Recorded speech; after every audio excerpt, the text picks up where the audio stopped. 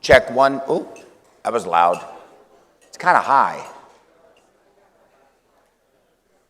Too high? No? Okay. Ask her. I'll just say 1, 2, 3.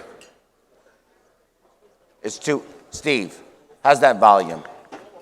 Yeah, it's a little high.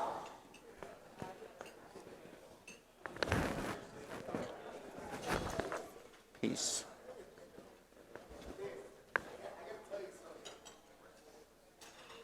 Check 1, check 2. Check 1, check 2. That's good. That's good. Check 3. There's a guy that looks just like Dr. Frazier. You see him? Oh yeah, that's see David. him? That's Is it David. right? He's right there. Hi. Everybody thought he thought you were David. Dr. Frazier. Hi, David. He thought you were Dr. Frazier, so he was going to run over there and put the mic on. In fact, no. if he doesn't get here on time, you may as well go ahead and come up and get started. I'll just ask you some questions, and you just gotta talk kind of like that. You know that's all you gotta do. And just say the greatest things ever. Yeah, say the greatest things ever in a way that most people can't even hear, really understand exactly what you said. They only kind of think they heard you, and then you'll be just, come on.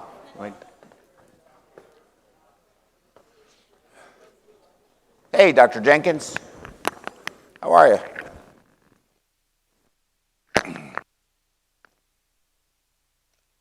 Oh, Dr. Frazier just walked.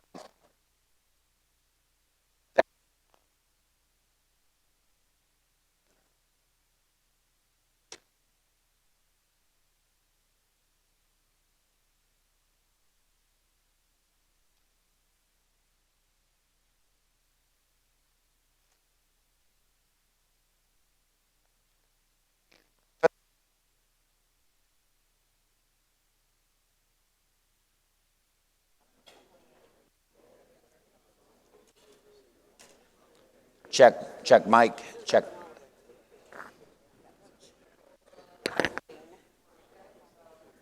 Why don't you guys move over more? Hey, Terry, why don't you and Steve move over? Because you're not going to be able to see us. Oh, I guess you can see us up there. Oh, I forgot. Yeah, okay. Do you want to play the slide I'm sorry. Do you want us to play the slide? No, I mean, no, I'll show it in a little while. Okay, let us know, and I'll make it work. Hey, let me show you what I want.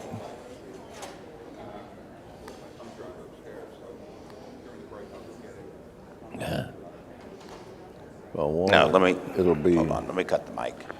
We'll start right here, and we'll go through to there. Okay, okay. Let's see, you put it on the. Show mode. Yeah. I got you. I got you. I don't know what that is. It's a crazy thing. Comes go away.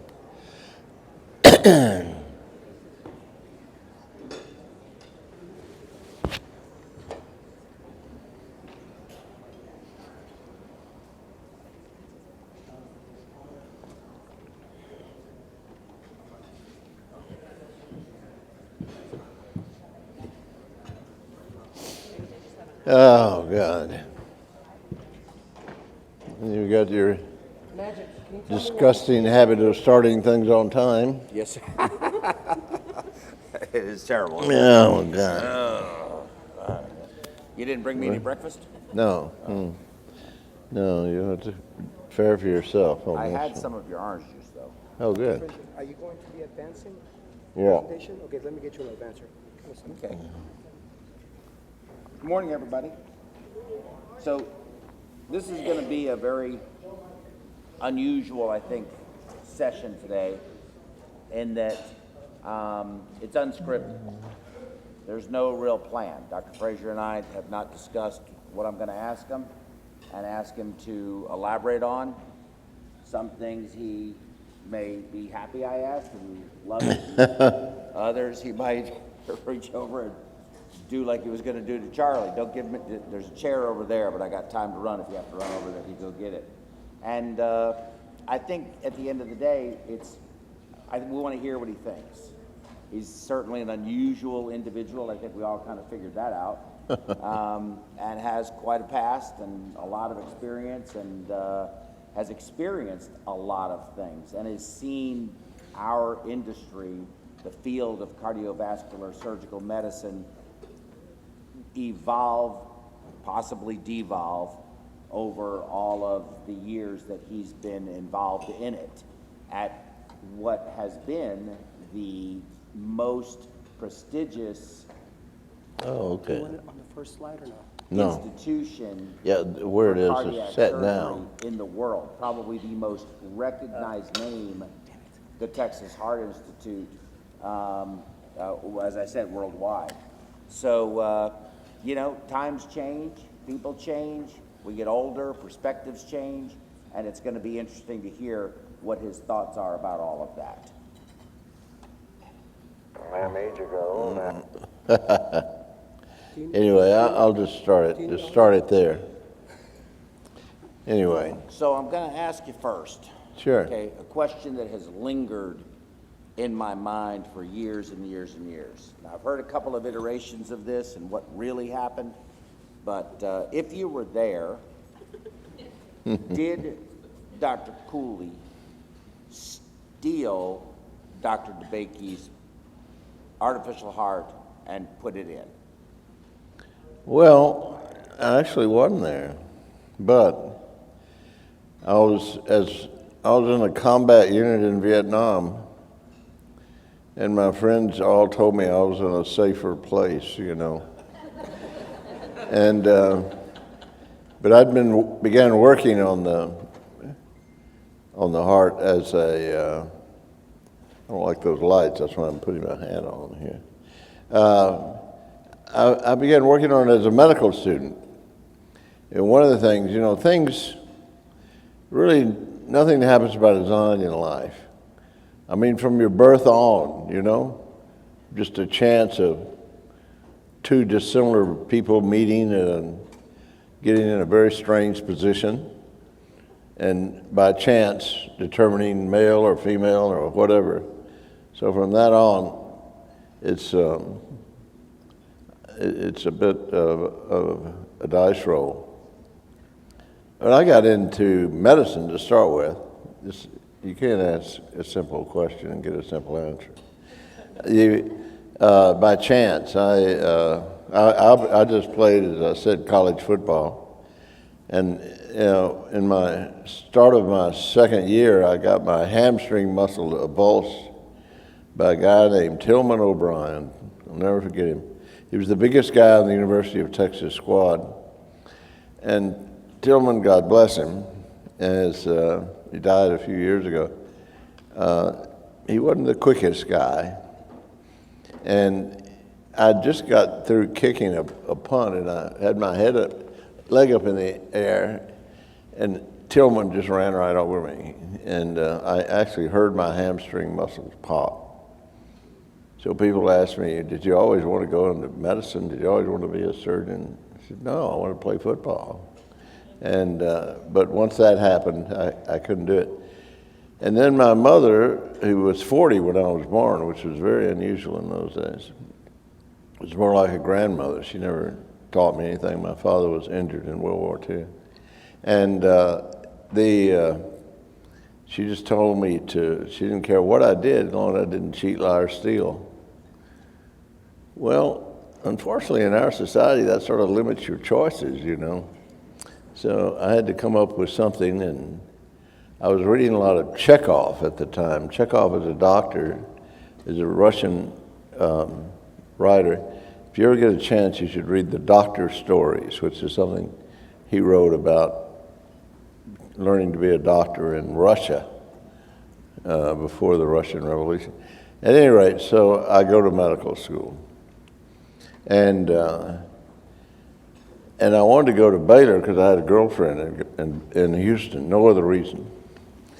But I remember, and it's very timely, in those days they just contacted you directly, there was no computer. And I was asked to come interview in Houston because Baylor was the hardest medical school to get into. I was already admitted to Galveston, which we used to call Galvatraz, you know, and but I didn't want to go there, and I didn't want to go to Dallas, and so I was interviewed by the director of admissions at Baylor, and it was nearly on this exact day in 1963. And because we were celebrating the 4th. And in those days, they grilled you. They can't do it anymore, but they grilled you in those days. And made you, think, what are your thoughts on abortion or something like that. They can't even ask you questions like that anymore. But at any rate, so he said, well, it wasn't on the 4th, but it was right before the 4th. He said, we're going to soon celebrate the 4th of July. And of course, we know our Constitution was signed largely on the 4th of July. Can you think of any other important event in American history that happened on the 4th of July?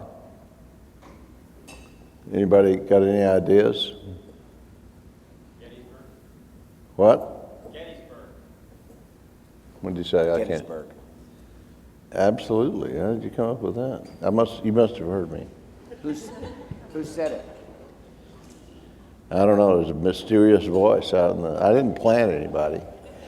So, well, that's good, because what most people think. So I don't want to impugn you in any way, but what most people that think about history would say that John Adams and Thomas Jefferson died on the same day, July the 4th, 1826. 50 years after the signing of the Declaration of Independence. Exactly the same, roughly the same time, same day. They didn't know this, of course, because there wasn't any communication. And I think that's what he wanted. And but the second thing I said was, we happened at, our country was really formed by the Civil War, and that was really when we really became one nation, and we became a singular. Prior to the Civil War, when people talked about the United States, it was a plural. It was the United States are in agreement on this issue. But after the Civil War, it became the United States is. But it also is the Gettysburg, and this guy didn't know that, but also said Vicksburg. Vicksburg also fell on July the 4th, and that's the jig was up for the South after that. So anyway, I decided to go to medical school, and I'm accepted to Baylor. That's all the guy, when he heard me say that, I gave him those 3 answers, and he just slammed my folder together, and he said, well, if you want to come to medical school here, you can. Let's go out and enjoy the 4th. So that was the sum of me getting into medical school. And people ask me, what good does a history degree do? Well, it might get you into medical school someday. But at any rate, so I start, and at Baylor you had to do a research. You had to do a research project. And I was never anybody to study. I never studied more than 2 hours in my life at one time. And most of these guys were gunners that were in medical school. They studied all the time. And a friend that was a fraternity brother of mine was a gunner. And everybody in those days wanted to be a heart surgeon. Dr. DeBakey was on the cover of Time magazine. Dr. Cooley was world-renowned. Houston was world-renowned for heart surgery. Everybody wanted to be a heart surgeon. So, but not me. I didn't know what I was going to do. I just thought about being a writer like Chekhov. And but we had to do a year of research. Just getting back to the question. A year of research every year at Baylor when I was a medical student. We only had 75 students. We had 73 males, 2 females. God bless them. You didn't want to get it on their wrong side because they were tough, to go into medicine. Women could go into medical school, but none of them applied. But these 2, they were like linebackers for the Chicago Bears or somebody, and you didn't want an argument with them. You'd get flattened. But we had, since we were starting medical school, we had to do it on we had to notify them on November the 1st. We started medical school, all schools started after Labor Day in those days.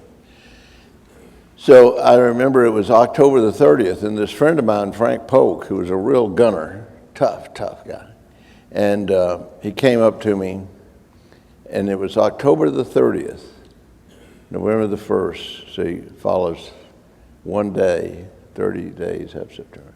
Anyway, so I had one day, and he came up to me, I was standing by the elevator, and he said, "What are you going to do for your research project?" And I said, "I got another day, I hadn't thought about it." And he said, "I knew you wouldn't have done anything.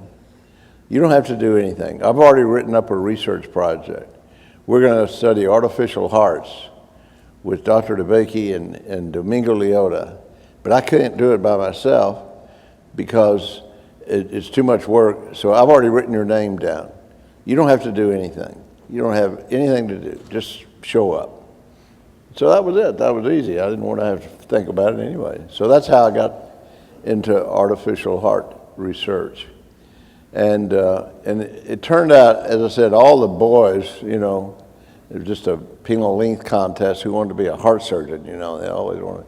And among those was Frank, and Frank was a good student, but he had an intentional tremor. It's pretty rare, but he didn't shake until he tried to do something, couldn't thread a needle. Anyway, so I ended up doing all the surgery. So that's how I got into artificial heart. Frank became an infectious disease specialist. There's a wing of Johns Hopkins named for Frank Polk, P-O-L-K, and because he died tragically of a brain tumor when he was in his 40s. So that's how I got into heart surgery, and that's how I got into artificial heart. And I worked with Domingo Leota. There's a lot of discussion about, was it Cooley's heart or was it DeBakey's heart? It was Domingo Leota's heart. He's the one he made them himself. He made all the hearts. And while I was working with him, Dr. DeBakey came over and put in 2 of the animals. Now, Dr. DeBakey was wonderful in many ways. Nobody could like him and work for him. It's like saying you like Joe Stalin or something. But you had to respect him. He worked all the time. And when he was 52 years old before he did his first heart surgery. It's hard to learn anything well when you're 52, particularly in surgery, but he was better than 90% of the heart surgeons in the world, but it took him a while, let us say, to do things. So the 2 animals he did all died, and they died within, they never woke up because they were on the heart-lung machine 6 hours. You can put any calf on the heart-lung machine with a bubble oxygenator, which is all they had then, for 6 hours without making an incision on them, and they'll die. They can't stand it. So that was the reason he thought that Domingo Leota thought he would never put in an artificial heart. And he was right. Dr. DeBakey would have never done it. And this is a true story. It's probably never been recorded, by the way. So we might keep it. And it's absolutely, I'm one of the few people that was there. And so so Leota, he made the temporary LVADs. And the first successful LVAD that was put in, it was by Dr. DeBakey in 1966, in September of 1966. And I was on his service at the time. It was a young woman from Mexico, and she had a double valve replacement. None of those ever survived in those days. And the pump was out here on the outside of the body. And they removed the pump, and it actually... People are just back there, sorry. Anyway, if I could just show the People first are back line. there raising hell. Huh? All right, anyway. There it goes. Anyway, so there's Dr. DeBakey. This is something you can't hear, but if you could, you'd hear him yelling at everybody. DeBakey was tough. Handful of leading heart surgeons. He was known as the Texas Tornado. What do you mean it's not flushing? Yeah, he cut it off. God damn it. I know, but you don't know what I want to do, you see. That's all you ever Dr. heard. Bakey was quite Dr. a Bakey taskmaster. yelling He at was, you, yelling at you.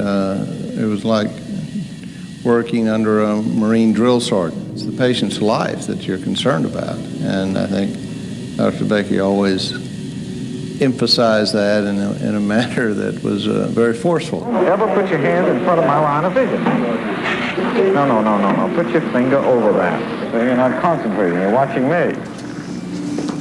His exacting standards brought to Texas a host of luminaries: Marlene Dietrich, the Shah of Iran, and the Duke of Windsor. Who knows who the Duke of Windsor With was? all the medical skill of Europe available.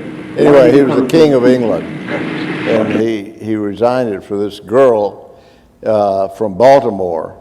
He ran off with, and English couldn't stand that. Some floozy from Baltimore. She wasn't even from England. So he got pounced. These are things Dr. Bakey used to say all the time. You heard this all the time, you know. See if there's any evidence of brain activity. You always heard this. I went in one time to see one of his assistants, and there were 3 grown men standing in the corner. And I asked them later what they were doing over there, and they said, you know, Dr. Bakey got so mad at us, he told us to all go stand in the corner, and he'd do the case with a nurse, and he did it.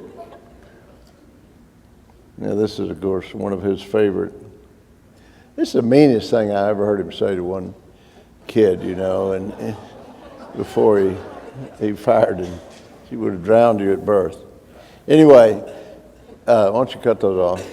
So Leota knew that Dr. Bakey would never put the pump in, and he approached Dr. Cooley about doing it. And they were doing heart transplants then. And he had a very high-risk case. This was in April of 1967. And, I'm sorry, was it 67, 68?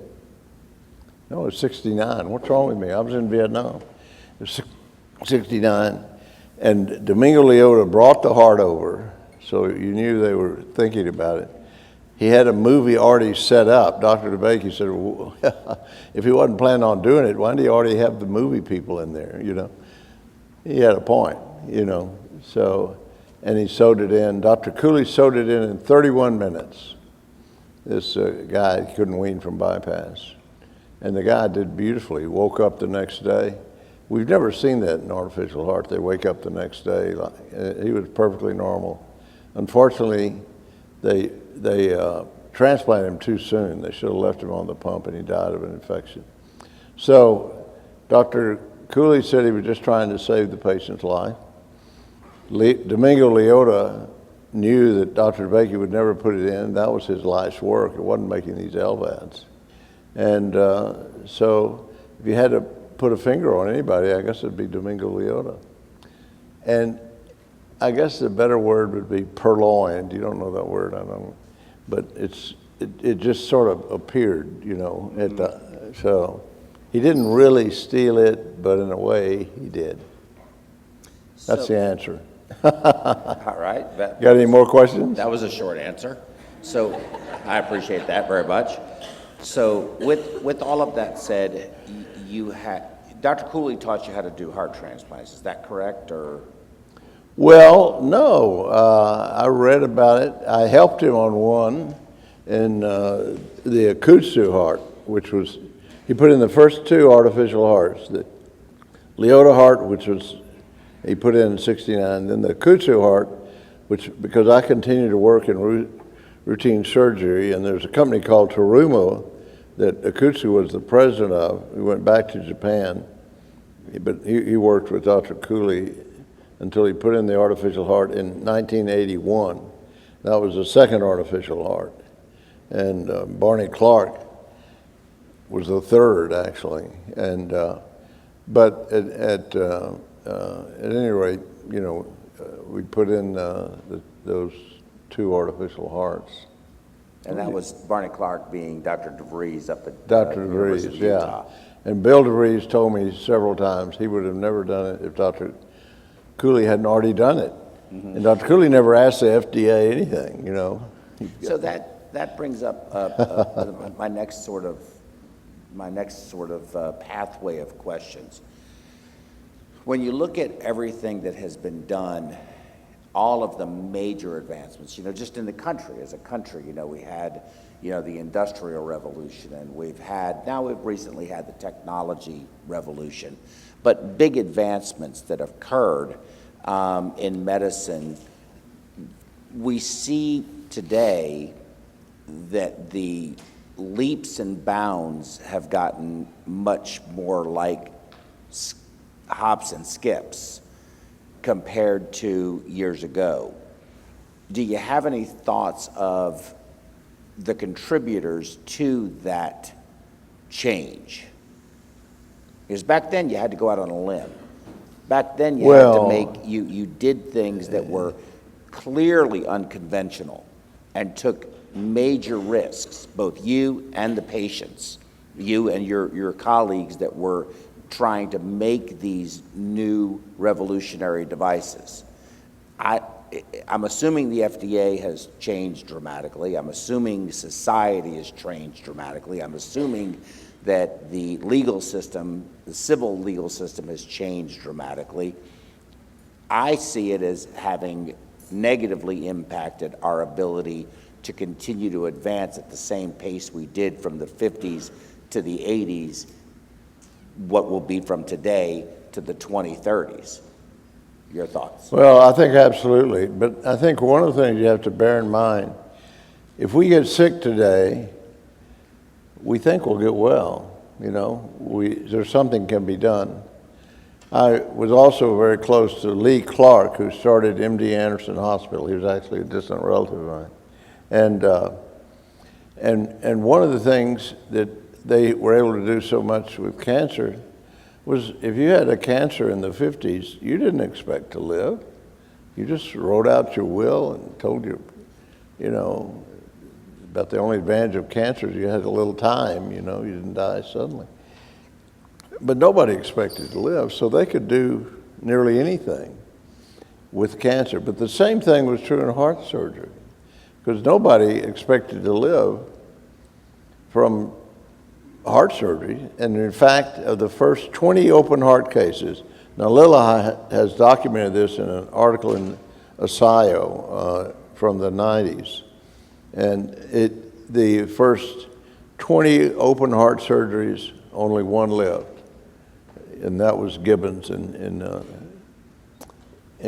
Philadelphia. So people didn't expect much, so you could do things, you could try to do something. And one of the, I never asked Dr. Cooley many personal questions, but I remember one time we had been flying around the world. We went to a meeting in Bangkok, and we stayed in the Oriental Hotel, which is the most luxurious hotel you'll ever see. If you ever get to Bangkok, which first of all, it's the sex centers of the world. People would come up on the street and I guess that's why they call it Bangkok. But anyway, but aside from that, I was riding back from this meeting with him one time, and I never asked him anything. We talked about football, baseball, anything. But I asked him, what's the most important quality you think? We were just sitting in Royal Thai Airline first class. You never rolled any higher than that. That was high rolling as you could get in. And I asked him, what's the most important quality that a person has to have to be a heart surgeon? And he was having a drink. He was an Irish, Cooley's an Irish name, and he was a little heavy on the sauce sometimes. And he was taking a drink, and he put it down, and he said, anybody have a guess? It's the most important quality to be a heart surgeon in the 50s, 60s, 70s, 80s, to kill with impunity. And I knew what he meant by that, because the first case I'd ever done with him was with a child, was a sweet little 5-year-old girl with AV canal. And I'd worked her up as a medical student. She was my case. And he also did a tetralogy, blue, what they call blue babies then. You don't see them now because they corrected at birth. But then they didn't. 7-year-old boy, sweet little kid, and an 8-year-old girl that had a truncus arteriosus. And they didn't have proline then, so they had to sew with silk. And you couldn't pull it like this. You had to do each stitch individually. And again, Cooley was a master of all those operations. And he had 8 other pump cases. And I remember him making rounds. He saw this little girl. She said, "Mommy says you're going to zip me open like my coat and then zip me close. And my heart, you'll fix my heart and I'll be all right." And she was walking around. She couldn't run or anything. And I remember Cooley tousled her head. He said, "That's right, sweetie, you're going to be fine." Well, she was the first case, and she died on the table.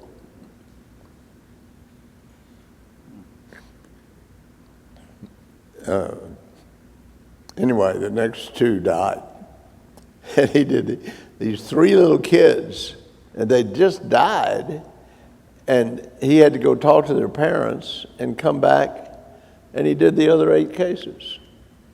And he came in, we were making rounds that night, and he said, I had to go to the chapel. I had to go, it was too traumatic for, a medical student. And he said, "Boys, today was a bad day. Tomorrow will be better." And that was a quality you can't have today. And he was the best heart surgeon that'll ever live. Anybody, I don't even know how he did it. 12 cases in one day. I've seen him do that and go home at 6:30. And not just cases, double valves, aneurysms, he just breezed through them. But it is, I think, was one of the things that you say. I never saw him lose one other child in the 4 weeks I was with him as a medical student. He lost 3 in one day. And that's what, to kill with impunity. Because anybody else would have quit, In fact, everybody else did quit of the early pioneers except for Lillehei. Gibbon did the first heart surgery, and the next 3 cases he did died, and he never did another case. And that's the way it was with a lot of those guys. So I think, no. I think a lot of it would be impossible today, but, time changes, and there's still a lot of problems in heart surgery and cancer, and we've solved a lot of them, but it's much harder today. By the way, what does FDA stand for? Food and Drug Administration. Right. There's nothing about devices in there. Nope. Anybody know how devices got in there? Because they weren't in it originally. Balloon pumps were never tested by the FDA. And the FDA got involved because actually Dr. Cooley and Dr. Wada made a valve. And the valves were hard to put in then because they were ball valves. If you have a ball in the bloodstream, it's obstructive, right? So you had to get as big a valve as possible. And Cooley was a master at that too. He could look at it. I never saw him size a valve. He just looked at it, 21. Okay, this is 25, Anyway, but Domingo or Wada, Yuro Wada, who's a Japanese who trained in Minnesota, had a valve that opened like a toilet seat, like this. Well, suddenly there was no obstruction in the, and so nearly anybody could, as Dr. Cooley put it, an average heart surgeon could put in a valve, But that was something he said about the St. Jude valve. He didn't like it too much. But, and Cooley put in about 100 of these because it looked like it was such a great advance. And about 6 months after, they started dying suddenly.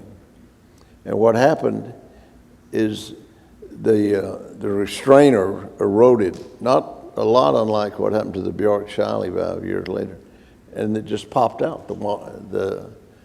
the toilet seat just popped out and the water valve went away. And the patient died. So then he had to call all those patients back in and redo them. And that's when the Congress decided they should test these things, because it was never tested in an animal. It was never tested, it was just with water, they checked and see if it would work, and just in a simulator, but they never tested an animal. So you ask why we have the FDA, and it's a good thing, and we should have them, but like a lot of things that happened, it was a reaction to a problem, and that was the water valve. So the FDA, we need to have them. I never had them. I've done 11 different things for the first time in the world, but I've never had the FDA tell me I couldn't do it. I only did it when I was comfortable with it myself. When we'd done enough animals, we've got the best lab in the world in Houston, but we'd done enough animals, and they asked me what I wanted to do. We're going to test an artificial heart soon with what we call the GLP studies. That means you froze the design and you do the test. And we'll start at the end of this year. We'll do probably 6 or 8 animals. And I'll probably, in everything I've tested before, now this will be a good test, because none of those people that were on the FDA and when the HeartMate 2 pump came about are on it now. And but they always ask me, well, what would you do, Dr. Fraser? I said, well, I would do at least 8 animals for a month. And if they did well, put it in a patient. They didn't tell me what to do. Now, I don't think that's the case now. I'll test it here shortly. 2-part question. The Texas Heart Institute. Recently, it's been under some level of embattlement. Of course, St. Luke's sold to CHI, Catholic Health Initiative. Texas, St. Luke's as a system has therefore changed from what it was from a management perspective. There's the school there. I think most of my colleagues recognize that that school is also under some level of embattlement and under siege. Dr. Rule had told me a few years ago, about 6 years ago, that he had serious concerns the school of perfusion would survive. It was the first school of perfusion ever in the world. And then, of course, the question of where do you think all of this, the field of heart surgery as we know it, with all of the endovascular and all the stuff that's coming down the road, where it will end up in, I would probably say 20 years. Probably most of the people in the audience, 20 years, we're going to be pretty much done. So what about this transition? What about the school? I guess it's a 3-part question, but upper perfusion is 2, is 3. Yeah. But, and then where do you see it all going? Well, it's interesting because one of the things early on, when I always had an academic position, either with the University of Texas Medical School or with Baylor. But I was the only person on the staff of St. Luke's Hospital that had an academic position in the 60s, 70s, 80s, 90s. And I remember one of the things I asked Dr. Cooley when I first started out with him, I said, well, don't you think it would be better to actually, if you were with Baylor, do you think we could do some of these research things? And he looked at me like I was nuts. And he said, and I said something about the heart, because that's when Dr. Cooley got separated from the Baylor. And he said, Bud, that's why I took the heart, because I knew Dr. Bakey would fire me. And I wanted to get out from under that damn medical school, And I'm just quoting him, of course, I don't really. But because, I got tired of asking a pediatrician about something in heart surgery or rheumatologists or people. And it's a very inefficient mechanism. And that's one of the reasons, in retrospect, what I've done with the continuous flow pumps, if I'd had to go through a medical school committee, I don't think it would have ever been done. So I think, I belabor that because the school was sold to this Catholic Health Initiative in 2012, 2011, somewhere in there. And it's not a bad organization, but it's all over the country, and it's basically, they run community hospitals, and they didn't know how to run a tertiary care hospital. And so they turned it over to Baylor. And so they undid what Dr. Cooley did. And I think we're suffering now from that, and we've had, and I said, I don't want to be quoted in a law court, so I don't want to say a lot about this, but I think by definition our leadership hasn't been what I would have thought it should be, and we're under scrutiny now to even lose the transplant program. Well, there's 4 transplant programs in the Texas Medical Center alone, heart transplant.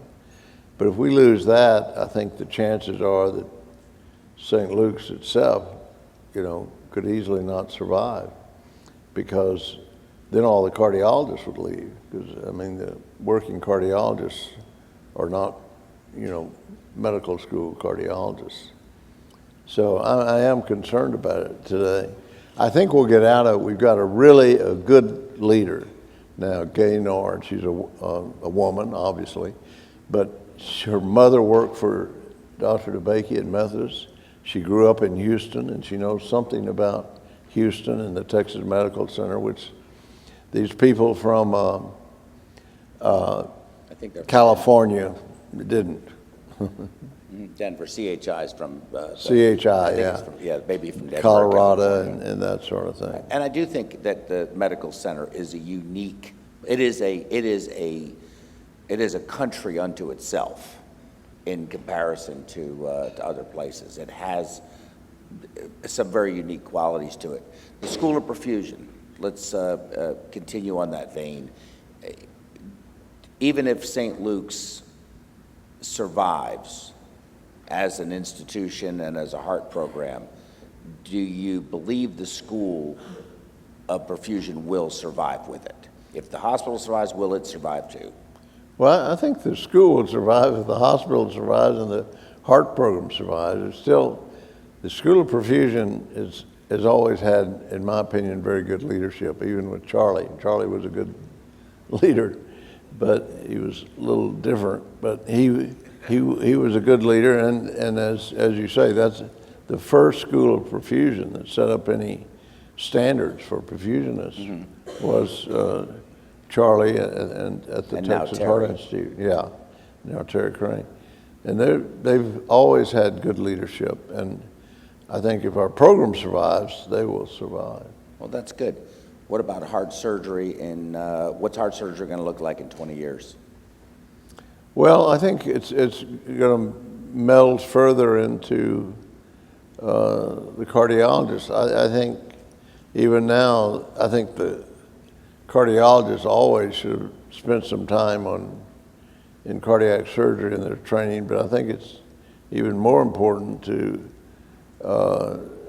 for the heart surgeons to spend some time with the cardiologists, and realize what they can do, because they need to meld together. One of the problems with the first people to do angiograms and were the radiologists, and I think if it had stayed with the radiologists, it would have been a little more balanced, because obviously it's human nature to try to do something that you can do. So, if you have a distal LAD lesion that's 70% and you do the study, you'll put a stent in. Whether they need it or not is another issue, and so. Or if it's really the better option. Yeah, and I do think. I think that we overstent. I mean, Well, we over everything. We overuse devices. Once they're approved and you can get paid for them. And that's the key. It's because, America has the best health system in the world because it's private, and the doctors and the hospitals are working for the patient. And literally every important advance since World War II has come from the U.S. in medicine and devices and technology. But on the other hand, America has one of the worst systems in the world because hospitals and the doctors are working for themselves also, So there's some sort of balance there. And I think, because I've always been more or less salaried, but I do think if you're going to have two systems, ours or the European, where we probably overdo things, the Europeans probably underdo things. They like to go home early. They're not all-night guys. The era is better for the patient to overdo things than to not underdo them, as it were. That's a good point. Any final thoughts for my esteemed colleagues that are out here in the audience and they're from everywhere in the country and out of the country? We have the Canadian contingent over here. We have California. There's New York and New Jersey and some local and Arizona and Wyoming, and they're from everywhere. So any final thoughts to them? One thing I'd like to stress, because I get sort of tired of it, success has many fathers. Failure is always a bastard, is the old saying. And I started working on these continuous flow pumps mainly because of Norman Shumway. Norman Shumway's whole medical career, and he's really the father of heart transplant. But his medical career began in my little hometown in West Texas when he was assigned to go to medical school by the U.S. Army. So it may have been one time that they were actually right about someone's potential. And in the 70s, we were trying to make a pump that would last 2 years. That was our goal, a pulsal pump that would last 2 years. How many times does your heart beat every 24 hours? Just do the math. It's about 100,000 times. So that meant we had to have a membrane that would flex 100,000 times every 24 hours and wouldn't break. And by the time we started using them in the 80s, you couldn't do that. These pumps, these pulsal pumps, we had one Novacor pump lasted 4 years. But that was the only one, and it had other flaws. But the HeartMate, what you call the XVE, the early HeartMates, they were all broke in about 18 months. So in a sense, and that's what Shumway used to harass me about, he said, we don't need a 2-year pump. We need it for an individual patient, but epidemiologically, we were just adding more people to the transplant list. So it didn't make any sense from a society standpoint to have a 2-year pump, because by the mid-'80s, we had more people on our transplant list than we could ever transplant. So, and that's when, in the mid-'80s, I started working on a continuous flow pump. And I assure you, there was nobody else working on an implantable continuous flow pump anywhere.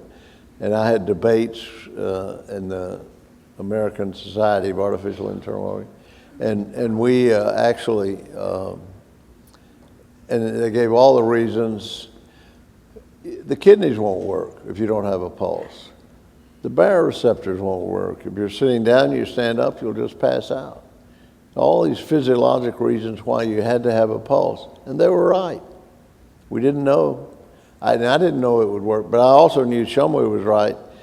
If we just had a 2-year pump, we weren't adding anything to medicine. We weren't doing society any sort of benefit. And so all those pumps developed in my lab or around my desk in the 80s, initially in the 80s and early 90s. Every one of them that you use, starting with the Jarvik, starting, HeartMate 2, HeartMate 3, and particularly the HeartWare. That was my idea, to put it so you could just put it under the heart. It's supposed to go on the diaphragmatic surface of the heart. That's too much thought for most surgeons, so they stick it on the apex, and that's why the HeartMate 3 is going to fail. It can't really go there and work. I don't think it'll fail, but it's not going. The results are not going to be as good as people think. But it all started there, and we had I had the opportunity to do it because we had as I said, a wonderful lab, and we had the real opportunity to advance the field, and nobody cared what I did. I mean, that was the beautiful thing about working at the St. Luke's Hospital in the 70s, 80s, 90s. There was nobody there that even cared what I did. Most of them didn't even know what I did, The CEO of the hospital, I remember in the late 2000s, didn't even know I had a lab. I've got the world's biggest lab in the basement of the St. Luke's Hospital. He didn't even know. I want to show just one slide. Can you show that last? Because this is what you're going to see. Now, I think I will see the start of this. Excuse me, Roger, can you please show that last slide? Or just go to the end where I showed you. Anyway, this usually sums them. Yeah, all right. Let me just...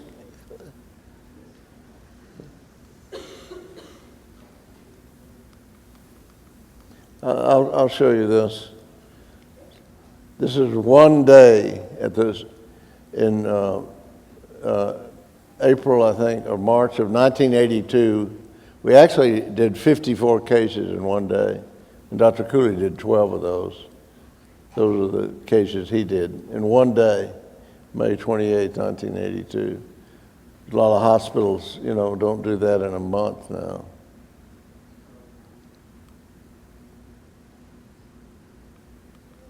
That was a good picture. Who do you think that is? My daughter said, "Dad, you were never that thin. That couldn't be you."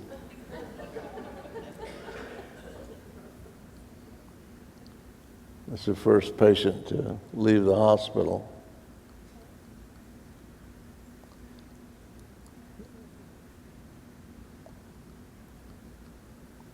Now, this is the first animal with a totally removal of the heart and replaced with 2 Jarvik pumps. I showed this to Dr. DeBakey, and see, there's no pulse in this at all. You hear pulsatility and non-pulsatility. I just get tired of that. You obviously don't need a pulse, but it's good to have a fluctuation. And I showed this to Dr. DeBakey, and I remember he was 96 when I was showing it to him. It was 2006. And I remember him saying, in 10 years we'll have this in patients. And I didn't say anything, and then he said, "Well, of course, Bud, we hope you'll still be with us." And he was thinking, of course, he knew what I was thinking, that this is a patient we've already put these 2 pumps in. And this is this continuous flow artificial heart. We can make them that small. The one we're working on is the one right in the middle. And it only has one moving part. And it doesn't touch anything, so it has no wear points. And this is basically how it works. And we've already put this in, 50 animals. It works beautifully. And it moves up and down according to the venous return, which comes in on the top. And the amazing thing about it is it has a Starling's response. That is, once you have the animal and you exercise them, the amount of blood it pumps will increase, just like your heart will increase if you start walking upstairs. You can't make your heart beat any more than it's pumping right now, but it can increase if you go up, if you exercise. That's a Starling's response. And these pumps have a Starling's response. And this is actually, see, this animal has a cardiac output of, 13 liters. If it's not doing anything, just standing there. And once it starts moving, and the pump speed, the amount of blood that it's pumping goes up without changing the speed of the pump, not doing anything to the pump. And you can see now it goes up to 14, it goes up to 15 liters when he's walking. So it has an inherent Starling's response. You always see this. I don't know that I'll see it, but in another decade, if this works like it is, we're not going to be doing heart transplants. All right. What's this? Okay, that's it. This is a Bono. This is some Irish singer. I spent an evening with him one time. And we talked about creativity. And one of the things Bono told me, Bono or Bono? Bono, I think. Bono. He said that, and this is important, you can't be creative if you're looking back. You got to think forward. He never had any music lessons. And he was interested that I had no particular interest in biology or biochemistry, and I'm always a little suspect of anybody that says, well, I really like biochemistry. How could you like biochemistry? But anyway, it is, I think, something that y'all will all see, and I hope I'll see. All right, that's all I've got. We hope you will too. Dr. O.H. Bud Frazier. Thank you.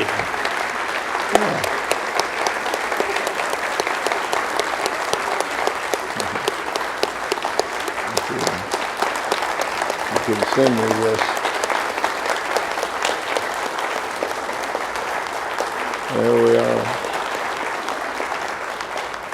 Y'all have fun. I'm going back to Houston. It's good seeing you. Thank you so Okay. much for everything. I don't You need help? No, I'll give this to these guys. Y'all take care. Okay, we're gonna keep moving right on with Dr. Jenkins. He's gonna be talking about AngioVac, a tool for perfusion. He is an interventional radiologist at Ochsner here in New Orleans, and he does a boatload of these cases, and he's got really exciting, appetizing videos and images of nice clot and other debris that gets sucked into this filter. Yeah, we'll just do the podium, I think. Let's just get the podium and we'll go from there. I'll worry about the rest later. Okay.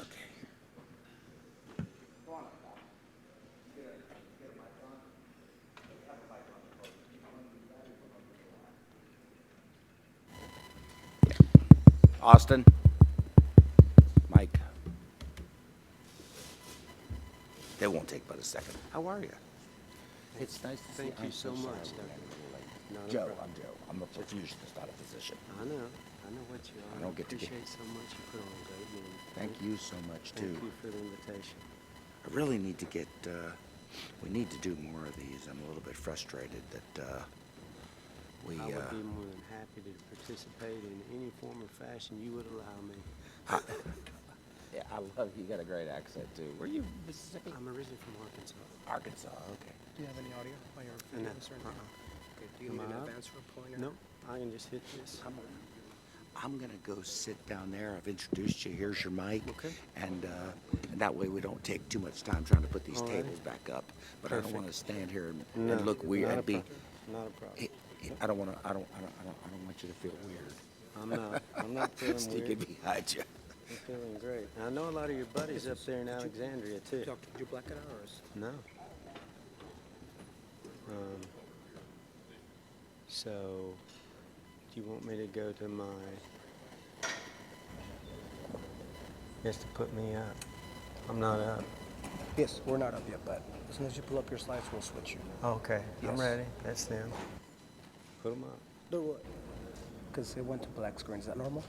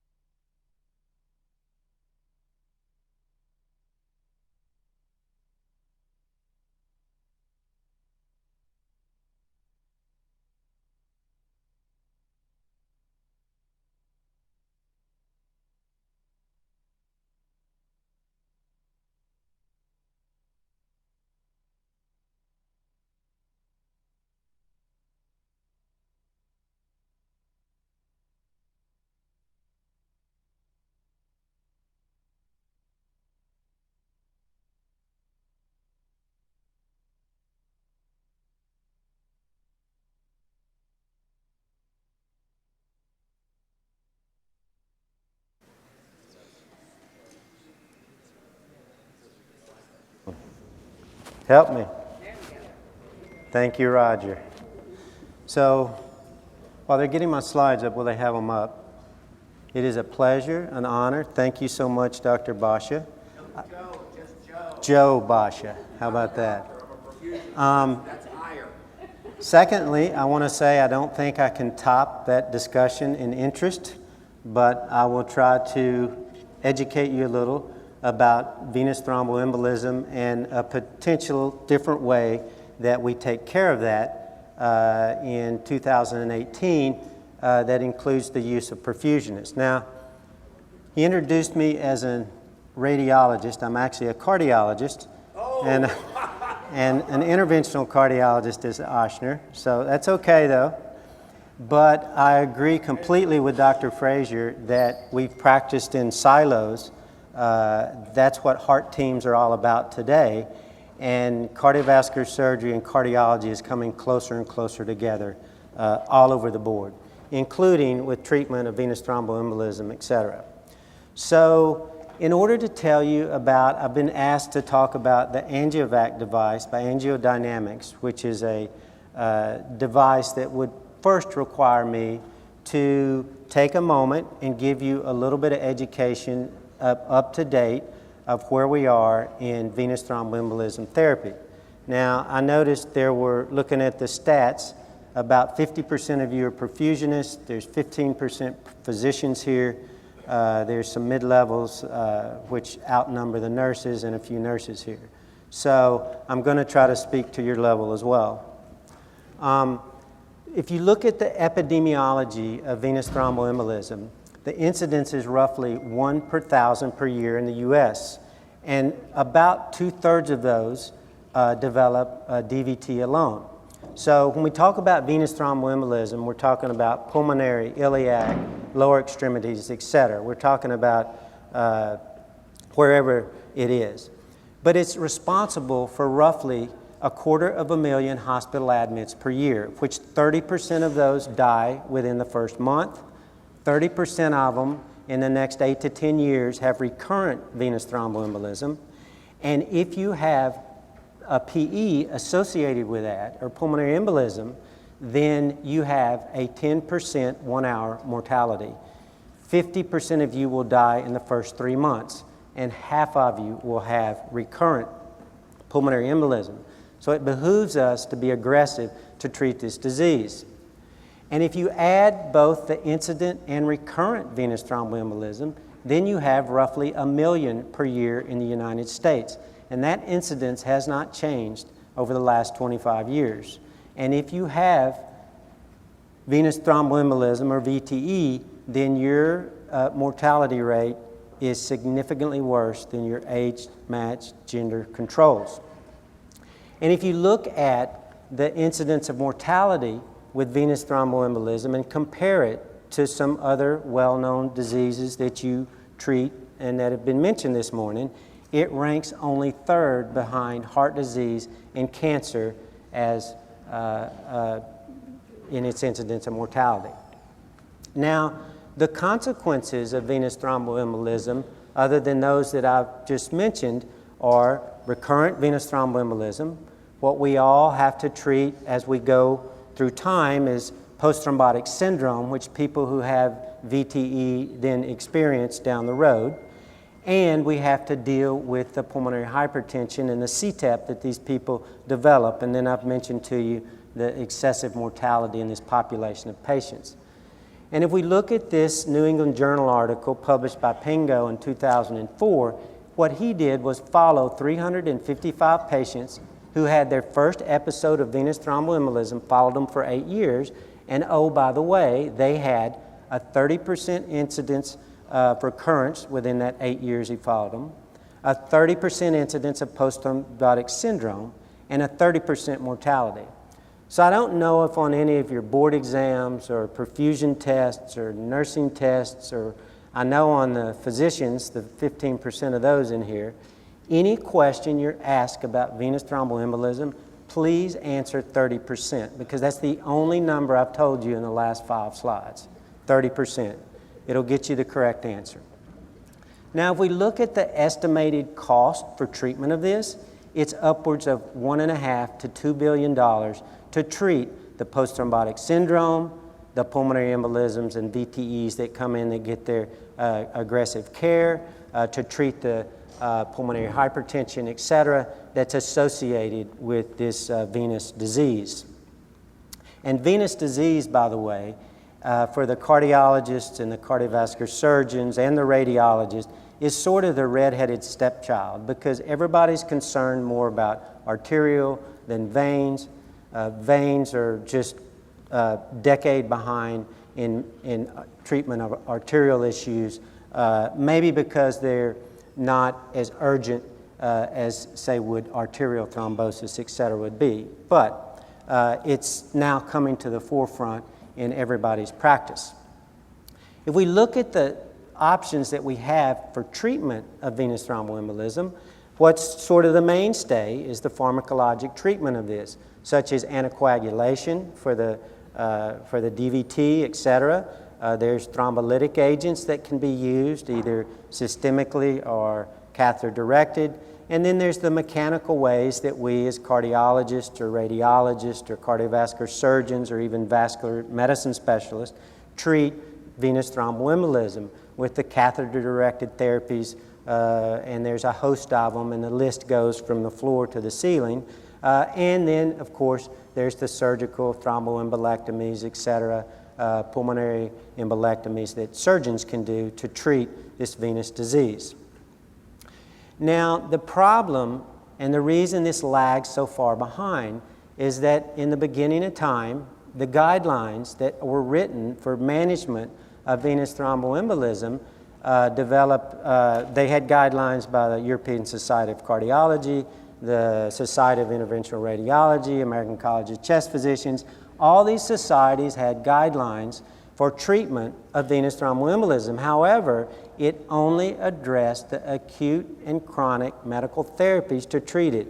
How do you anticoagulate? How long do you give them IV? When do you put them on oral? How long do you treat them, etc.? But none of these guidelines addressed the more urgent acute treatment for acute venous thromboembolism, or the more aggressive catheter-based, I'm an interventional cardiologist, so the more interventional type treatment of this disease. So we didn't have these things to direct us. So we were pretty much, like Fraser was telling you, we could do whatever we want. Until recognizing this void in the literature, the American College of Cardiology, and again, it had the acute and chronic treatment of VTE, but not until March of 2011, the American College of Cardiology, American Heart Association recognized the void in the literature and developed guidelines for the more aggressive interventional type treatment of this disease. And it was for submassive PE, iliofemoral DVT, CTEP, etc. And I was fortunate enough to be on this writing committee for these guidelines. So in a nutshell, the recommendations for venous thromboembolism that came out of those guidelines, and now since 2011, all of the other societies have followed suit and published very similar guidelines for the direction of an interventional person to treat this disease. But basically, for limb-threatening circulatory compromise, it's a Class 1 indication, which means the benefit is greater than the risk for doing some sort of aggressive therapy for treatment. It also gives a Class 1 indication for transferring people to a center with expertise, because not everybody does that if you don't have that at your institution. It gives a Class 2A where the benefit is greater than the risk to then go do something aggressive if they have deterioration despite conservative measures, anticoagulation, etc. It's also a first-line therapy, Class 2, for prevention of post-thrombotic syndrome. One thing that treating venous thromboembolism does is it prevents has a very high incidence of modulating or preventing the post-thrombotic syndrome that all these people get years later if you just treat them with anticoagulation. Now, a Class 3 indication means it's contraindicated. The benefits do not outweigh the risk to treat this disease with systemic fibrinolysis.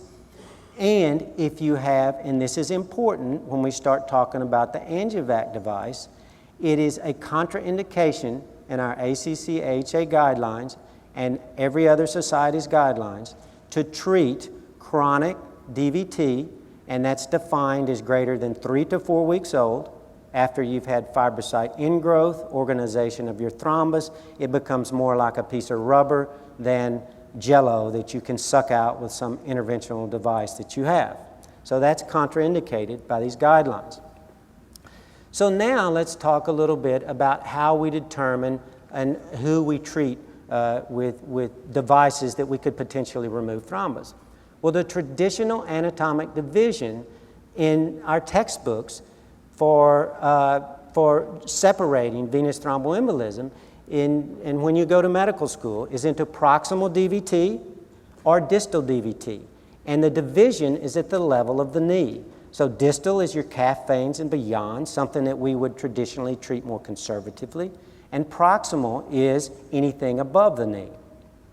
Now that division is reasonable because of your increased mortality, your increased morbidity, etc., when you have proximal DVT. But if you talk about someone like me who's an interventionalist and wants to treat this aggressively, it's woefully inadequate for me to determine what level of disease I should subject somebody to all the tools that I have versus giving them some sort of medical therapy or conservative treatment. So if we look at the picture of the lower extremity veins and we divide it at the common femoral vein, this should be the anatomic division that I as an interventionist should use to determine whether I should do something or do nothing. And the reason for that is that the level of the common femoral vein obstructs not only your God-given primary vessels that you're born with outflow to the lower extremity, but if you occlude at the level of the common femoral vein or above, not only have you occluded that pathway, but you have occluded any collateral pathway possible of developing that you can drain your lower extremity. And this is what's called the so-termed iliofemoral DVT. It involves the iliac system. It's 25% of DVTs. It has more severe symptoms than does anything below that. You have increased incidence of all these late clinical sequelae, the post-thrombotic syndrome, etc. And then anything distal to that common femoral vein, I might term, that's the conservative area that you really don't need any type of aggressive catheter-based therapy to treat. So now if I look at what I use to treat it and what I've had in the past to treat this disease, and I go and do some sort of thrombolytic case, regardless of whether it's arterial thrombolysis, venous thrombolysis, etc., it requires balloon angioplasty, it requires some sort of mechanical disruption thrombectomy devices, angiojets, etc., aspiration catheters, there's a host of them, the trellis device. Again, I could name the list from the ceiling to the floor. It requires usually stents when you get finished, and importantly, it requires lots of time. And by time, I mean not just one procedure, but you may set up a thrombolysis case with a perfusion catheter. You may let them sit in an ICU for 24 hours. You bring them back and do a relook angiogram. You come and do some more work. You let them thrombolyse another 24 hours. It takes days. It takes dollars to remove large amounts of thrombus, regardless of whether it's an artery or a vein, with the typical interventional tools. And as I've mentioned to you, it has to be fresh thrombus that's like Jell-O, not like rubber. So then comes into play what I was asked to come. So that's my educational piece. And now I'll talk a little bit about the AngioVac device, and then I want to show you some cases about the utility of this device for treating venous thromboembolism. So the AngioVac device allows mechanical treatment of venous thromboembolism and other undesirable intravascular materials. So that's pretty much its IFU and its indication. But how it got FDA approved was the parent company, Vortex Medical, got this FDA approved for use as a venous drainage cannula during extracorporeal bypass for up to 6 hours, and indicated for removal of soft or fresh thrombi or emboli during extracorporeal bypass for up to 6 hours. So basically what the FDA does, and I never knew what Dr. Frazier had mentioned about why the FDA, and I've always wondered that, so I got that question answered today. But why does the FDA deal with devices? But the FDA gets companies get device approval for whatever and however in some reasonable way that they can get a device approved. And once it gets put on the shelf, then it's, mayhem. You can use it for whatever you want. A physician, a healthcare provider, etc., can use an FDA-approved device in an off-labeled indication for whatever they want, if they think they can benefit a human. For instance, if you talk about coronary stents, does anybody know? So that was mentioned in the discussion this morning, and I think the mention was, Dr. Basha, that you think there's too many coronary... Joe. Okay, I'm going to get it right now. So Joe was mentioning he thinks there's too many coronary stents put in. Well, I think that's true. But does anybody have any idea what stents are approved for? They're approved for bailout indication for failed balloon angioplasty. So they got FDA approved for that, and they got put on the shelf, and then everything ensued after that. So when we first started putting coronary stents in, we didn't put coronary stents. I'm going to tell you a true story, and this will only take like 3 minutes. But coronary stents, and I participated in trials at University of Missouri, where I came from. I came here for my first and only job so far. I'm still looking for another one, but I hadn't found one yet. But I've been at Oster for 25 years. I came in 1994, or 93. August or September of 94, coronary stents were FDA approved for use in coronary arteries in humans for the reason for bailout for failed balloon angioplasty. So Ochsner Hospital, myself and one of my partners, Steve Ramey, we did the very first implant in Louisiana, day number 1, FDA approval, because all the people that do the trials, we get the device the day after it gets approved. So it's, it's in the Times-Picayune or whatever, and you have the first stents put in. So this exact same day, day number 1, we put 2. Of course, we used undersized balloons so that, we didn't get really good results. So it was bailout. That was the FDA-approved indication. And we put stents in, so we did 2 coronary stents. Now, back then, to anticoagulate for a stent, we used dextran, heparin, Coumadin, Persantin, and aspirin. Every patient had 5 anticoagulants on board. Every patient these were put in through 8 French sheaths, and every fella had to stand on the groin for at least 4 hours after the procedure to hold pressure. 10 o'clock that morning, after we put in 2 approved stents, coronary stents were contraindicated for acute myocardial infarction at that time. Now, they're FDA approved for that today. They were FDA approved for that 10 years later. But we didn't have the mechanism to use dual antiplatelet therapy, all of our 2B3A antagonists. We didn't have any of that stuff back then.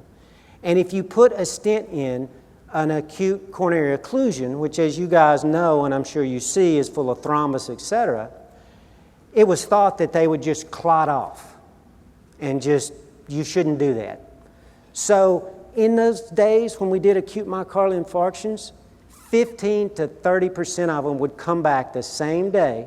And I'm sure there's some of you in here old enough to know that. You do an acute myocardial infarction and you're a cardiologist, you're going to have your butt back in the hospital in the middle of the night reopening it again. You may reopen it 2 or 3 times before you get it to stay open.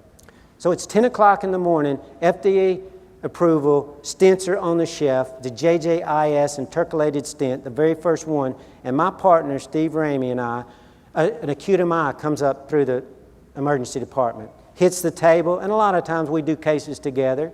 Steve's doing first operator, I'm doing second operator helping him. He goes in, puts a wire in, opens the vessel with a balloon, and boom, it's open. And he just sticks his hand over, he doesn't even look at me, he goes, give me a stent. And I looked at him and I said, what the hell are you talking about? These things are contraindicated to be used in acute MIs. It's the first day they've been approved. We can't put stents in. We're not supposed to do that. And he looked at me and he said, who's on call tonight? I said, I am. He said, fine, we won't put a stent in. I said, wait, I'll get one. And we started putting stents in acute myocardial infarctions the very first day. So, I know that may have been a long drawn-out story, and you wonder for what purpose, but the purpose is now I'm going to show you what we're using the AngioVac device for.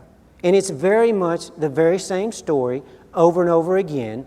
You get FDA approval for a device, and then once it's on the shelf and commercially available, then you use it for what you think you can benefit a human for. And if you and we did 2 acute MIs that day. We put stents in both of those. I was on call that night, and I did not come back in the hospital for either one of those 2 patients to have to reopen them again. So, and then, you know, trials were done down the road. You know, 8 to 10 years later, stents are approved for acute myocardial infarction. All the anticoagulants had changed by then, etc. But let me move on. So if you look at the anatomic spectrum that you can use this AngioVac device for, we can use it for chambers of the heart, such as the right atrium, to remove thrombus, vegetations, etc. We can get it down into the iliac system for iliofemoral DVT, the ones that I told you were the higher mortality rate ones. We can use it in the inferior vena cava, and you can advance it, if you're very careful, through the right heart and go into the pulmonary arteries and remove debris in the pulmonary arteries. Now, what data do we have to support any of this? Well, if we look at the data, basically the only data you can find for what I'm going to talk to and tell you about are case series, single center experiences, etc., such as this one for iliocaval thrombus, and I think this was 8 patients, such as maybe this one where they used to move trash from the right atrium in 13 patients, such as maybe this one that was maybe 3 patients. So the literature is basically, here's what we did and how we did it. So the best one, I think, is probably this one, and that's, I hit the button too many times, Joe. I got it right. But the best one, I think, is this one, and that's mainly because I did it with one of my fellows who's in Tampa right now. And what we did was we looked at all the literature that had been published to date that had AngioVac in it. So inclusion criteria, we looked for patients, and again, I told you what the indications and we've noticed since we've started using this, we use it for, it doesn't matter the age of thrombus. It doesn't matter what the guidelines say for treatment of venous thromboembolism. But we looked for a diagnosis of DVT that's greater than 28 days. These were our inclusion criteria. This was sort of not a meta-analysis, but it was a systematic review of the data. We looked at the use of the AngioVac device, and we didn't care if it was done with or without other endovascular therapies. So we did a Medline search, PubMed search, Google Scholar. We did this a year ago. We started it a year ago. It's published online right now. It'll be in print in the CRT journal in probably the next month or so. We screened 51 publications. We excluded 33 from their abstracts alone. We found another, narrowed it down to 18 that we had full text articles and not just abstracts on the device, and that meet all of our inclusion criteria. We found 7 articles, and out of those 7 articles, of the patients in those, a total of 18 patients that met those inclusion criteria that I told you, that had enough data on it that we could actually publish. Here's the results of it and what it and how it performed. And in that, 18 cases of using it for something contraindicated, such as chronic DVT, for interventional-based therapy according to everybody's guidelines in 2018. 15 out of 18 of these cases were successful, that's 83%, and failure to recanalize and re-establish venous flow occurred in 3 of those 18 cases. So that's not bad. An 83% win rate when these people aren't going to get anything else done to them is probably not bad. And so there's no reason that we shouldn't do that and help people. And in fact, that's what's being done with the use of this device. These were just the 18 cases that we had. That's a pretty boring slide. There's 5 of them that we contributed to it. So I'm not going to belabor that. If you look at what the company did, and I don't even know how much they charged for the device, but it's a pretty neat device in that they took basically probably 10 cents worth of plastic tubing, a filter, a proprietary funnel, aspiration catheter that they have that doesn't collapse on itself, a perfusion pump, and a perfusionist to set this up to remove venous thromboembolism. There's currently 2 shapes, a straight and an angled. This is a 22 French device. It basically connects centrifugal pump, doing veno-venous bypass, inserting a filter in series to aspirate and remove, filter the debris, and then pump it back in whatever vein. And it can be in any combination of internal jugulars or common femoral veins that you deem appropriate.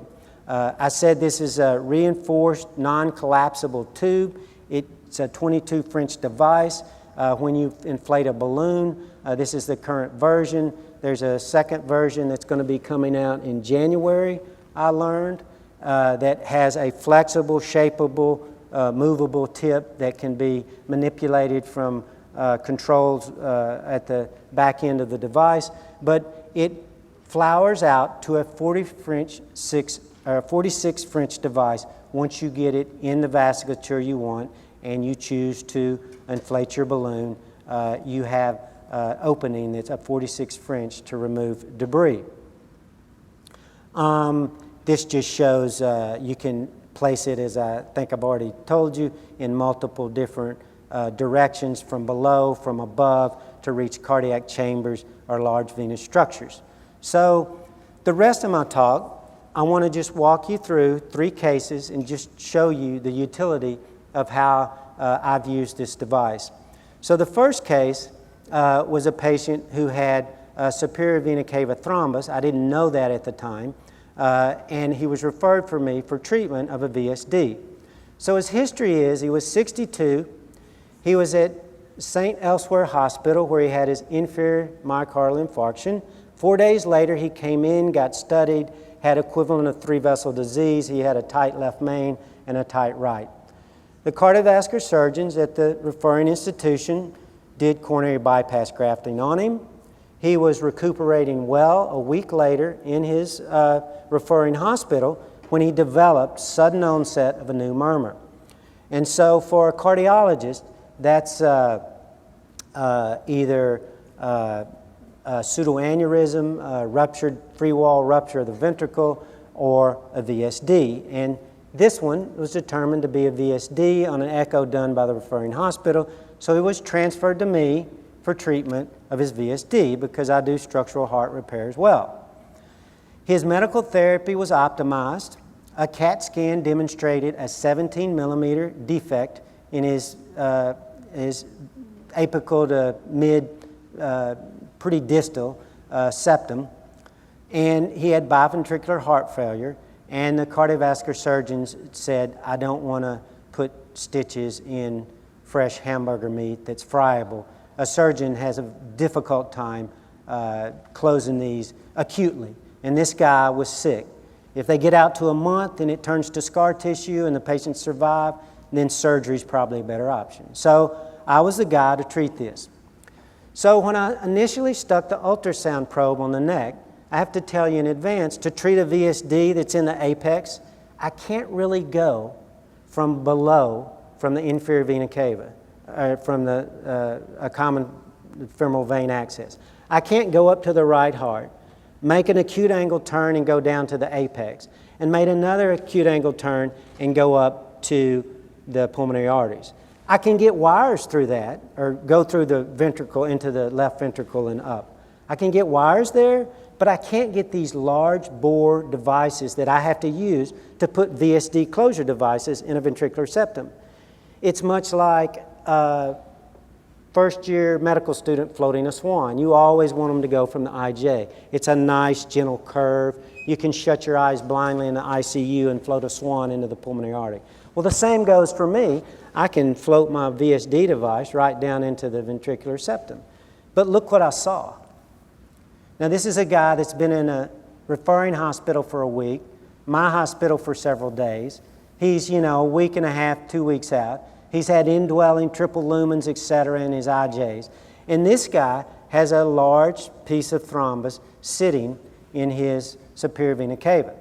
Now, if I go stick my VSD device through here, I'm going to knock that out, and boom, that's either pulmonary embolism or that's a CVA if it goes down to the right ventricle and then hooks a right turn into the left ventricle. It's going to go to the head, wherever. So this had to be removed.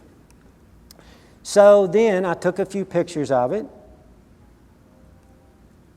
and I'll flip through those pretty quickly, and decided to get access from below.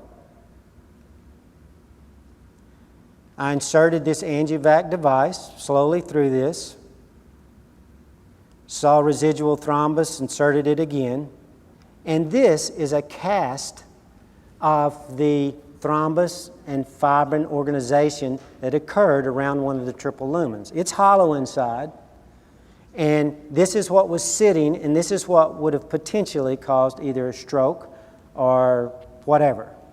So I removed that, and then I was able to go from up above.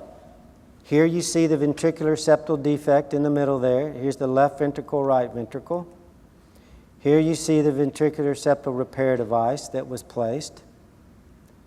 That's the tug test to make sure it's not going to go bye-bye. I just thought it was stuck. No, well, it's funny that these are made by AGA Medical in Minnesota, and they do what they call the Minnesota wiggle. And the Minnesota wiggle is they loosen their Y connectors, they pull on the cable before they release it, and they let it go. And if it pulls back, then they consider that the Minnesota wiggle's done, the device is stable. And I started putting these, I did some of the FDA trials in the 90s to get these approved. But when we used the Minnesota wiggle, we frequently would turn them loose, and the next day they would be they'd be in the aorta. So now what I do, it's called the Arkansas jiggle, and that's what you saw. I do like this on it. If it doesn't come out, I turn it loose. And I never had one fly out since. Arkansas jiggle. Joe likes that. See, I got it right again. Here's the second case. The second case is a saddle pulmonary embolism. Now, here you see the right atrium, and this is thrombus in transit. That's what the echo showed. This is a short axis view. And you see on the left lower side of the screen there, the right atrium, tricuspid valve, right ventricle. There you see the aortic valve in the middle. This is a CAT scan, and this filling defect right here is the saddle pulmonary embolism. And you can see some trash also sitting in the right ventricle on the CAT scan. These are some of the subsegmental pulmonary arteries. This is what contrast looks like here. This is what clot looks like, with just a little thin halo of contrast going around it. This is contrast in the pulmonary artery here. But that is thrombus. And there's more. That's just a 3D rendition. So in this case, we get access. When we go to the pulmonary artery, again, I've told you it's much easier to go from above than from below. We place the angiovac device in the main pulmonary artery. We aspirate it in the right atrium. We stick it into the right pulmonary artery, the left pulmonary artery, aspirate. And interestingly, when you see these little flower tips shudder like that, that means you're doing something good. That means you're collapsing that on thrombus and debris. And you also hear it and feel it. It vibrates. Now, I want you to look at this picture, and I want you to look at the pulmonary markings here. You see how the pulmonary vasculature is filling here and here?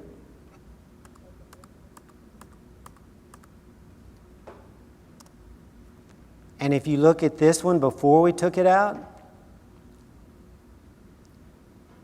there's maybe not quite as much flow. That's just visual evidence. If you look at the pulmonary markings there, and now I'll go back to the other one, after the thrombus is removed, you can see how much more briskly the pulmonary vasculature fills. And this patient was in extreme condition, SATs were low, etc., and this clinically completely stabilized and improved this patient. Uh-oh. And this is what was removed. That's the filter. Those are Vicky's hands and her polish on her fingernail. Smile, Vicky. That's what the end of the device looked like when it was pulled out. And this is the saddle pulmonary embolus. Now, if you notice, I've been talking to you about rubber and jello. Anytime you have thrombus, there's a problem with aging thrombus. Just because somebody had their event, let's say 8 weeks ago, 2 months ago. So this might be thrombus that has organized, but anytime you have thrombus, thrombus begets thrombus begets thrombus. So you have all different ages of acute and chronic thrombus in all of these venous thromboembolism cases. Now when you macerate it and destroy it with some of our other interventional catheters that we remove it with, you may not be able to tell that as much.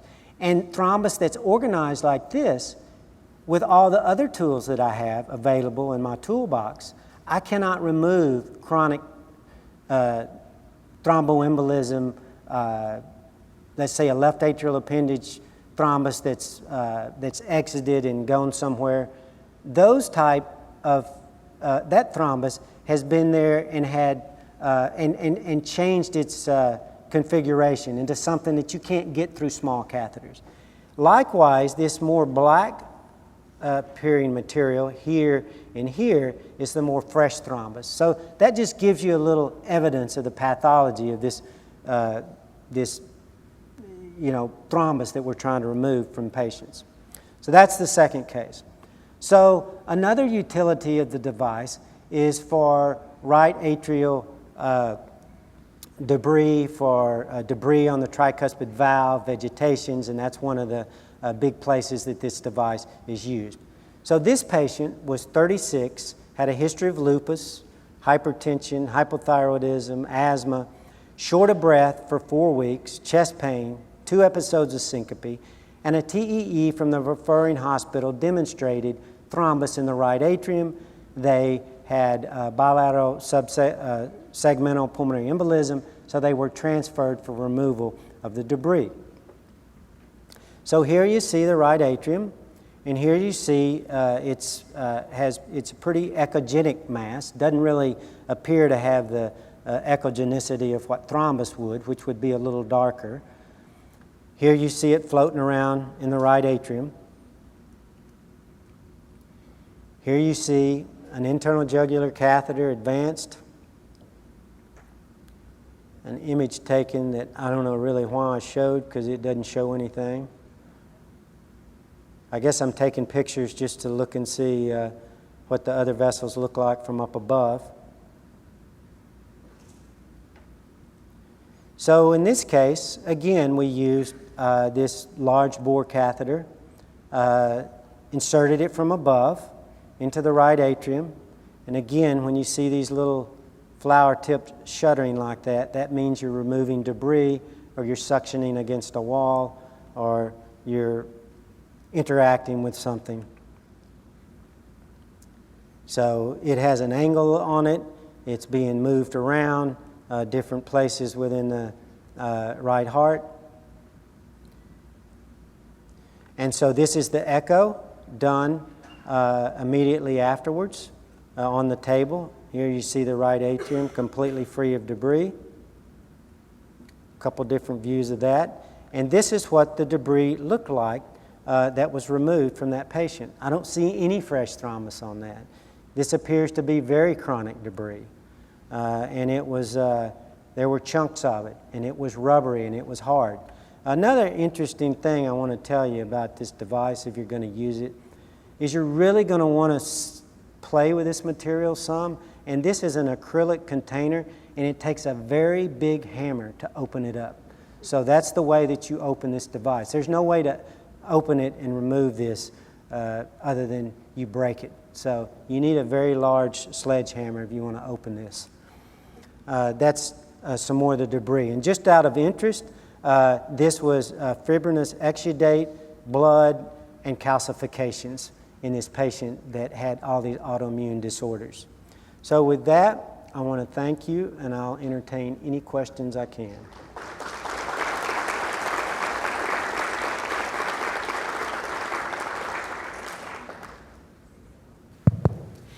Okay, Dr. Jenkins, really, I mean, seriously, I am so sorry that I didn't mean to insult you, say you're a radiologist, but... Joe. I guess you did not insult me. I just wanted to correct the record. You did. And if I'd get the record wrong, I'd want you to correct me. I just figured that, well, I mean, that's true, but I did call you out, and I appreciate you saying to insult you, but it felt like you insulted me back and called me doctor, but I'll forgive you for it. Okay. So I have several online questions, if I could. Somebody here says that they're in, let's see, let me get to it.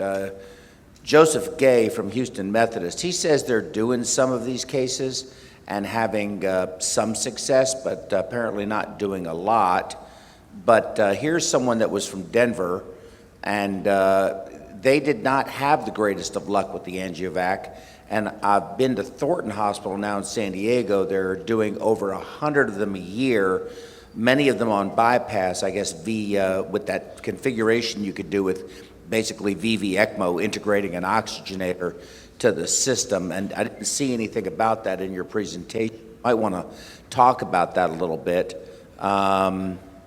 Another person asked, how often do you have to change the filter out when there's a lot of thrombus? And of course, how difficult would that be?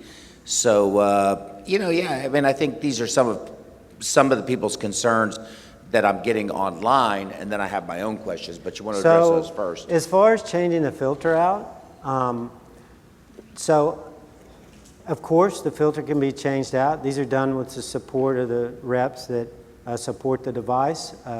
It requires taking them off of the veno-venous bypass, inserting a new filter, etc. So that's doable, and that's something that's not a big issue. As far as another question that was asked was how do you use it with an oxygenator? So its FDA approval was for use as the venous cannula and using it so the oxygenator can be put in. I'm not doing people that I'm having on cardiopulmonary bypass or a tandem heart, or I'm not in people that are that sick. This may not be the device if people are in extreme conditions. You got to have a patient. I mean, they can be intubated, but you can't have a patient that you can't take to a lab and do a procedure. So some of those people may get, thromboembolectomy by a cardiovascular surgeon. So the device probably fits best, and I'll go once again to not living in silos. So what most institutions have that get good utility out of this device, or they have for venous disease, is they have PERT teams, or the pulmonary embolism response teams. Or basically they have a group of players from multiple disciplines, such as pulmonologists, the ED physicians, the cardiologists, interventional guys, the cardiovascular surgeons, and all of these people come together for a consensus decision on each of these patients that present with pulmonary embolism. And this is not a wheel that has to be invented. There's a Pulmonary Embolism Response Team Society that's probably on their third year of doing meetings, much like this one. And institutions have to take these patients, and then each patient with a key set of information, such as their biomarkers, their echocardiogram, their oxygen status, their clinical exam. It can be done by a cardiology fellow, a pulmonary fellow, an ED physician, takes this key set of information, and then in about 5 minutes, a decision can be made either with a conference call, GoToMeeting.com, all these people discuss the data, etc., and then, okay, this one goes to the cardiovascular surgeon, and that's what you do. So that's where the device comes in play in centers that treat aggressively pulmonary embolism, venous disease, etc., for removal of debris. Now, another question was how much of the thrombus is left behind? That was an online. There's concern from the online folks that a lot is left behind. Exactly. So absolutely, this device and any device or any interventional procedure in venous or arterial thromboembolism, the thrombus is never always removed. But what is done is people are treated to a clinical response. So if I have a patient who's on 100% rebreather and their arterial saturations are 80%, their heart rate is 150, and I go in and remove, let's say, 1 pound of thrombus. I don't care if there's 2 pounds of thrombus. If they're saturating, if their heart rate comes down, if they're alive, if they're extubated, you remove what you need to get to have patients live. Then you allow your anticoagulants over time and your body's own thrombolytic system to remove the rest of it. These people are anticoagulated for 3 to 6 months. You never get all of the thrombus out. So what the medical therapy does after the fact is clean it up. What you're doing is an urgent procedure or emergent procedure to convert a mortality into a life. That's what you do. So it's like you're debulking it, basically. Exactly. Okay. So I've done a couple of cases, not as many as I'd like, and I'd like to address that second. But the cases that I have done, we did We did what you had mentioned, the big iliofemoral, iliofemoral thrombus cases where they actually had to go in this one case, and they sort of would channel it in, and it wasn't sucking it all out, but they'd pull it out, would clean it out, the device out, flush it through, put it back in, and really sort of almost, I don't know, I plunged it. I don't know what you would call it, but but just sort of it would shove through, but then occlude the catheter, and then you'd take a section of it and clean it out and put it back in. Do you have a lot of experience with those kinds of cases?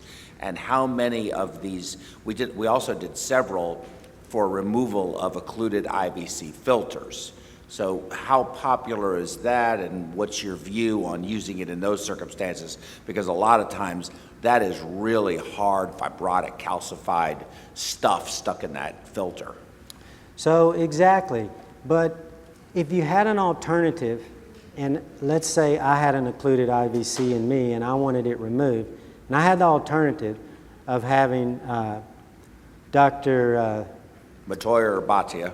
Bhatia, right there. no, Dr. Bhatia, rip my belly open, sew me back up to remove it, versus someone have to put an angiovac device in and out 3 times because it was chronic, calcified, hard thrombus. I would want the interventionalist to stick this in my common femoral vein and just be harassed 3 times that he has to pull it out. The second iteration of the device was made with a side port so that manipulation is much easier. The first one didn't have that. And so now we can remove it out over a wire, put it back in, and it makes it a lot easier. That's nice. Yeah, well, that's without helpful. completely rearranging the setup. So anything you can do to convert somebody from an open to a closed procedure, I think benefits. But the sky's the limit in these chambers and structures that I've told you, from either what the debris is made of, what caused it, if you want to do it by percutaneous technique. And that's basically what this is. So, in fact, Dr. Bhatia would probably want his done with this as well. I don't know, because he doesn't like the pump, and we're going to have that debate later. So I'm not really sure that I would permit anyone to put him on Well, he liked pump. it when John He would- Oshner was beating on him. No doubt, no doubt. But he would probably, I think what we'll do is just, we'll just ice his head and do circ arrest and hope for the best. Inflow occlusion for him. So now on those cases, though, with the hard stuff, it's not going to come through. It's not going to, what they say, toothpaste through. So you just get a chunk of it and hold on to it, Well, keep the pump up, pull it out. so- and what do you do? Of these 3 cases, only one of these 3 cases required exchange. And it was the one with the last one I showed. That one I had to take the device out once and put it back in. I'd love to come. I mean, would you? I mean, I don't know if it could be done over at Oxnard or not, but I'd love to come watch how you guys do some of these cases. We have an open door policy. This whole room can walk in there if they want. Would love to. Y'all want to head down there this afternoon? And then the other thing is finding. I know these patients exist. They exist. But in Houston, where I am, and even in the med center, they're not. It doesn't seem to really be very popular. I like it. I think it's a great device, and I do see it as a tool for perfusion. You have to have us. And these are cases that we could be doing, benefits the patients, and also it's good for us as a practice, adding another tool in our tool chest.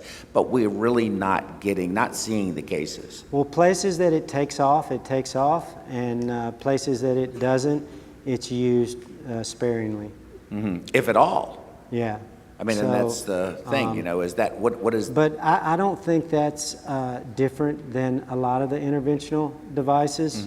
And if you heard Dr. Frazier talk, several of the pioneers did several children. They had mortalities, and they never did them again. But you have to have maybe institutions or centers or groups of people that maybe were like Cooley and had his, it didn't deter him having mortality. He kept going. So some people say that the mark of a good interventionalist is that when you have a bad outcome, it doesn't impede you from treating your next patient. So, and that's kind of what Denton Cooley did. Sure, I mean, that makes a lot of sense. And then the last question I have is, I've talked to some of the folks down at the Med Center, and they have said to me that it's not really that easy to get this in the pulmonary artery. I mean, this seems like a great approach in dealing with patients that present with a saddle block PE or something of that sort, not needing to have a sternotomy. But I've heard from folks that say it's really hard to get this thing into the PA. Is that they just don't have the experience with it, or is it really that hard? So if you were to ask me to answer that question, I would first have to tell you that I am an interventional cardiologist, and I go from head to toe.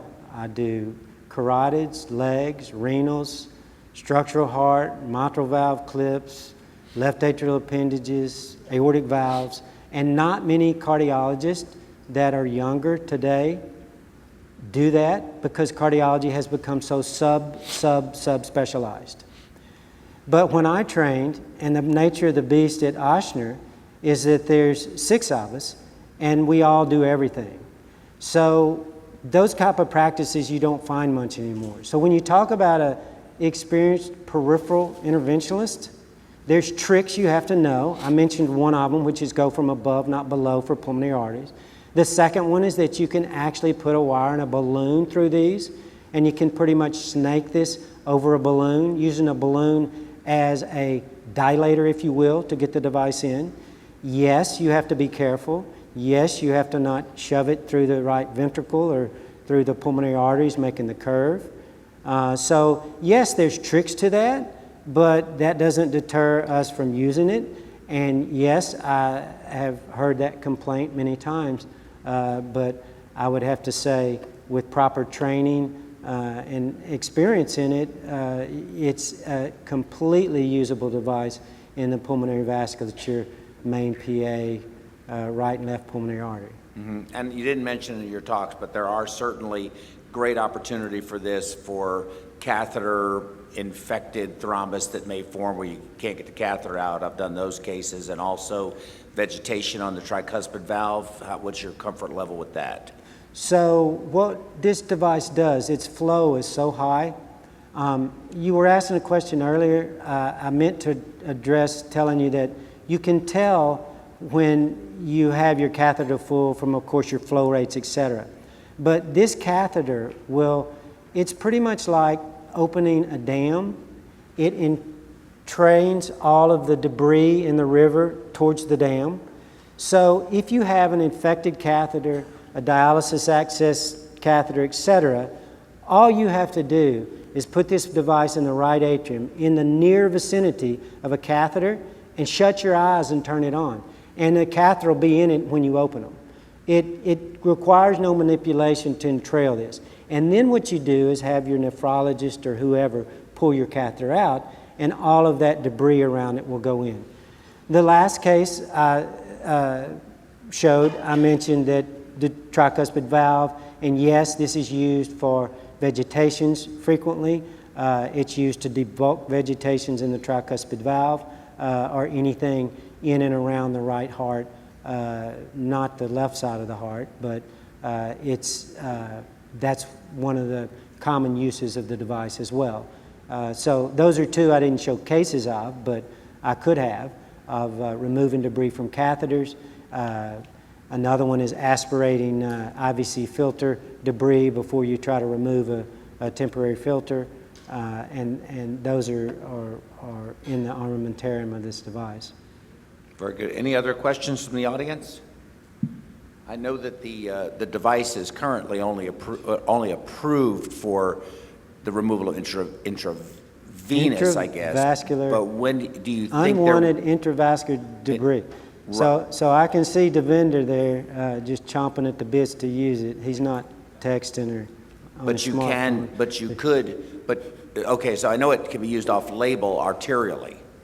What's that? It can be used off-label arterially? Yeah, off-label, but Do you think that'll ever get approved? So I think what will happen is that they will figure out some way to incorporate an Archimedes screw, miniaturize the device, and I'm sure they're 10 years ahead on that, because at 24 French, yes, we use those for the, I do the AAA implants, I do the valves are, closer to 18, 19, but I mean, we put that size device in common femoral arteries. But I think the device would have to be miniaturized, and you also have to have normal, big enough vasculature distally. You have to have 7 millimeter common iliacs, etc., at least to get devices that we put through for structural heart. So it's going to have to be miniaturized, and that's probably in the pipeline. But personally, unless I had a large human that was 6.5 feet tall with huge arteries and no other options, and Devinder told me to go take a hike, then I would try to maybe attempt to use this device. So Okay, that's probably surgical at this point, what you're talking about. Thank you very much. Any other questions? Let's all thank Dr. Jenkins. And Joe, thank you very much for the invitation. Thank you, sir. Hey, Raj, can we get the stage put back together again real quick? And I'll go ahead and get our next speaker up there and start connecting his stuff up.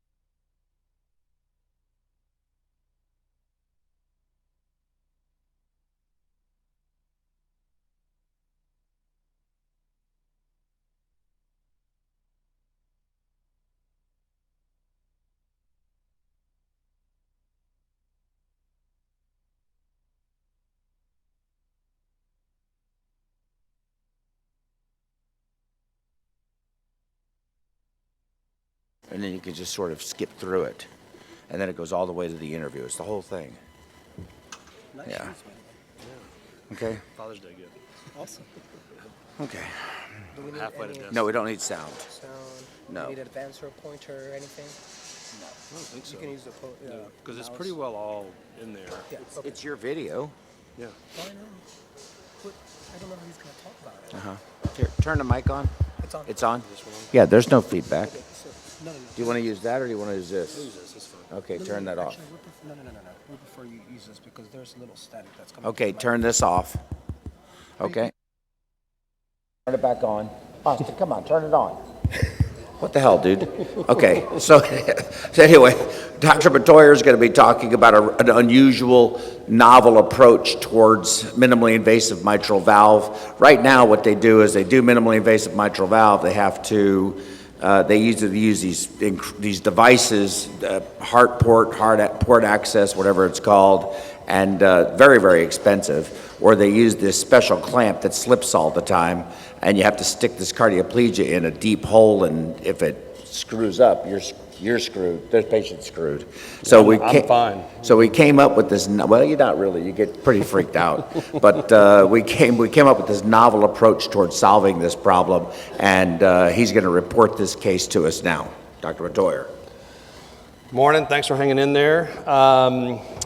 This is actually found on YouTube, so the full video is about 45 minutes. It is heavy into perfusion, so for our perfusion colleagues, it's really an how-to Case video. is actually pretty short. That's the interview too. So the whole video really is only about 15 or 20 minutes tops. Right, but the YouTube is... Yes, the whole YouTube. The whole with the YouTube. interview. So anyway, the interview's actually pretty interesting as well, because Joe, in typical fashion, actually poses some very interesting questions, despite the way he appears at times. But we'll just go ahead and start off with this. The volume's off. I'm going to narrate as we go. This is a novel approach, and if you've been to this conference before, we've discussed it. I'm not going to take credit for it. But Joe, with Dr. Jones and Dr. DeWitt, several years ago, they were looking at an alternative for patients that had previous sternotomy with bypass to approach just isolated mitral valve cases. And this has been in the literature and by using systemic hyperkalemia and basically utilizing fem-fem bypass. We would place the patient on full cardiopulmonary bypass using small incision right axillary thoracotomy, similar to robotic mitral valve surgery. Personally, I like to have my hands on the patient, near the patient. The robotic instrumentation is not necessary with appropriate thoracoscopic instrumentation, but again, you can use lots of different instrumentation with regards to that. And body habitus plays into it as well. I've had one guy that was 6'5", about 6'6", and about 350 pounds, and he was just big. And we had to actually break out some of the bariatric instruments to do the mitral repair, and he was repaired.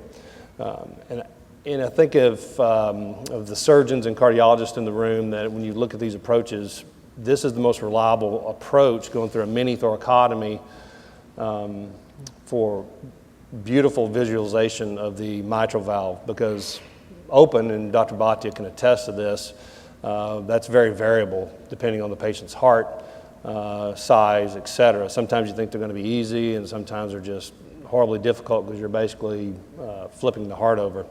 So for the perfusionists in the room, again, this is available on YouTube, and it's really a how-to. It's a great adjunct to your repertoire using this system. So I'm going to kind of scrub through this a little bit. So this is prepping the patient, and this is like an ideal patient. What you would think would be an ideal, this one actually was a little bit harder, but really thin. Basically, there's a couple of different options of prepping the arm. You saw a little bump there with the axilla exposed. You can actually, if they're pretty flexible, bring it up by their head. I've started doing that more because I've started making my incision a little bit lower, so you have more room in the fulcrum, which is the chest wall. Is on your smaller patients, you have a lot more room to move. So basically here we are with fem-fem bypass, cutting down. That actually has been, on my larger patients, the more difficult part, because the fem-fem bypass, they tend to have small vessels and extremely deep. And typically you can get their chest, especially on large-breasted women, positioned in just a way that it's really not that deep into their chest, because they're usually small women and small people in large bodies, kind of New Orleans style. They're not much different in Houston. Okay, so this is just gaining the approach. I use the Aztec retractor. You can use any type of minimally invasive retractor. I've used Tufiers, I've used finichettas, infant finichettas, and sometimes a combination thereof. You see a large Alexis here, well, kind of off the old Hartport style, but basically just from laparoscopic minimally invasive surgery. I use the really small one now. So do you see how this one's a little bit larger and covers most of the retractor? You can use the tiny ones. This is one of my, not my first cases, but kind of in the middle of my practice right now. So we're trying to get everything smaller and more efficient. And as you can see here, this guy actually set up so perfectly. I used actually mostly just long, like Cooley forceps, long regular needle drivers, because once he got exposed, the mitral valve was just right there. And this was kind of a barrel-chested guy as well. So obviously we're here identifying the phrenic nerve, trying to stay away from that.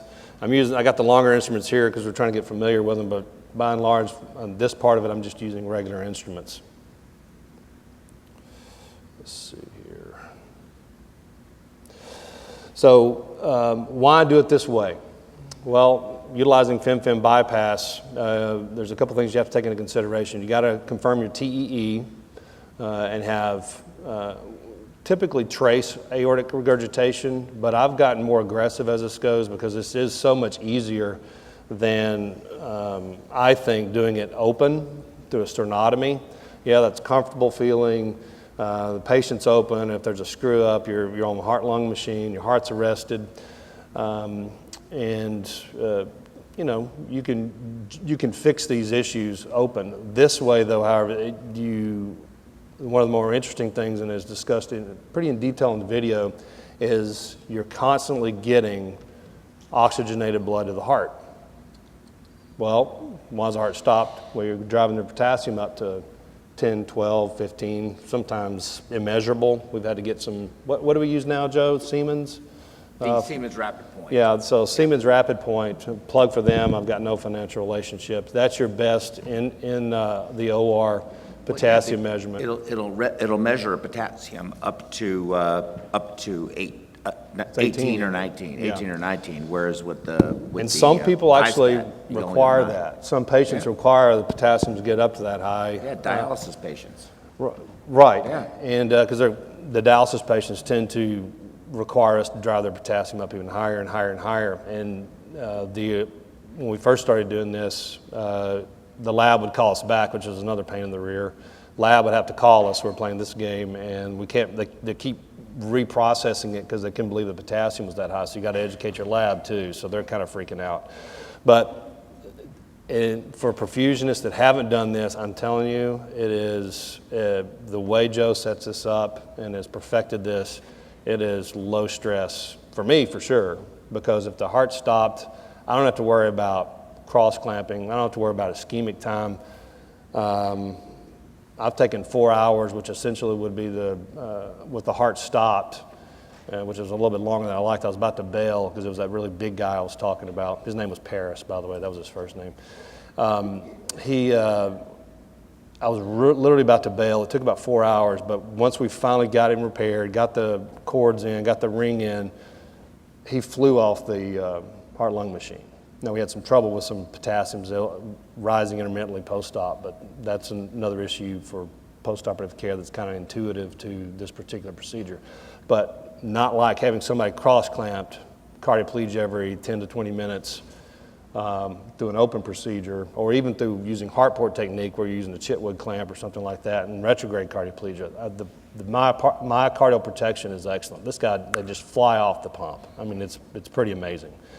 Haven't had to defibrillate anybody, which is also amazing. Not that it's a big deal, use pediatric paddles, but always have, for our nurses in here, always pacing pads, defib pads for these minimally invasive types of surgeries. I put them on pretty much everybody anyway. Okay, so back to the aortic regurgitation real briefly. I've gotten much more comfortable with this. No AI is optimal, but all these people have a little bit of AI. I've gone as much as moderate that didn't require, an aortic valve replacement. And you can keep up with the suction, one with this, with a regular stiff handheld sucker, and with a weighted drop sucker or any other suckers you may need. So this is going to be one of my chest tube sites. And this actually, once the heart is open, we'll use to retract down on the lateral posterior wall of the left atrium and also drain. Then you'll put your weighted drop sucker in for this. So we're getting prepared to go on bypass. We haven't gone on yet. We're heparinized. I usually start out with 10,000 of heparin. Just put the cannulas in like ECMO. And in the narration, this is all narrated. We just have it on silent today. Joe is going into detail the perfusion aspect. So again, believe it or not, a lot of this stuff is way beyond my pay grade as far as that goes. Trying to understand that. I trust these guys behind me, and you have to trust your perfusionists. So Joe makes this look like a piece of cake. Now, this was actually Stephanie Ibis's first case, this one. So everybody's first case with us, they're always a little nervous, but then by the end, the learning curve is like a rocket ship taking off. It's like literally 2 cases. It's pretty cookie cutter, okay? It's just a lot of volume, so you have to, take that into consideration to get the potassium off. But here we are, and literally bradycardic, ventricular rhythm, then boom, they just stop. I mean, you start them out with a little bit of a beta blocker, and then once they're on, sometimes you have to reposition the cannula. That's usually what I yell at Stephanie about. For some reason, it always happens with Stephanie with the cannulas. It's not her. It's just, I don't know, it's a patient selection that I happen to. No, I think she has drainage issues. You're welcome. Oh, gosh. So then here's a echo of the heart. Totally, this is what you want to see. The left ventricle flat, the right ventricle flat, and totally still. And you're getting oxygenated blood to the heart. I can't impress upon you how much. I mean, the surgeon's stress level when the heart's flat and not moving, as you know, is great. When you're getting oxygenated blood and the heart's flat and still not moving, it's even better. And I get to sit down during this case. So if that's the biggest advantage of doing robotic heart surgery, this is equivocal to that. So I use lighted retractors. This is Invuity. There's Intuity, the valve. This is Invuity, which is actually a publicly traded company.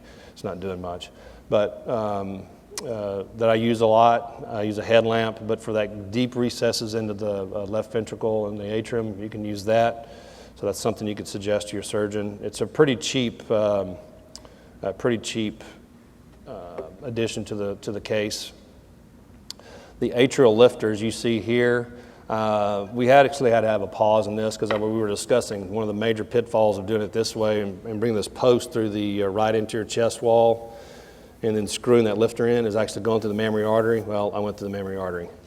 So let me tell you, bleeds like you wouldn't believe. So I had to take it out, stitch it up, clip it, come more laterally. And that just comes with experience of the surgeon, but it's not a deal breaker. As you can see here, this valve, we have some better video with some of our other demonstrations on this, like when we did our Perf Web series, which was Joe's first online educational series presentation. This valve was totally messed up. I went in thinking I was going to do core matrix leaflets, cords, all this stuff, and it looked like a rat had chewed on it, and it was just not a reparable valve. I typically don't get those. I'm starting to get more because I'm doing more of these, and that's one of the things that as a surgeon you kind of, you start doing cases like this, you start getting more of the, not bread and butter, but more isolated, nicer, healthier patients. And we're probably doing now about 2 minimally invasive cases every 14 to 20 days, including my aortics. Okay, so let me just fast forward here a little bit more. So this is, most of the rest of this video is Joe talking. It's not. Right, that's right. So we're It's okay. But I don't mean to interrupt you, but and I probably should have told you this earlier this morning, but Dr. Bhatia had, or otherwise known as AKA Mustachio, has requested that we have our debate this morning on pump, off pump. And so it's changed from tomorrow to today. So good news, bad news. The second thing is Dr. Pozlusny has a flight out tomorrow, and he's asked to give his talk. So we're going to try to get all of this done today so that tomorrow it's going to be like a super short day, super short, and then you can go out and do whatever you want to do. So I just want to let y'all know that. I'm sorry to interrupt No you. problem.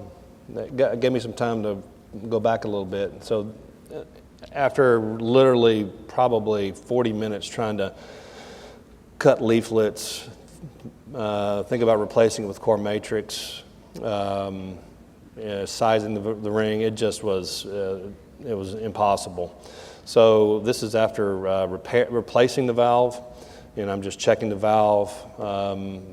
In this instance, I love the Edwards valves. Again, no financial relationship. It's just we have great support in town, and it's a super easy valve to use. If you don't have the Coronat system in your hospital, your surgeon will love it. And I was introduced it in our area, North Houston, with mitral valve surgery, because my hands and my back were just really killing me. And I think I saw it at this meeting, and took it back, and it literally shaves off so much time, and it's so easy, and you're standing up straight, and versus the typical, heart surgery. Actually, the vendor operates with the table up here, so it's like, I can't do that. My arms are too long. But I walked in one day, he was taking the mammary, and I was like, I didn't know the bed went that high. So anyway, in this case, the Coronat is essential. My back doesn't hurt anymore. Didn't use it on aortic valves because I was worried about placing it and make sure I got the sinuses preserved, and I've used it on that now with the short handle, and it works great as well. So another very useful tool in our toolbox. Okay, so now we're, and surprisingly, when you're first doing these, it's kind of like anything. It's like when you're going on a new vacation, it seems like forever it takes you to get there, or you're watching a movie for the first time, and it seems like it takes the actual hour and 43 minutes. And you watch it the second time, it just seems to fly by. Well, that's kind of the way this goes. Before you know it, you look up, and because the exposure and the access is so good through this approach, you really have consumed a lot less time. So now atrium's closed. We're starting to decrease and get off our potassium. So this is part of the communication between perfusion, anesthesia, and the surgeon. It's not a rush at this point. Some guys are in a rush. You're really just, as the surgeon, kind of relieved that you got it fixed this way. Now you can start, talking about other things, and then you guys get to do the work of coming off here. This is me tying down and see, you can see here, I don't have to use a knot pusher or anything like this on this gentleman. I've got pretty long fingers anyway. But a lot of this stuff can be used, at least initially, on the approach with normal instrumentation. But you do have to have at least one of everything from like an ESTEC system or something that's designed for minimally invasive procedures. Again, like that one gigantic gentleman we did, and Jenny can speak to that. That one was, we had to edit the audio out of that because that was just one four-letter word after another. And everybody talked me in to keep going. And the thing was, the heart was still getting oxygenated blood, and that's what kept me going. And the heart was still. It wasn't the perfusion, it wasn't volume, it wasn't anything. It was just access because he was so freaking enormous. But I wouldn't do anybody bigger than that. I wouldn't do like an NFL guy or that's 6'6" and 380 pounds and just built like a cave. So you'll see here, literally the QRS has come back real sharp. You know how that looks when you come off after being ischemic. It's, QRSs are wide, you have some ST changes. I mean, their electrical conduction system, once you take that short out, that hyperkalemia out, it just comes right back. And it's a lot smoother. I would say that's a lot smoother. Your pressors are a lot more predictable if you need them.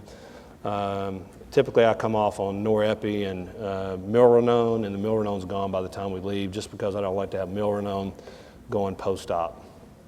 And this is one of my larger incisions on a skinny guy. Actually, my smallest incision that I've had is, I don't have a picture here because this is the YouTube video, was that a 350-pound lady with gigantic breasts, and but the distance between her chest wall and her skin, once we got her prepped, was like minimal. And so she's got this thing. She didn't even, you can't really even see where her heart surgery was now. That'll, and because you don't want to take her, you don't want to make her embarrassed when she wears that bikini.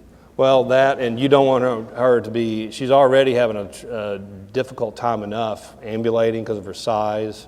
After any kind, she still had some difficulty afterwards just because she'd had heart surgery and she wasn't in the best shape to begin with.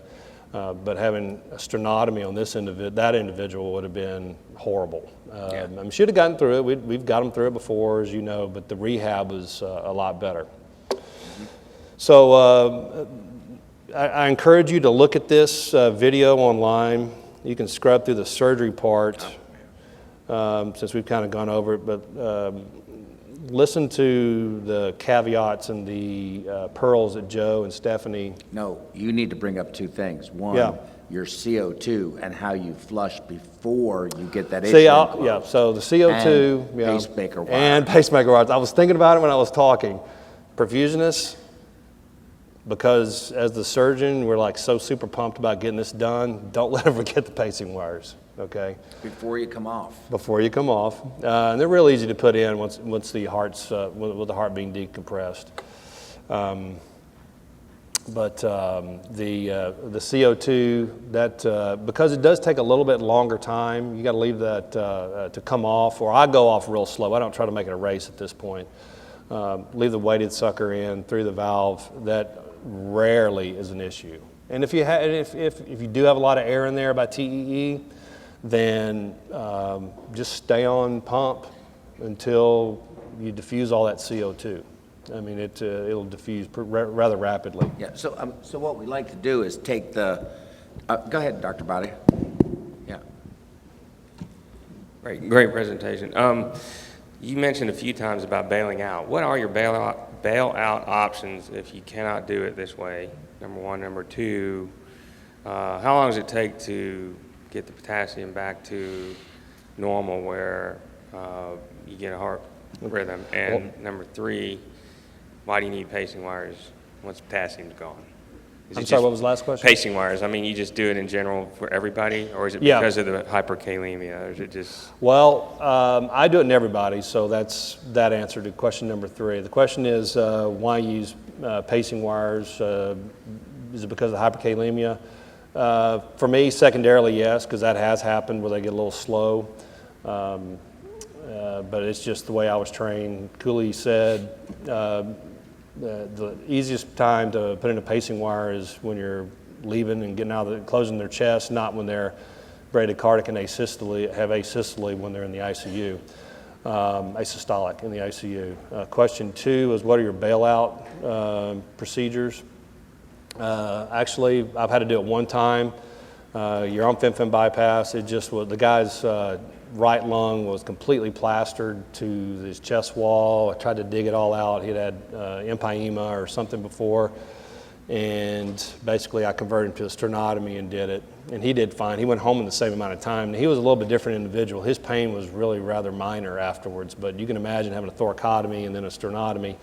But then you're already on fen-phen bypass. Now you just cross clamp, put a quadriplegia needle in a retrograde, and then you're fine with that. Now the other question was, I think, more for you, right? Mm-hmm. Okay, so to answer the question, it depends on how much potassium you have to give. So, and it depends on how, several factors. But I would say to go from, we've sort of figured out that you don't have to give as much as we thought. So there's a few little tricks, like you want to cool while you're giving the potassium. So you turn it on full cold. Yeah, the cooling helps and that's what I do. Now sometimes some of my colleagues will argue with me about it, and she's sitting over there, but that's okay. And I'll put it on like 20 degrees and just start cooling, and then give the potassium. And once I have them asystolic, then I'll let the temperature, it won't cool all the way to 20. I just want the blood that cold. It really helps. The esmolol has helped tremendously as well. So, if they're not a dialysis patient, an end-stage renal disease on dialysis, we've sort of gotten it to where between 11 and 13 is where we need to be to just keep everything quiet. And how many milliequivalents is that? Well, it depends on the size of the patient. Well, no, but just on average, you would say? Between 300 and 420. Right. Right. So, it's unusual to say you gave somebody 400 of potassium. It's what they do up in Huntsville. That's the lethal injection technique. But that's exactly how it's. I think they give less, actually. Yeah, exactly. But we like our patients, so we want them to come back. But I would say 30 minutes, 35, 40 minutes. 30 up to an hour. So it could take that about between 30 minutes to 60 minutes, depending. But I would say average is 30 to 40 minutes. The faster you try to do it, and I think to your point, if you try to take it out too fast and you get the plasma K down, then your opportunity for rebound hyperkalemia is higher later, because some of it ends up getting intracellular and then will rebound back out. So if you try to just do it real fast, you end up, having a problem later, and that can be easily solved with CRRT or whatever you're going to do, or give some glucose and insulin. I mean, all those kinds of tricks. One thing that's critically important is don't treat the sugar while you're doing the procedure, because that's going to mean I'm giving more and more and more potassium, and it's sort of defeating the purpose. So, I would say 30, 40 minutes. Yeah, and just for the clinicians out here in the ICU afterwards, especially on our larger patients and dialysis patients, we check potassium pretty regularly, especially if we come out a little high. So if you see that the potassium on your post-op labs is higher than the last intra-op lab, order another one. Treat it, order another one. I haven't had an issue with that at all. I mean, you can generally see the clinical signs of that coming on sooner rather than later. It's not like somebody who goes completely oliguric and then all of a sudden their potassium shoots up, and then you get the lab that says they're a hemolyzed specimen and they're dead, because it's not a hemolyzed specimen, it's a real high potassium. But it's not a super rapid rise, but it's something if you get behind on 2 o'clock in the morning, that can become an issue. So be a little more aggressive in the ICU about checking potassiums. Mm-hmm.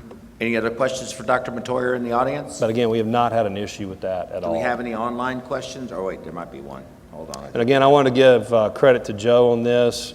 For bringing that to Houston, and actually had Dr. DeWitt come and proctor a case years ago, and Dr. Jones, because you're basically, every time I bring this up to my cardiology colleagues and explain it to them, their eyes get about this big around. The perfusionists are like, especially the more mature perfusionists are like, all right, I'm through learning, okay? And it's really it takes all your knowledge and combines it in this nice little case scenario where it's a pretty sweet case. And the learning curve is, super steep. Mm-hmm.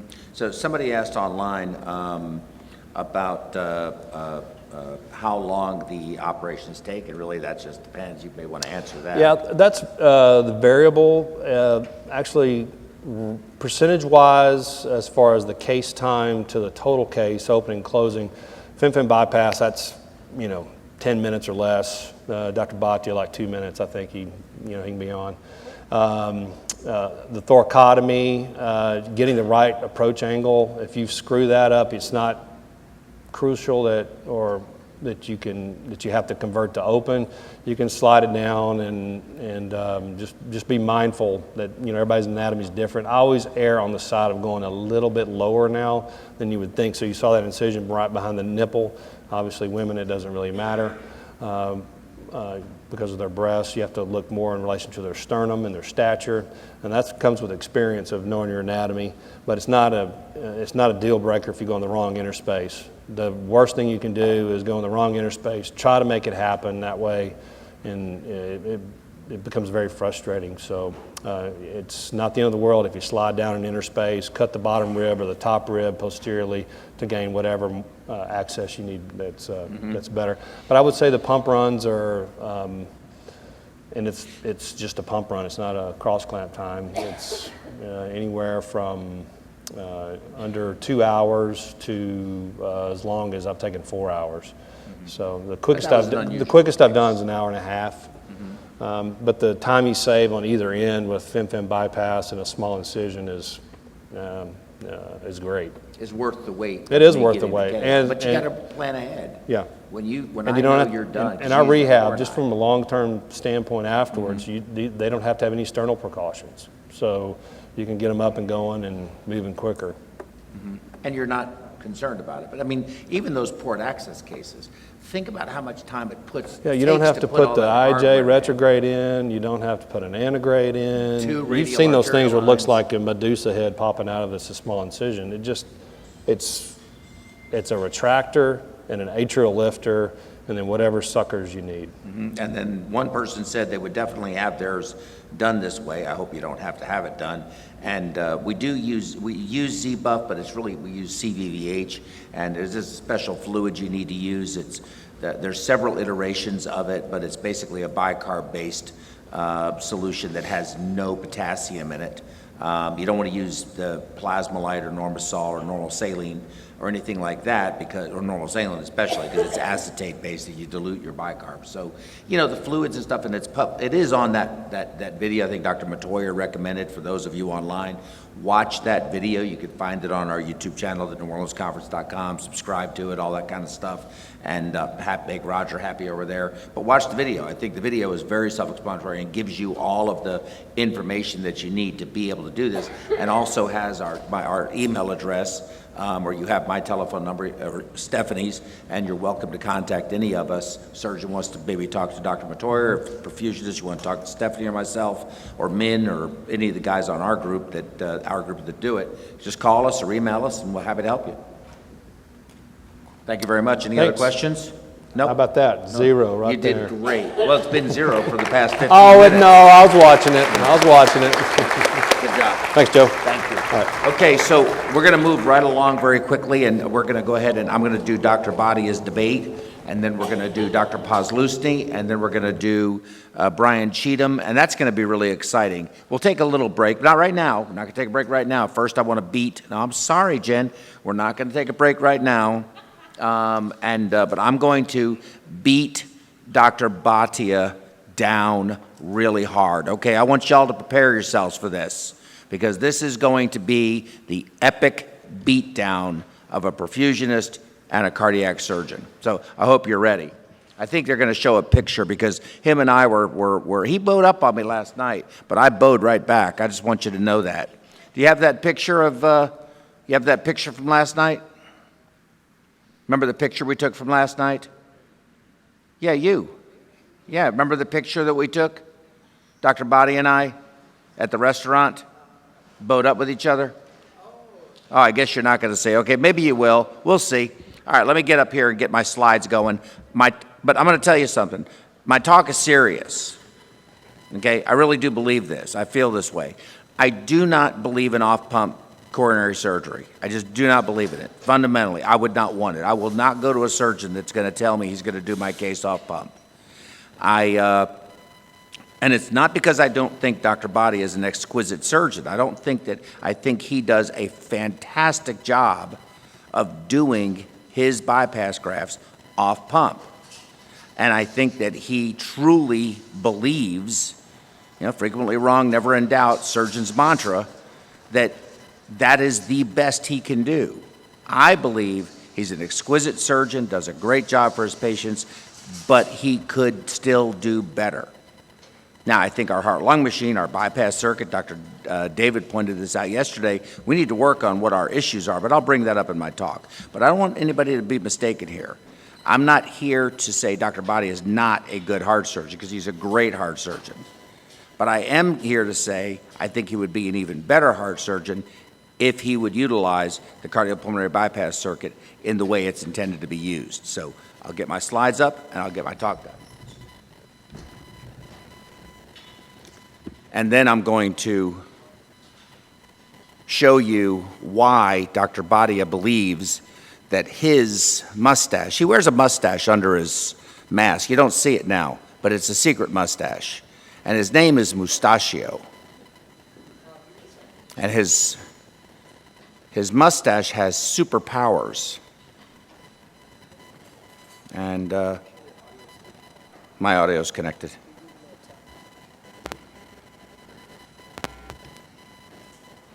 Okay, and you can put my slides on anytime.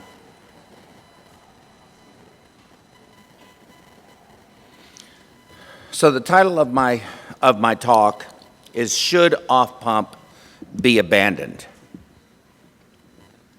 And yes, I believe it should be. In its heyday, and this whole thing, and I'll talk about it a little more, but in its heyday, it got up to 38% of cases that coronary bypass surgeries that were done in the United States were done off pump. Today, that number is somewhere around 11. I'm not the lone wolf running around out there with this opinion. And there's reasons for this opinion. And those reasons are from evidence-based medicine. Well, let's kind of fully disclose. I am a perfusionist. Clearly, I have an inherent bias and conflict of interest in that, but again, I don't want to be mistaken here. I don't want you misinterpreting me. It isn't that I'm only concerned about my job. I'm here just like they're here, and everybody else is in the operating room. The nurses in the ICU, the nurses in the operating room, even the anesthesia people, to a lesser degree perhaps, are there because of the patient. I want what's best for the patient. And if I truly believed off-pump was better for the patient, I'll be a glorified cell saver tech. That's what Dr. Badia calls me, and I'll be that all day long. That's fine. However, I do believe that data supports my premise.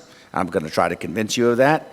It should be reserved for patients that have true contraindication to being on bypass, whether that be a porcelain aorta, you can't clamp it, you can't put a cannula in it, you've got other issues, or the patient maybe has already some type of coagulation derangement that you don't want to anticoagulate this patient anymore. I know there's unique circumstances where off-pump should still be a tool, but it should not be the first tool that you use to revascularize patients that have atherosclerotic heart disease. Many of the following slides have been adopted from Dr. Joseph Sabick's presentation, which was done March of 2015, I believe at an ISMICS conference. But OPCAB became popular mostly due to the neurocognitive dysfunction concerns that were believed to be caused by the heart-lung machine, and of course it was called pump head. This was in the 90s. An article was published in the Wall Street Journal that actually described pump head as an actual thing, and everyone believed, in fact, it was secondary to the pump. And of course we know now that's not true. Okay, so we've learned that's not true. But there's three key categories that we have to be concerned with: procedural outcomes, quality of the revascularization, which is the reason the patient is there at the end of the day, and then the long-term effectiveness of that procedure. So let's consider this meta-analysis. When you look at the major things that we're concerned about, death, MI, stroke, acute renal failure, there is this 3,300 patients plus, no statistical difference, no statistically significant difference between OPCAB and conventional coronary artery bypass. So CCAB is conventional or on pump. I want to talk about these three trials: Roby, coronary, GOP-CABI. I love these names. They come up with some great names.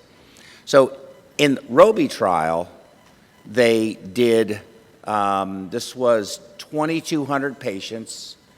It was much maligned by everyone, especially those that were off-pump surgeons, off-pump coronary surgeons, that this was 18 VA centers, but the surgeons were inexperienced. They were a lot of times residents, and the patients were too low of a risk. Well, but still, the results were 2,200 patients, 18 different centers, a multi-center trial, no statistically significant difference between mortality, stroke, acute renal failure. In the coronary trial, which was about 5,000 patients, and then the GOP-CABI trial, which I'm going to talk to you about the next slide, these were expert-based randomized trials. So this is 5,000 patients. GOP-CABI, I believe, was in the over 2,000.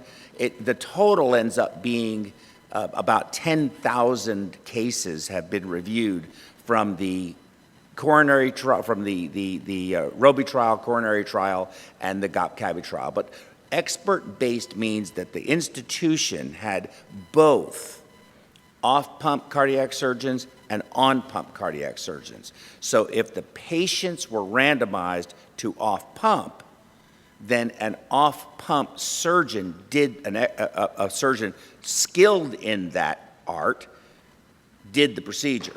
If the procedure was an on-pump, randomized on-pump, then an on-pump surgeon did that procedure.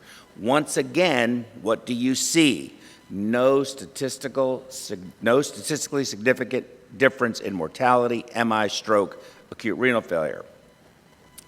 GOP-CABI, no statistically significant difference in mortality, MI, stroke, or acute renal failure. However, And in fairness, when you look at that same previous meta-analysis, those reversible problems, and let me just quickly go back, that was 25, so 2,500. GOP-CABI came out of Germany, 2,500. So that's basically 10,000 cases of those 3 studies that were done. That's a lot, that's a big N number. But the reversible problems that you see, like AFib, transfusion rates, respiratory infection, maybe a little bit longer in the ICU or on the ventilator, that definitely favored OPCAB over conventional coronary artery bypass. Now, one will argue, reasonably so. Dr. Body is probably writing a note right now. He's got a pen, he's got paper, he's ready to go. He's going to argue that, well, if everything else is the same, but these other reversible issues result in an increased cost and other, increased time in the hospital or whatever, increased medications. Joe, you're an idiot. But no. Hold on a second. Let's look at this. Neurologic outcomes. Neurologic outcomes. OPCAB versus conventional, no difference. 30-day, 2 to 6 months, 1 to 2 years. However, when you look at the number of bypass grafts performed, statistically significant in coronary and GOP-CABI, more were done on pump versus off pump, resulting in better revascularization for the patient. Cochrane analysis study, 7,000 participants, 57 trials. You can see clearly that it favors, the number of distal anastomoses favors on pump versus off pump. Well, what happens when you don't completely revascularize a patient? When you don't do one other graft? Maybe 2 other grafts? Well, you could take a look at the curves yourself and clearly see that incomplete revascularization shortens life expectancy. Here's another slide looking at graft patency. In this particular slide, you can see that all of these different studies, this meta-analysis, overall, graft patency favors on pump, or rather, graft impatency or lack of patency favors off pump.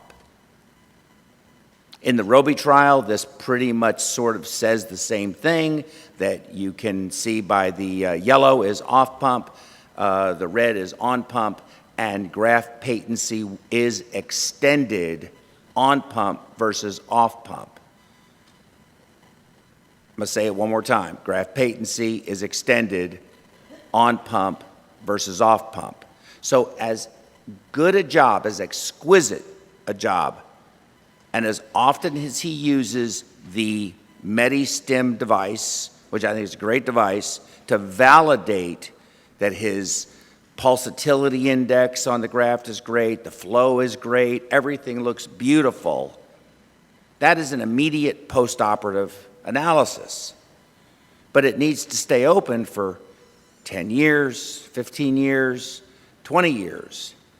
And if it only stays open when you want it to stay open, hope it stays open for 10 and it's 5 or 6 or 7 or 8, if that's really what it is versus 10 or 15 or 20, well, I mean, that's a concern. Because what happens when grafts go down? When grafts go down, we don't live as long. The need for repeat revascularization is improved, is better when you do the procedures on pump. And that doesn't mean a redo to the operating room to redo the graft. This could be patient needs a stent. That's a revascularization. Needs to go to the cath lab to have some additional procedure done. But it is statistically significantly improved with conventional coronary artery bypass on pump versus the OPCAB technique. 1 year mortality favors on pump versus off pump. Here's another analysis, Cochrane analysis, 75 trials, 10,324. Mortality favors off pump. In this case, see, it's positive. It favors off pump. But what's favored is death. Okay? So that may not be so good. So why? I'm going to ask all of you, why? What are we missing? What am I missing? I think the reason that Dr. Badia may actually be mustachio. Now just be patient. Be patient. An article was published in the Wall Street Journal that actually described what pump happened head there? as an actual thing, somebody wanna and tell me what everyone happened believed, there? in fact, it was secondary to Roger? the pump. Hold on. And of course, we know. Okay, well, let's try that one more time. There we go. That's all right. We'll get it. We'll figure this out. Here, I got it. I got it. We're good. It wasn't you. It was me. There he comes. Here he comes. But this is just the start of it. That's the mustache that's behind his mask. Now, this next video I'm going to show you is a bit edgy, so I'm going to go ahead and pre-warn anyone in the room who, you know, this could insult your sensibilities, and if it's going to do that, there may be some not such nice language. It's not horrible, but there's a few times that some bad words are said. So if you don't want to hear that, you're free to leave, and I understand it. So disclaimer's made. But I can't help it. I mean, this is Dr. Badia.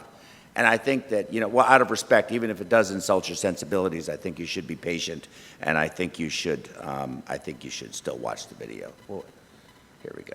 So, we are about to review the greatest movie scene of all time. Mustachio's a movie star. I don't know what this guy's name is, so I will call him Mustachio.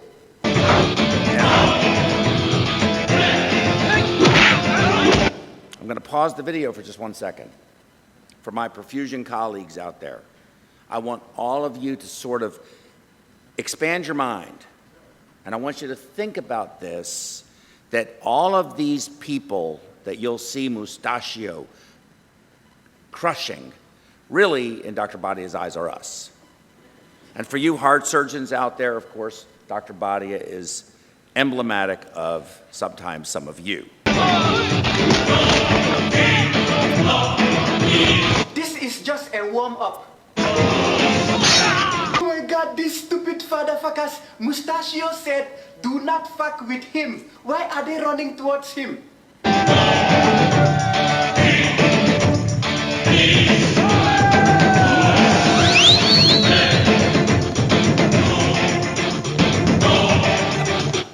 That's an off-pump He tool. brought a banana to a knife fight. It's over. He wins. Obviously, we all know that bananas are more deadly than AK-47s. How is anyone going to beat Mustachio with a deadly banana?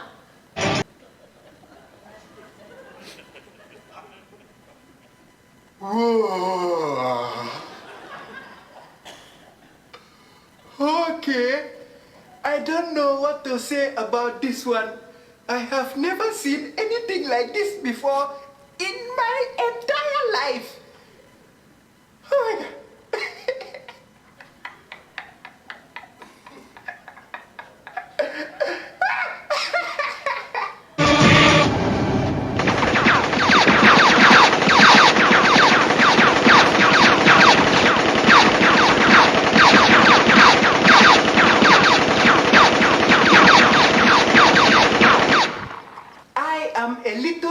Colorblind, but I don't think gun smoke is supposed to be that color blue or purple or whatever it is. But why the fucking fuck am I even talking about that when this guy is dodging bullets like a Victoria's Secret model zombie street break dancer? What the fuck? Mustachio makes Neo from Matrix looks like a chicken.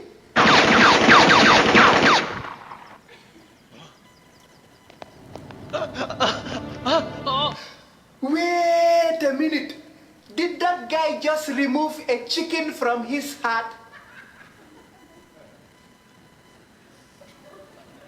Yes, he did. Yes, he did. Yes, he did. Oh my God.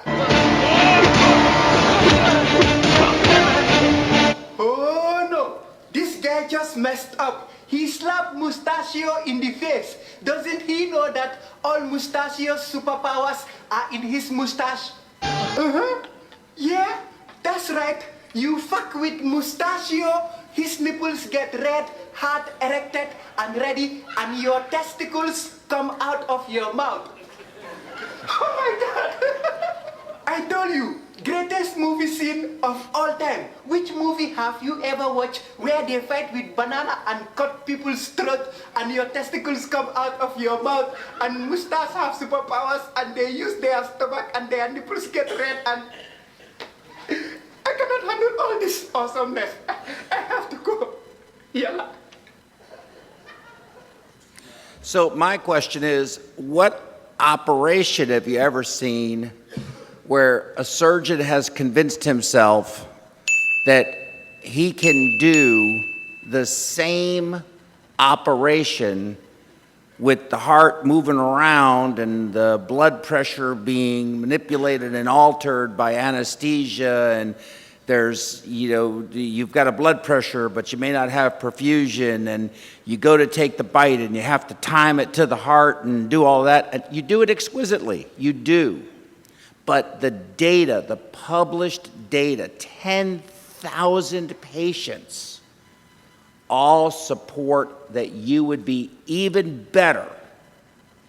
That even though you may have red, hard, erected, and ready nipples, you would be even better if you would just do the cases on pump. Thank you all very much.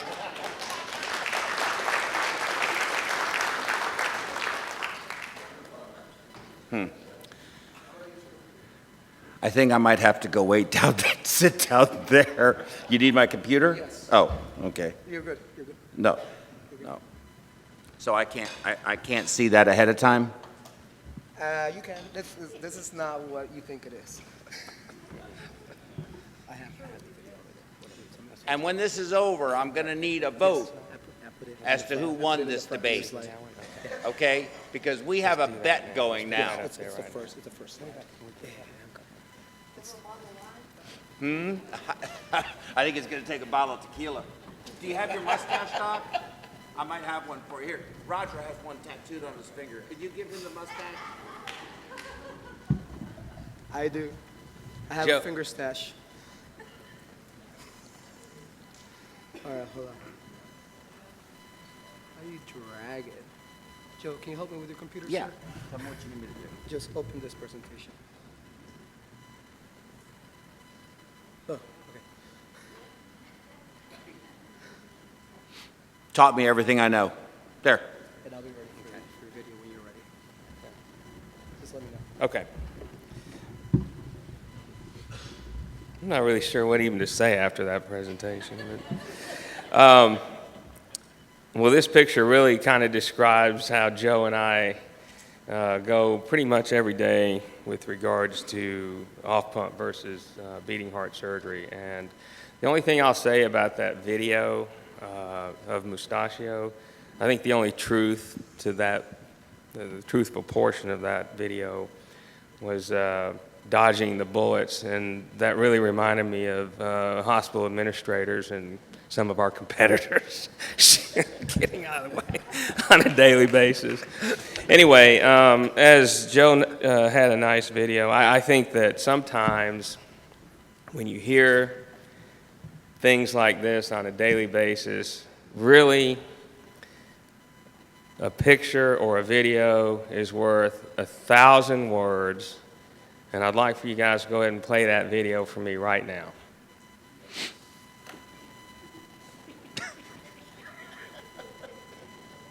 You got the volume?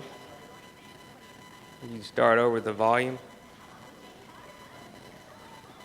Start over, please. Turn the volume up.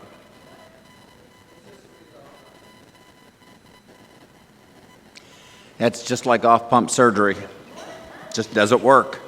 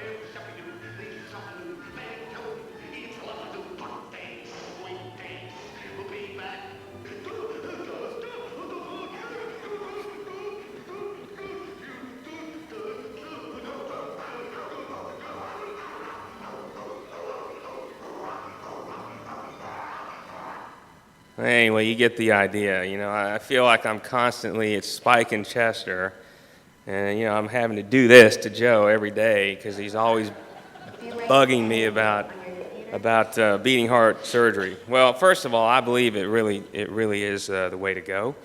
I will rebuke a few of his slides. The first slide he put up was from a meeting in 2015 where Dr. Sabick had some quotes, and his own quotes really from the meeting, the real truth is that after reviewing all of the patients that they did a meta-analysis on, he basically realized that there was a decreased incidence of stroke, renal dysfunction, transfusion, respiratory failure, atrial fibrillation, wound infection, ventilator time, ICU length of stay, and hospital length of stay, and that cannot be disputed. It really cannot. Where I do agree with Joe is that there is a learning curve as opposed to doing minimally invasive mitral valve surgery, for example, with FemFem and hyperkalemia. Yes, you can learn probably in 2 or 3 cases, but in doing revascularization with the heart still beating, you do offer patients added benefit, and there is a higher incidence of, or higher increase of learning. You cannot take somebody, whether they be a fellow or a resident or a new surgeon out in practice, and expect them to be able to do multivascular revascularization with the beating heart technique and get good outcomes. Also, to contradict his inability to interpret his own data, he says that 10,000 patients were evaluated, but, quote, but still residents were included in the learning curve, and people who were still learning and may not have be able to do this technique in a perfect fashion. And I would not be up here advocating it if you could not see every stitch that you place, do a complete revascularization, keep the patient safe, and again, to say blood pressure but no perfusion. I mean, does anybody know how you do that? How do you get blood pressure 120 and not perfuse? I mean, I guess maybe Joe at some point in his brain had a blood pressure 120 and no perfusion, and that's why he's up here speaking like this. That was kind of harsh. So, let me also say that he did a good job in quoting a lot of the main studies, the coronary study, the GOP-CABI study, and the Ruby study. He left off the Doris study and the Angelina study. There are some fundamental differences in the findings of the additional 2, which I think maybe intentionally were left off, I'm not sure. But there were no differences in mortality, MI, and stroke in the studies he quoted. There were, however, a difference in the number of grafts, and I think was the initial caveat as to why people started moving away from doing beating heart surgery, because people were saying, and I saw it myself in the early days, that gosh, I really can't position the heart to have a good blood pressure and to be able to see the artery that needs to be bypassed, and therefore I'm not going to try to bypass it and have it shut down.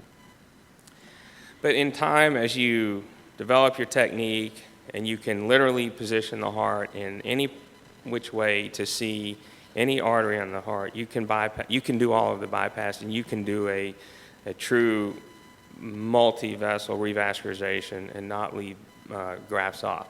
To this day, even with on-pump surgery, I have seen people, for some reason, there seems to be a trend in doing what's called, quote, hybrid bypass, where people will do one or two and say, well, we'll leave the cardiologist to stent the other vessels. I don't think that's necessarily a bad idea in certain instances, so you really can't put the idea down that it's a negative if you can't revascularize everybody, whether it be on or off pump. Now, one of his slides said that the number of grafts and number of bypasses were decreased, and that was true, but again, the p-value was significant in the sense that it was 0.1 or 0.2 grafts less. I vow to say that the only p-value Joe understands is when he's standing in front of a urinal, much less analyzing data from well-known studies. Well, if you look at the coronary study, which really was probably the gold standard, which reviewed almost, I think, close to, well, I'll tell you the exact number, about, like you said, 4,800 patients.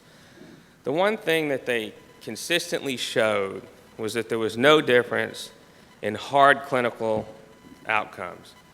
That means whether you're on pump or off pump, there was no difference in 30-day, 1 year, or 5-year hard clinical outcome differences, MI, stroke, or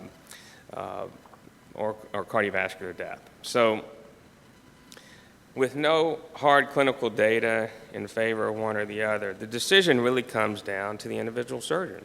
I'm not going to profess to say that that is the only way to do it, because quite frankly, when we've had patients together in the operating room with all of my colleagues here, including Joe, and we felt like it was not safe or in the patient's best interest to try to do a patient completely off pump, I've very easily put a patient on pump and done pump assisted. And I think it's a nice caveat to have, but I think a surgeon should have the skill to do on pump, off pump, pump assisted. There's no real right answer. I think that in this instance, if you have the skill to do it, and we all have our skills. There are people who we work with in Houston a lot who have very specific skill sets to do mitral valve replacements or repairs through a small hole like Dr. Matoyer showed, or somebody who has the ability to replace an aortic valve off pump. This is the trend. This is where it's going. So if you have the skill to do these things, then you should be able to offer those things to patients. All I know is that for my patients, they have less transfusion, they have less atrial fib, they have less incidence of re-expiration, they have less incidence of transfusion, they're often extubated on the table in the operating room, they have therefore zero ventilator time and much less ICU and length of stay time. And does that matter? Well, it matters to hospitals with everybody paying attention to cost, overall cost, to give patients good surgeries or good surgical results. They also pay attention to the cost, overall cost, and if you can reduce the amount of time the patient's on a ventilator or in the ICU, or the amount of blood somebody may need, or a readmission for atrial fibrillation or post-op bleed, all of those things make a difference. And so in my hands, I will continue to do beating heart surgery. Joe and I will probably continue to fight about this from here until we're both sitting on a beach somewhere, which for me it will be this afternoon. And I enjoy the debate and look forward to maybe doing this again, and if you guys don't get tired of it, in another year. So thank you guys very much.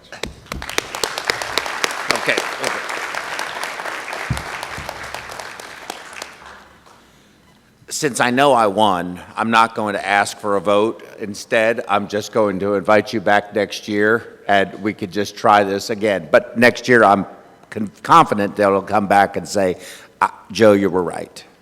So let me just say one thing.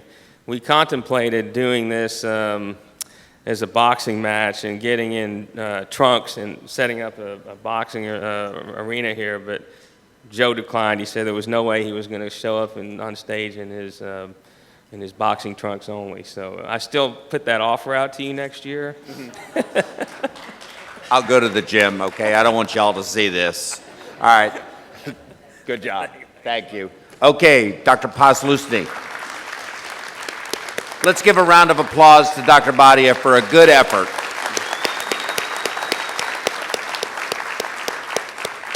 And after he leaves to go to the thing, well, I'll take the vote then.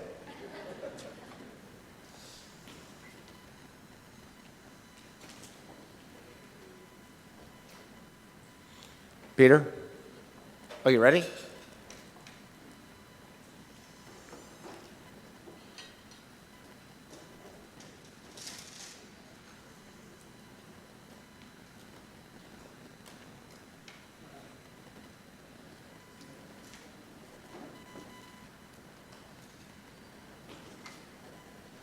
Is it the same one you sent me? Okay, you haven't changed it? I think I have it.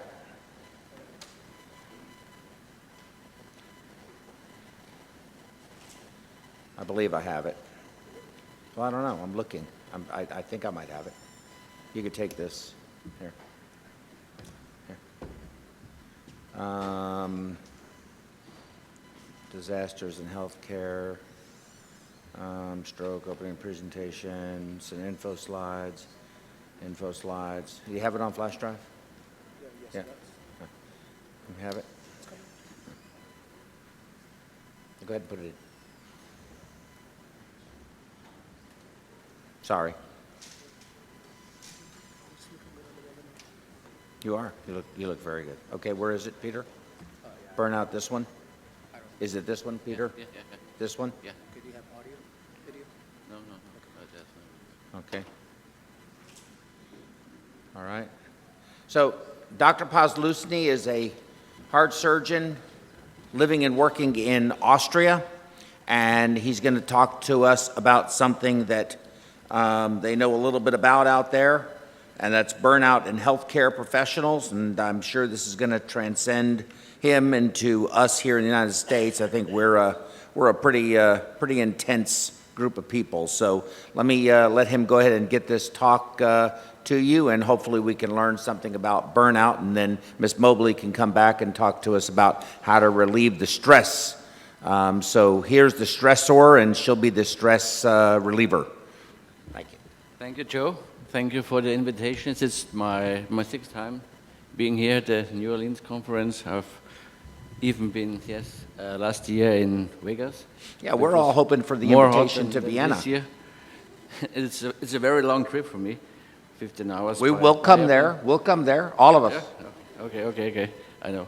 I have one word to your discussion before, OPCA versus on-pump. If you ask heart surgeons anonymously if they had a three-vessel disease, what kind of procedure would you prefer? There would be less than 10% who will say, I would like the OPCA procedure for myself. You know what I mean? Yes, that's pretty interesting. Yeah, okay. So, as I come from Austria, and our capital where I live is Vienna, and you know that Vienna is the town where Sigmund Freud was living. And so, problems in psychiatry, problems in psychology are very near also to my profession.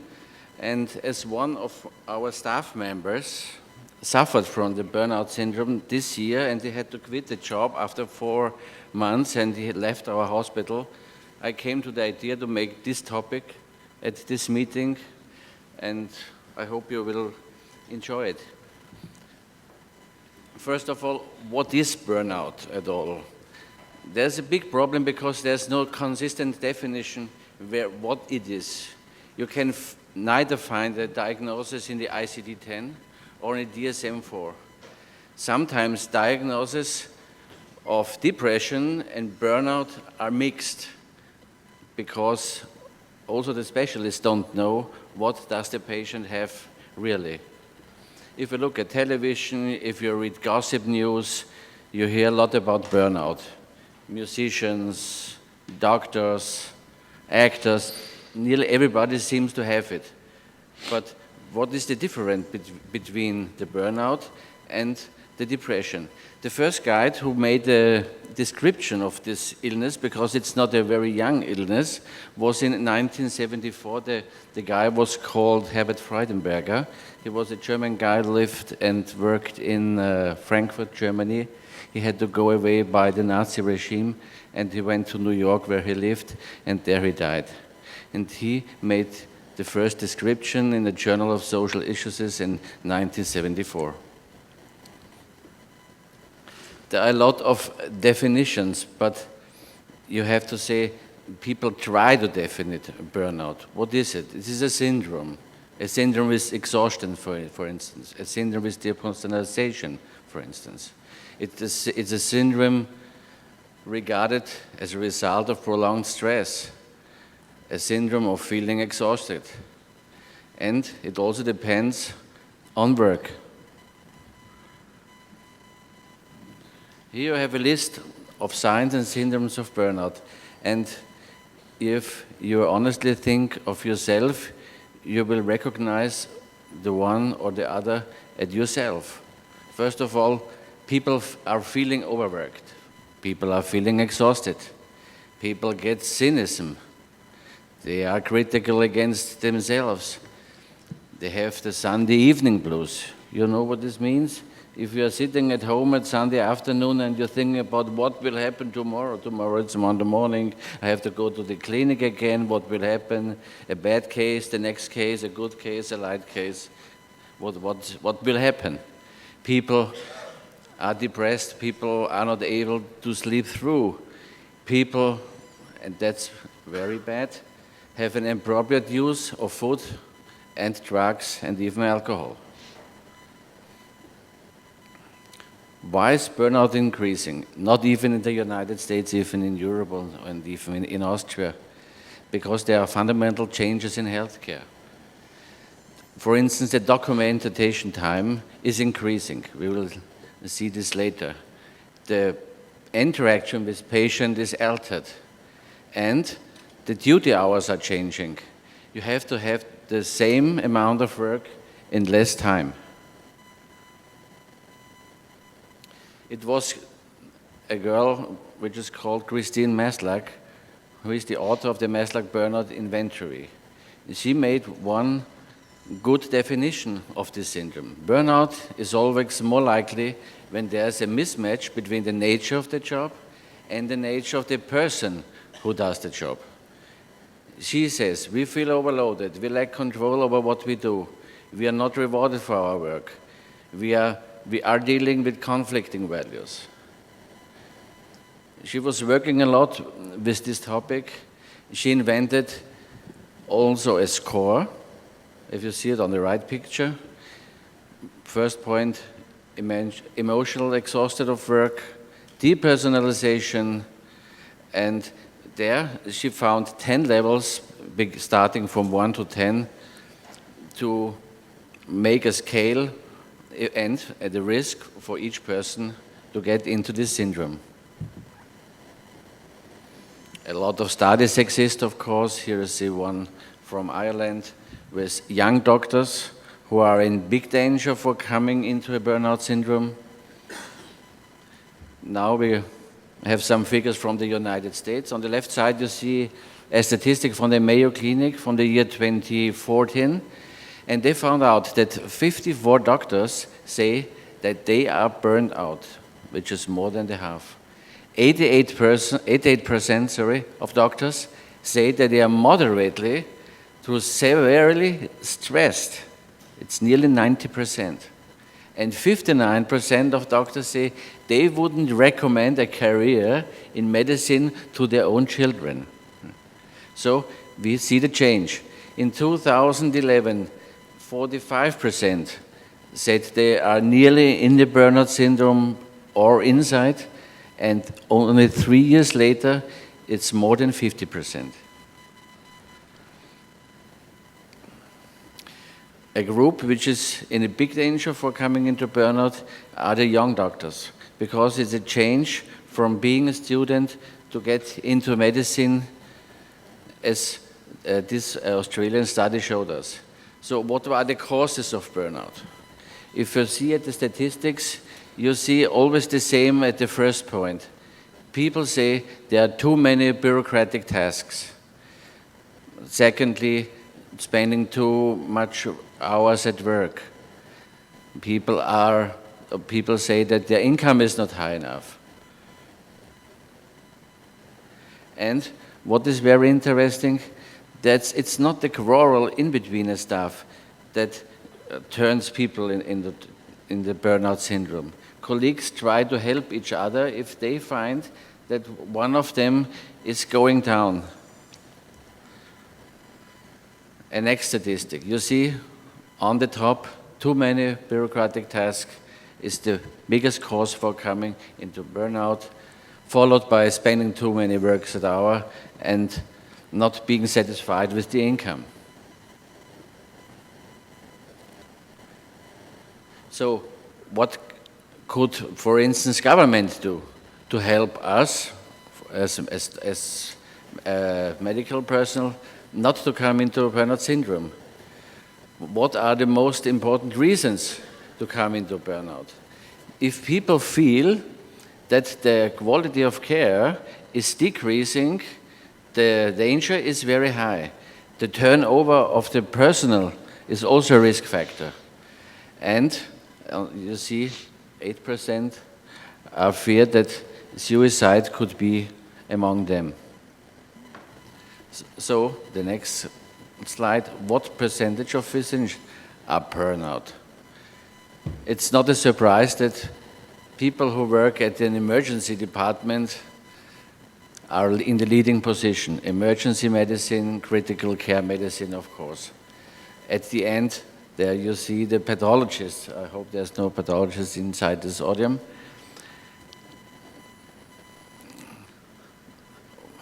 We see that nowadays we have a lot of female, even colleagues, even in surgery, and you see that they have a big danger coming in a burnout in between the age nearly 50 years.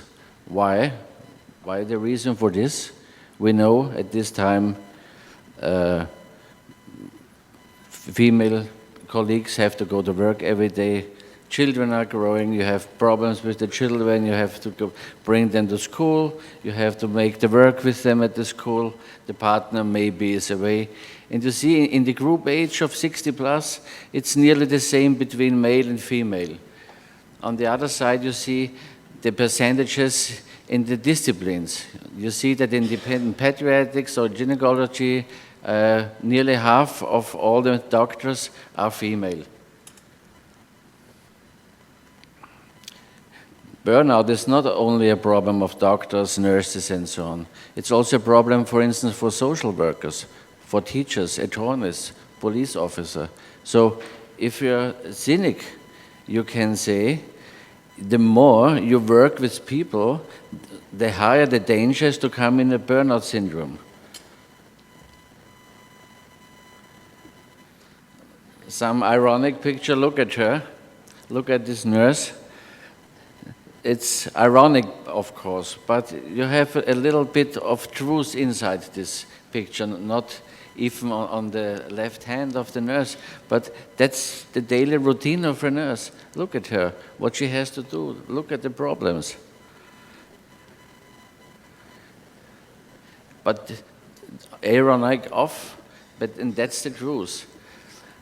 You must say that 69 of 100 nurses say they are tired and have reported about fatigue at the beginning of the night shift. So they are even tired if they go to work. Yeah? Look at this. More than half report expressive workloads. And half of the nurses say that they spend an insufficient amount of time with their patients. What are the causes of stress for nurses? The job design, the interpersonal relationships, relationships with patients and their families, work organization, lack of staff report, technical aspect of nursing, and lack of personnel. 1 in 5 nurses report that they intend to leave their current jobs within a year. That's a danger. Look at the United States. Statistics says that you need, I think the states have more than 300 million. It's more. 3.4 million nurses, and there are currently 2.7 million open nursing jobs. I don't know when that statistic was. And you need more than 1 million until the next 2 years. On the other side, 1/3 of them is retiring, so you have big problems coming over you. So let's change from the nurses to the doctors. Also some ironic picture. Look at this. And you see that things have changed only for the doctors. If you compare the year 2013 to the year 2017, at the top, the emergency medicine seems to be the most stress. But things have changed. Look, for instance, at rheumatology, which has been beyond, and now it's nearly on the top. Or general surgery, of course, no surprise. And the cardiologist, The cardiologists have more stress now. Why it is? Because they make more invasive procedures than maybe 20 or 13 years ago. Yes, they make TAVI, they make PCI, they lose patients, so they have stress. The cardiologist nowadays is another than maybe 30 years ago. Well, I mean, that's going to benefit a lot of patients if most of the cardiologists just burn out and stop working. Mm-hmm. So what can government do? Doctors need a lobby to reduce regulations for the medical documentation and other work. Doctors need more resilience or wellness programs. Doctors need educational programs for their leaders, for instance. And these are the reasons why doctors are unsatisfied with their job. 48% say it's the healthcare reform. 43% say it's too much paperwork and administration demands, for instance. You see a very bad statistic from Australia about suicide. You see the comparison of the Australian population with other professions and the doctors. Very sad. So, what about the therapy? What can we do? The answer is there is no regulation in therapy because if we talk at the beginning, we have not even an ICD code for this kind of syndrome, so we don't have a regularly standardized therapy. You can go to the psychologist, and what can he say to you? He will hear your story, and then maybe he will say, okay, you have to change the job, for instance, or you have to solve your private problems, or he will administer you some drugs for getting asleep, but this will not be the end of the solution. You see all these topics, they make a mixed picture for you, but burnout, you can compare it with a burning house. If the house is burning, maybe it's too late.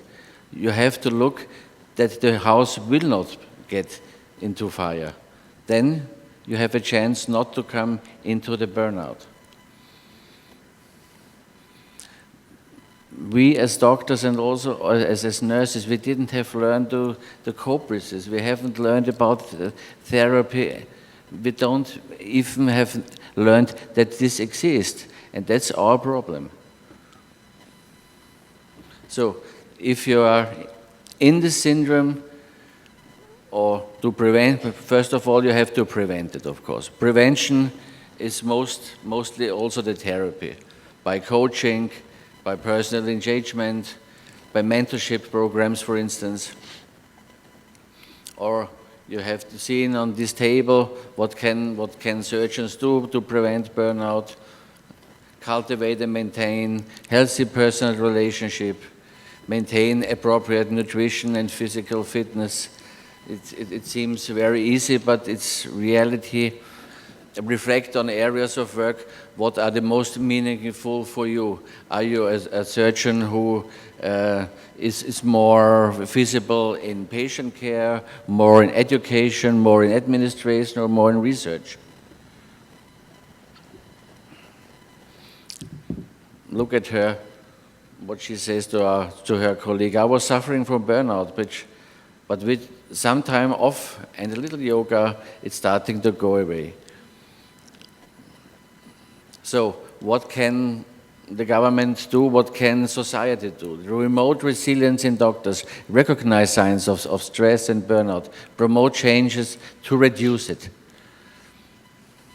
So be prepared, and if somebody is inside this syndrome, helping coming out with recovery, with developing strategies to prevent it, with prepare interventions and identify resources, and first of all, identify it and initiate supportion. So that it was, and I thank you then for the audience. Thank you. So, Peter, before you go, look, one of the reasons why I feel burned out is because Dr. Badia is mean to me.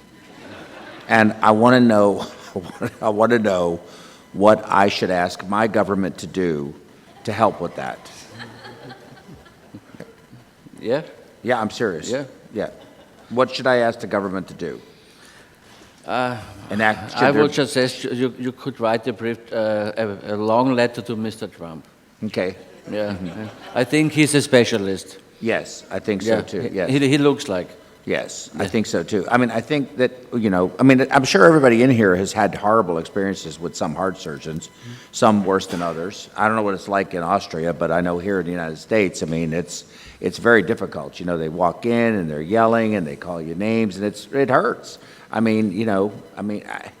It just hurts. Yeah, exactly. And I've sat back and behind my pump after he's called me a glorified cell saver tech and just cried. I've just fallen on the floor and cried, and he just doesn't care. And it's a problem. So what should we do? Yeah. How do you... retire, for instance. Yeah. Okay. Very good. Nice job. Okay. All right. So we're going to power through. Brian Cheatham, we're going to power through this. We're going to get this done. We're going to be done for the afternoon, and tomorrow's going to be a quick day. Let's all thank once again Dr. Peter Postlustny from Vienna, who's invited us all to his home in Vienna. Everyone that's left here is going to go, and we're going to have a great time.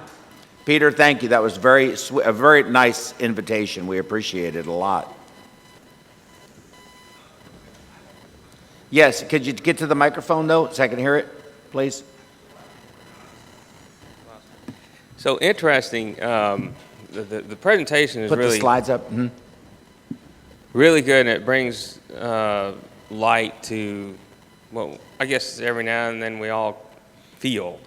The answer for, I think, heart surgeons is we take a little time off, we come back, and we start over again, if we can afford that, if we have that ability to do so. But what do you guys do in your country if somebody truly declares himself burned out and needs to take time in yoga or whatever?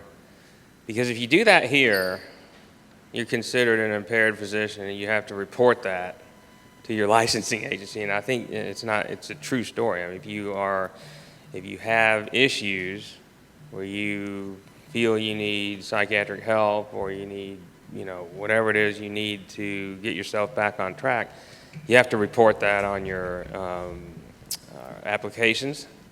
When you apply for licensure, you have to report it. You're supposed to report it to the medical board. And so there's a negative connotation with wanting to even admit that. And so what are your thoughts on that for here? When you bring light to this, for whether it be doctors or nurses or perfusionists or whatever. So, if I want to explain the situation in Austria, for instance, I must also explain our political situation, but it would be too long. Yeah. Fact is that, first of all, we have a lot of very old hospitals. Yeah, and we have a lack of money.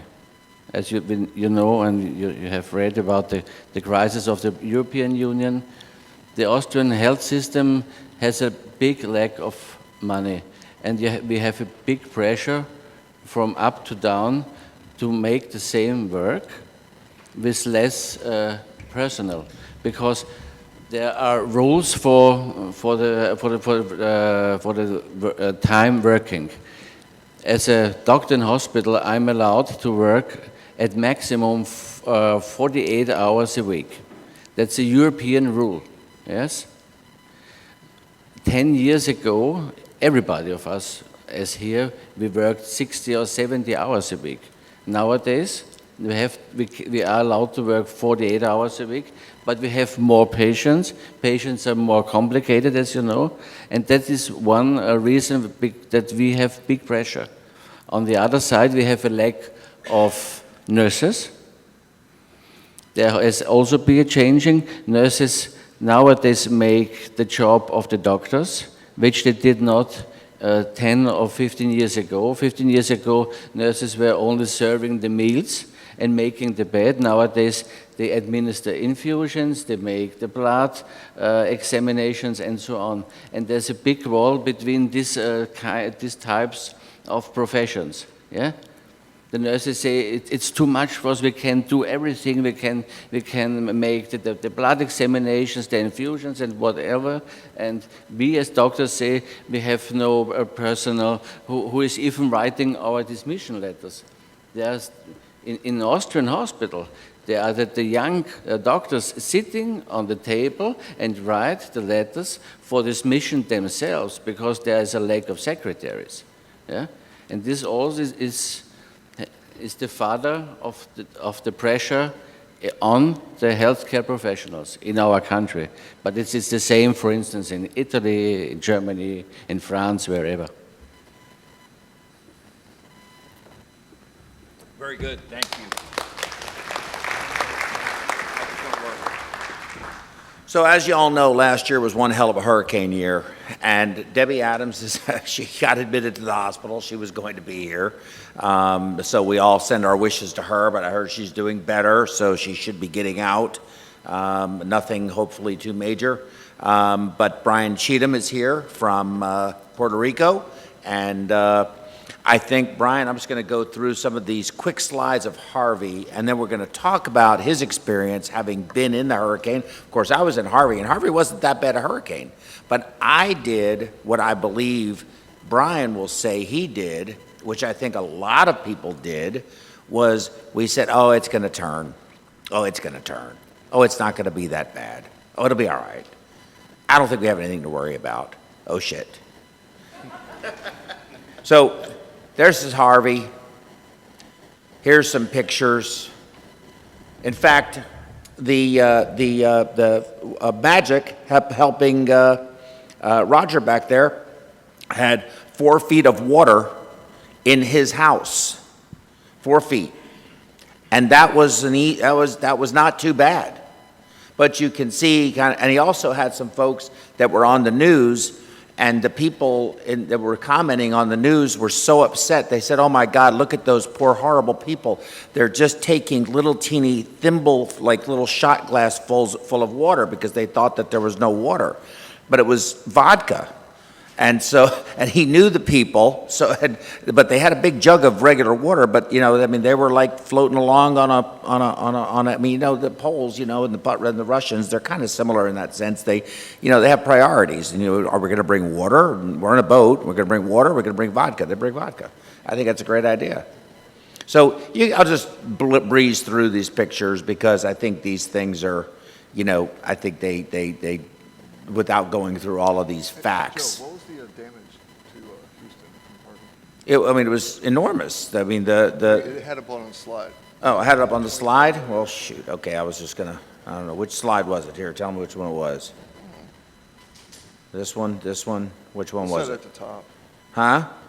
Said at the top? Oh, how much is a trillion gallons of rainfall? Dude, I don't know. $125 billion in damage. But I mean, that's just money. You know, the hell with money. I mean, money's money. You know, it's the lives. It's lives. You can go to just a cover slide if you don't mind. Thanks. I don't think we need the computer. Look, I mean, I got called by a hospital, and they said, you know, look, we have a patient. We cover 8 hospitals where I work with Stephanie. In fact, you know what, Stephanie, I mean, why don't you guys come up here and join us if you don't mind? Because they went through Harvey with me. Brian went through Irma, and then of course Maria hit Florida. But you know, they called up and said, "Oh, we need somebody to stay in the hospital." And we're like, "Well, okay, what's probably? You know, I mean, is there going to be a heart surgeon in the hospital?" No. But we have a patient that might need something, and if we have to put him on ECMO or something like that, cardiologists could do that, and there'll be one around, and you know, yada yada yada. So we ended up doing it. We ended up putting a person there just for one. It ended up just being for one 24 or 36 hour stint. But what we did do was myself, Stephanie, and her husband Rodell, they came and stayed in a hotel close enough to 3 of our major hospitals that if we had to, we could walk and swim if necessary to get to the hospital. I mean, we don't have enough staff. We could not put a staff in every single one of the hospitals, and that doesn't make sense because if you're stuck in that hospital and now locked there, but you really need to be over there, what are we going to do? When the hurricane hit us in Houston, it really was mostly just a rain event. And it just never stopped raining. I have never in my life seen that much water fall out of the sky for that long a period of time. And it would come in waves of just torrential downpour, and then it was just raining hard. And it happened so frequently for so long, I started thinking when it was just raining hard that, oh, it's just a drizzle now. Maybe it's getting better. But the drizzle was a serious rain, and that's how hard it did rain on occasion. So flooding was our major problem. Of course, we lost some power and stuff, but major roads, major interstates were affected. And I was ill-prepared. I mean, I run a company, and I have a responsibility to 8 of these hospitals, and how am I going to cover this? Because I really believed I did what I think a lot of people do. I said, it's going to be okay. It's going to turn. It's going to die in just outside of San Antonio. It's not going to retreat back. The weather people don't ever know what they're talking about. They get the forecast wrong 90% of the time and can still keep a job. How many of us can say that? But this was one of the 10%. They got it right. And I was just grossly ill-prepared. I got lucky.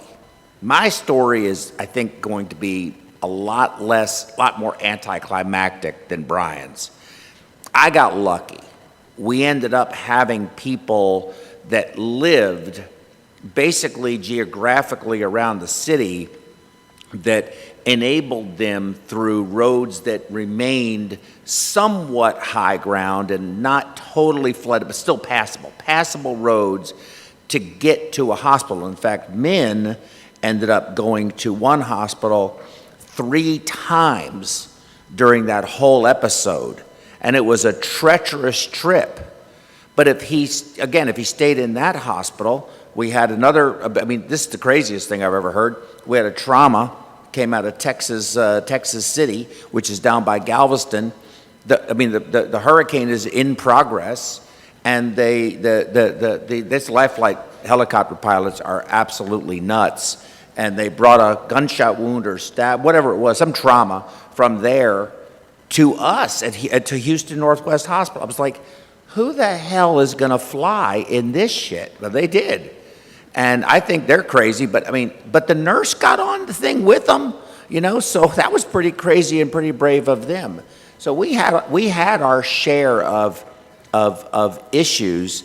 And, let's just quickly talk about Harvey, but Stephanie, Min, what was your experience? And Stephanie is from Detroit, so she's used, I guess, to blizzards, but I don't think she'd ever been in well, actually, that's not true. When I first hired Stephanie, the house that she lived in temporarily with her mom got flooded, and they had to finally get you and Ro out with a boat. Is that right? Or you couldn't get out. You couldn't come to work. For like, what, Mom, 5 days, 6 days? And I'd only been working with you for a couple months, and I had to call you and say, I have never called off work before. Right. But I literally cannot get to you. Right. And then I kept thinking every day it was going to subside, and then before I knew it, National Guards were driving around setting curfews, and I don't know, my sister and I made a slip and slide, and I think we were had news reporters up, and then we went inside because we were a little nervous about that. Never called in sick before, but when she does, she slip and slides. I'm glad I paid you for that day. After so many days. Exactly. Well, yeah, but you got to do something. Slip and slide. That's a perfusion-related function. At first you have a lot of food and water, and then as the days were going on, people started getting more nervous in the neighborhood. And Ro and I thought, what the hell did we do moving down here? I know, and then comes Harvey. And then the next year, Harvey. And you're in you and Ro are in the hotel, and we all went to the same hotel, but shared a different room. We had different rooms. Different room, but probably. But then she set the fire alarms off cooking. I did. Yeah. The hotel. That was classic. Trying to cook burgers and a little. We just tried to have fun with it. There's nothing else you can do. Fortunately, our situation was not as dramatic as what happened in Puerto Rico. It was very dramatic and horrible for many people in Houston. Houston was devastated. There's no question. People lost their lives, and it was a horrible event.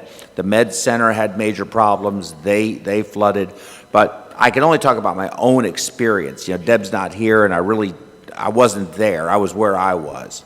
And my disaster preparedness plan since Harvey has definitely been upgraded because I was woefully ill-prepared, thought I really, was good, but I wasn't even close to good. We just got lucky. And Min, what about driving? What was that like? It was actually pretty scary because, roads were closed, some places were flooded, and you really couldn't have access to any highways, and where I lived that's the easiest access for me to get to any hospitals is on highways. Right, but no traffic. No one's on the road. There was one advantage. Houston with no traffic. That's highly unusual. So Brian, why don't you talk about, because I think you have a video on your phone too of the actual hurricane. Yes, please. The most stressful part of the whole hurricane was being at the hotel with you, and every 5 minutes you asking me to check the weather and traffic routes. That's all I'm going to say. You did a good job of it too. Brian. Yeah, I got some homemade videos I took. Can you talk more? A little more? How's that? Can you hear me that? Yes, move closer. Okay. Yeah, I have some homemade videos I took during the hurricane. I stayed with my mother-in-law and my wife and kid and stuff. That's about 20 minutes away from the downtown San Juan.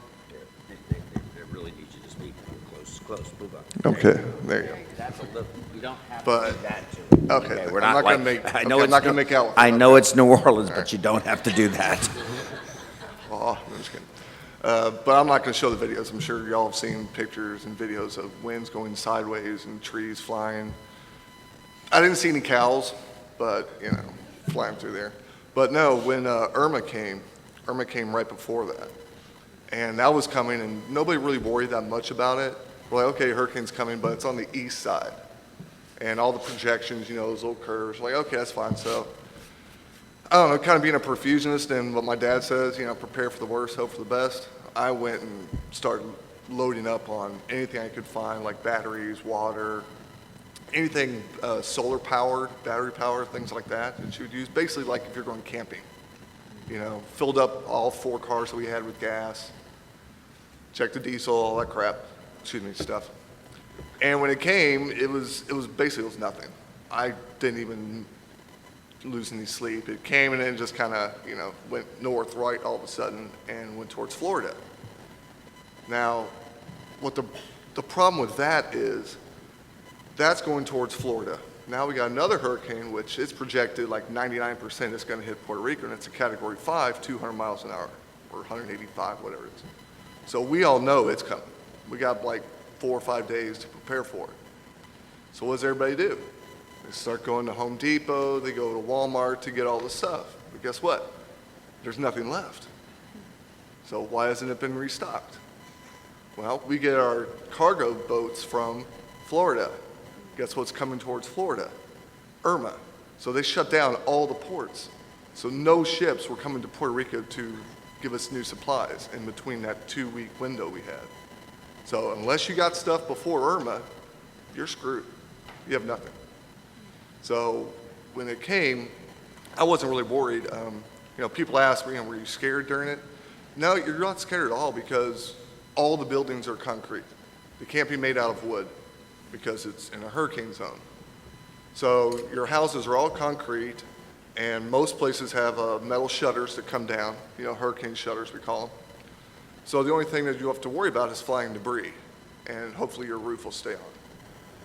So the main problems we had, other than the flooding, which I can get to that in a minute, was flying debris, because it's a tropical island, you know, Puerto Rico. There's palm trees everywhere. It's all greenery. So when the winds come, it's like just taking a twig and just pulling all the leaves off it. That's what every single tree looked like, except it wasn't just left, it was left with just the main trunk. Anything less than, I don't know, 6-8 inches in diameter was gone. So that's all flying through. That's hitting roofs, ripping that off. Well, just an aside story, I left my car underneath this giant tree because I hated the car and I wanted the insurance money. The tree was gone when I went out there. The storm lasted 8 hours. My little Fiat, don't ever buy a Fiat, perfectly fine, not a scratch. My neighbor's house, which he had a Toyota truck that he loved, got demolished. It's like, man, I really should have moved it. Oh well. But, so when that happened, so I was fine during the hurricane. Like I said, it lasted 8 hours. And then comes the afterward. And that's really where it starts, because not many people died directly during the hurricane. I think they listed it officially at 64 people, which is what they listed it later, because you couldn't get a direct number because some houses in the mountains got washed down and people were missing, okay? Weeks later, they'd find them in the rivers washed down, all bloated, and they're like, oh, okay, let's add that to the list. And people in the mountains, because Puerto Rico's as an island, it's like a rectangle, but it's a volcanic island originally. So right in the middle, it's all mountains, and then it slopes down each side. So the island people, the island folk, we call them, because of all the damage with the trees and everything, nobody could get to them. No service. They had to fly in using helicopters over the next weeks and months. So what they ended up doing is a month ago, excuse me, Harvard Gazette posted they did a new study on what the actual death toll was based on direct and indirect causes, and went from 64 to 4,654. And that was all from people not being able to get to medical services, they couldn't get their medications, all of this stuff. So it's a big difference, because I remember at the time, people were like, oh, you know, it's not that many people died, only 8. Because I was like the first, and it's like, just wait a second. So I got that. Lost my train of thought. Well, after the hurricane, it's now time to rebuild and clear the streets. Because you didn't have much flooding originally. Water's got to go somewhere. So the highways on the north side, which is sea level or about, they're all toast. They're 10, 15, 12 feet underwater because it comes down. So all that's filled up. So there's no driving to the airport, you can't go anywhere. But the problem is driving around the regular suburbs and the trees. I think they listed at 70% of all power lines were down. I don't just mean the lines, I mean the poles. Wooden poles, concrete poles, everything down. So you're kind of like slaloming when you're driving, and you're driving over electrical poles, over lines. But at least there's no electricity, so you don't have to worry about getting shocked. So that was good. And the one thing I really remember about the first day, because like I said, it lasted 8 hours, it started around 5 or 6 in the morning, was right afterwards, we were staying in a little subdivision, gated community. And I go out there, it's like 3 o'clock or something like that, and I have some saws, because I do maintenance on my mother-in-law's house. So I'm out there just cutting through the tree, because we got to move it, because nobody can leave, nobody can come in. And a guy that I don't know, but he's one of the neighbors, he saw me, he comes out, he's got a machete, because, you know, every Puerto Rican has machete. So he starts hacking on it, and then this guy just driving by, total stranger, pulls over, ties a rope around the tree, starts hacking some stuff, and he helps us pull it away. About an hour later, we finish it, you know, he says adios, you know, thank you, and he just leaves. So it was regular people like that. For the first 2 or 3 days, I never saw a policeman. I didn't see them at all. So who's helping to get rid of the all the trash on the streets, all the trees, the palm trees? Regular people. Four-lane highways cut down to one, and right by the hospital, actually. One person or 2, 3 people were just out there helping to direct traffic. Normal people were coming over with, you know, chainsaws and more machetes, because they don't like hand saws for some reason. And it's just regular people, and those are kind of stories that nobody talked about. Nobody, you know, nobody taught, my parents didn't know that. I had to tell them. And they just didn't report that stuff, that it was the regular people that were really stepping up. You know, I met all these neighbors I didn't know. At nighttime, we'd all just sit around outside with lanterns and, you know, playing dominoes and drinking, basically. Can you talk a little bit about how did you manage the hospital? Well, okay, I mean, that's the real story here. Yeah, I know. What'd you do? Well, I was actually on call that night, and they said, okay, we want you to stay in the hospital. We cover 3 hospitals, but I'll just focus on the main one for the sake of argument. And I said, well, who's staying in the hospital? I was like, is anesthesia staying? He said, no. Is the surgeon staying? No. I was like, okay, so no surgeon, no anesthesiologist, no thank you. I'm going to go stay with my family. And it's a 5-minute drive from where I was. So I was like, no, I'm not doing that. Well, one of our colleagues, you know, he's single. He thought it'd be fun. He's young. He's like, I'll do it. So he stayed in the hospital for the first 4 days and helped transport patients, because they have 2 generators, one for electricity, one for the AC unit. Well, the electricity worked.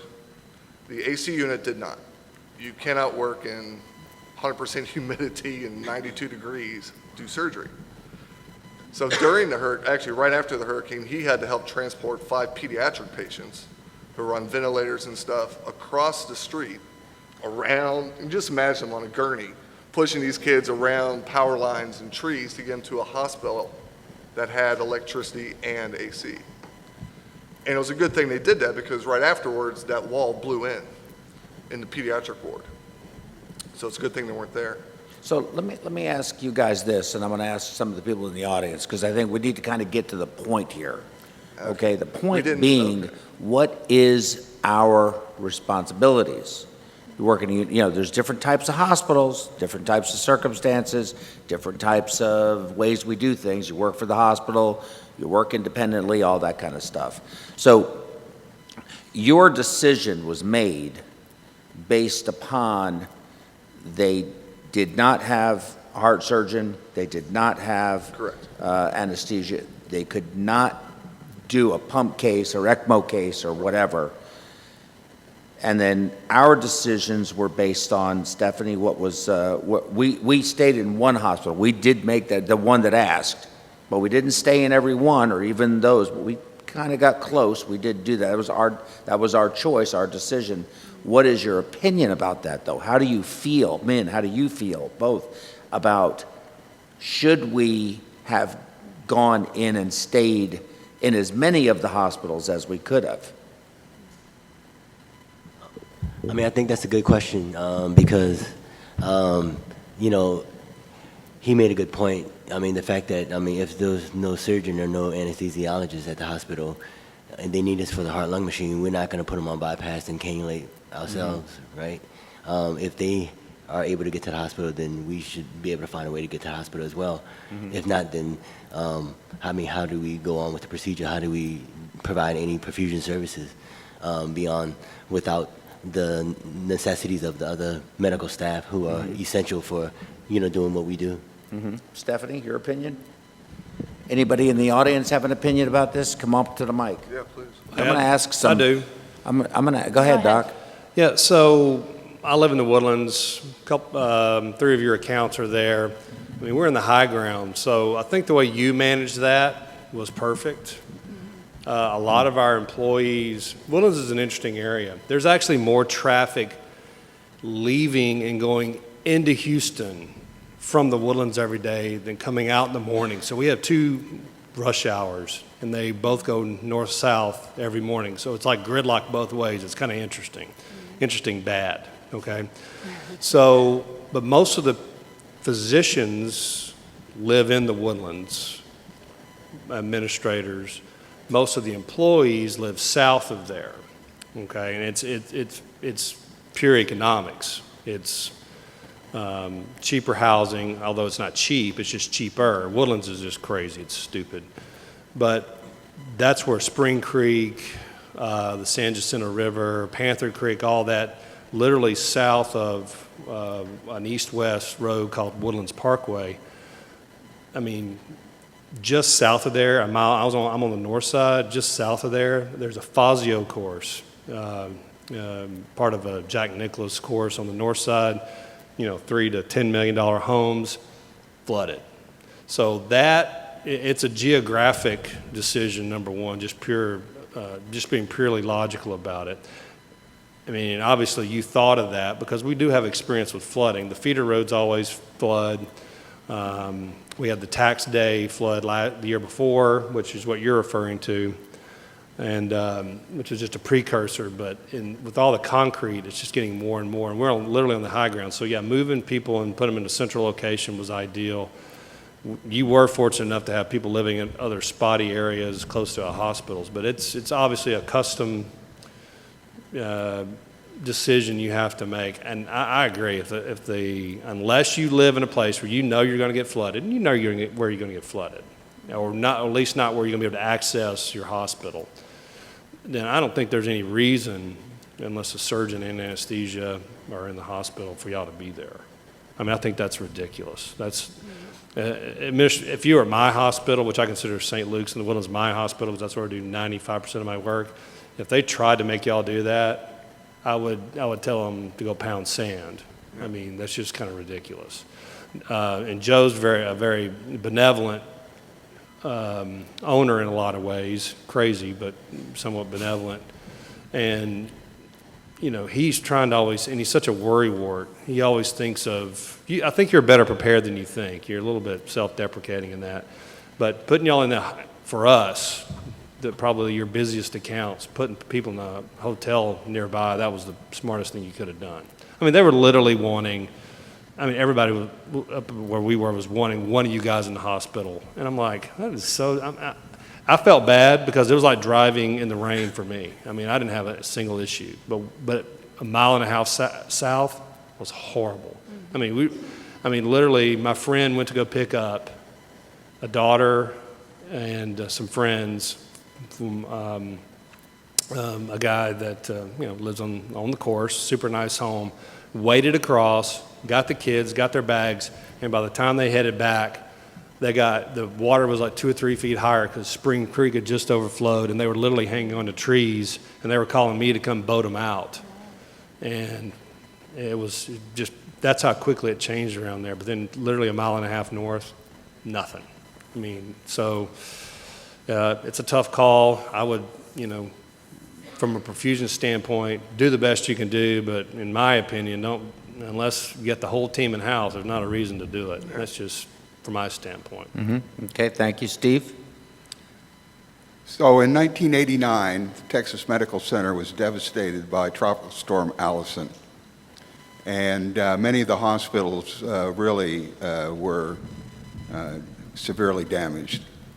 Since that time, in 1989, we took disaster preparedness very seriously, at least for the majority of hospitals in the medical center. At Houston Methodist, we have designated teams to ride out storms. We update our team contacts every 6 months, and we prepare for that. So what I thought I'd share with you today is how we deal with our patients that have ventricular assist devices implanted. Obviously, these patients have battery packs, so in severe storms, you're going to lose electrical power. So all of our patients actually are educated on disaster preparedness. They have to sign documents that they have been educated on this. We have their contact information, and we know their plan. They have to have a plan on where they're going to go during a disaster and how quickly they're going to get there. So at the time of Harvey, we had 26 patients in the Houston metropolitan area. And we tracked all of them down. We knew where they were. And 22 of them went to their designated locations, whether that was Austin or some other city away from the storms. We contacted them, and we knew when they left and when they got to their designated safe spots. We had 4 patients that we hadn't heard from for a while. And 3 of them, we finally contacted them, and they safely made it into the medical center, and they sheltered in place at the hospital with us. One gentleman was in a location in town where the water came up so fast that we had to send in the Coast Guard, and he was medevaced out by a Coast Guard helicopter into the medical center. So all of our 26 patients, because of disaster preparedness and education with them, we knew where they were, we knew where they went, and all 26 of them weathered the storm successfully. My good friend Joseph Gay, who works with you at Houston Methodist, he was on call, and he was in there in the hospital for 4 days, because you do in-house call. And so he was stuck. Dr. Bade, did you have a question? No, I was just going to say, this just proves my point one more time that, if it floods, we don't need you. We can still do the case, beating heart surgery. That's brutal. We don't need to go on pump. Brutal. I guess, and from Mark's comment, I guess I live in the cheap district down in the south of Houston. Yeah, well, we didn't flood, fortunately, but I will say, I think we all had a little different stories to tell. I mean, I actually went out in a boat and helped, rescue some people, but the worst part of it was out in I-10 West, where the neighbor, well, it didn't flood, though. That was the thing, but it didn't flood. People realized it was intentionally flooded. When the gates were open, and they intentionally flooded that area to prevent other areas in Houston from flooding, and so that was pretty devastating out there. I mean, you had 8-9 feet of water in any which way over there. So we one day got in a boat and got some friends and went out and pulled people out. It was somewhat gratifying, but anyway, I think we all have our stories, and it is a very interesting dilemma as to how you cover areas that you can't potentially get to. Yep. I mean, it is a problem, and I'm going to address that too, because I do have some concerns. And I'll let y'all think about it. I want other people in the audience. Mohammed, good to see you. I'll get to your question here 1 second, but I want everybody to think about this, and you guys to think about it too. What is our responsibility? Is it, okay, they won't be able to do heart surgery, but we're all in medicine. I mean, the only thing running the heart-lung machine during open heart surgery is not the only thing we know how to do in medicine, right? We can do a lot of things. We can even pick up a gurney and move somebody. What's our responsibility as part of the healthcare community? I think that's really, it's going to be a provocative question. Look, I wasn't inside a hospital. I was in a hotel, but I wasn't in a hospital. So I can't say that I'm some great savior, because I wasn't anymore. So, and that's a conflict. It's a conflict because you care about your family too. You love your family. You want to be there for them. That's a struggle, I think, for anybody in healthcare. Is do you tell your family, good luck, you're on your own, and I've got to help these people that I don't know because I'm a healthcare professional? Or do you hunker down and protect your family? Or, I don't really know what the right answer is. Muhammad. As you know, I live in Corpus Christi, so it was kind of Harvey was going to hit us directly. That was. You got hit more directly. Yeah, but it went north of us, so it went Port A and then Rockport and then went to Victoria. So we actually got lucky. But we made a decision the day before landfall, so with the surgeons. So we covered 5 hospitals and 2 perfusions left. So there was 3 of us that were on call. So we made a decision, we said, okay, we're going to put 1 perfusionist with the cardiac surgeon in the Driscoll Children's Hospital, another one, another hospital with a cardiac surgeon, and then I was the one. So you put a team of everybody in the hospital. Everybody, yes. So we had 3 surgeons that were on call, and the 3 perfusionists were there also, and with anesthesia. So the whole team was there.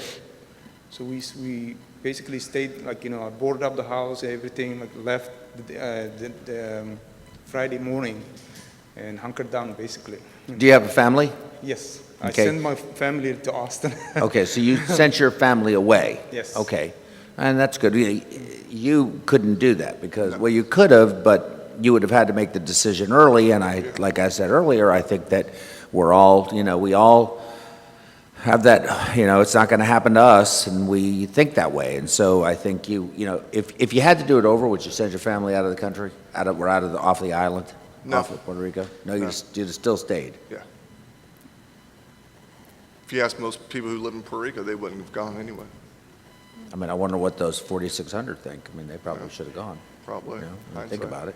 But you wait too long. We all do. We just wait too long. Yeah.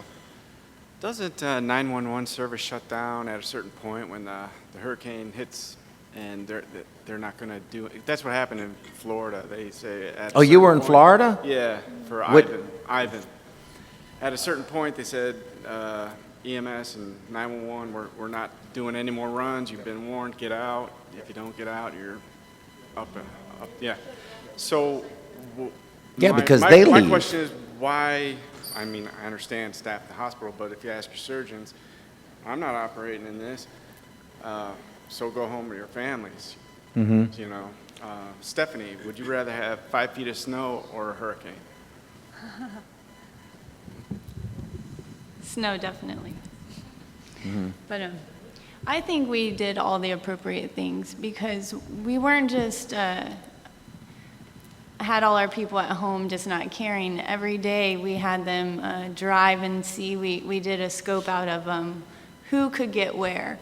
And it did kind of make us all have to be on call because some people could get to certain places and other people. And I think that was the right thing and the appropriate thing, and I don't think it was necessary to be in-house. Mm-hmm. I do sometimes wish that we were waiting for something to happen, and Roe and I didn't work the whole time, and I think we could have probably been more helpful, getting water down or doing other things, but all of us, made a priority to be able to cover the hospitals. Yeah, I mean, I think we're human. We get paralyzed, but we did. That's true.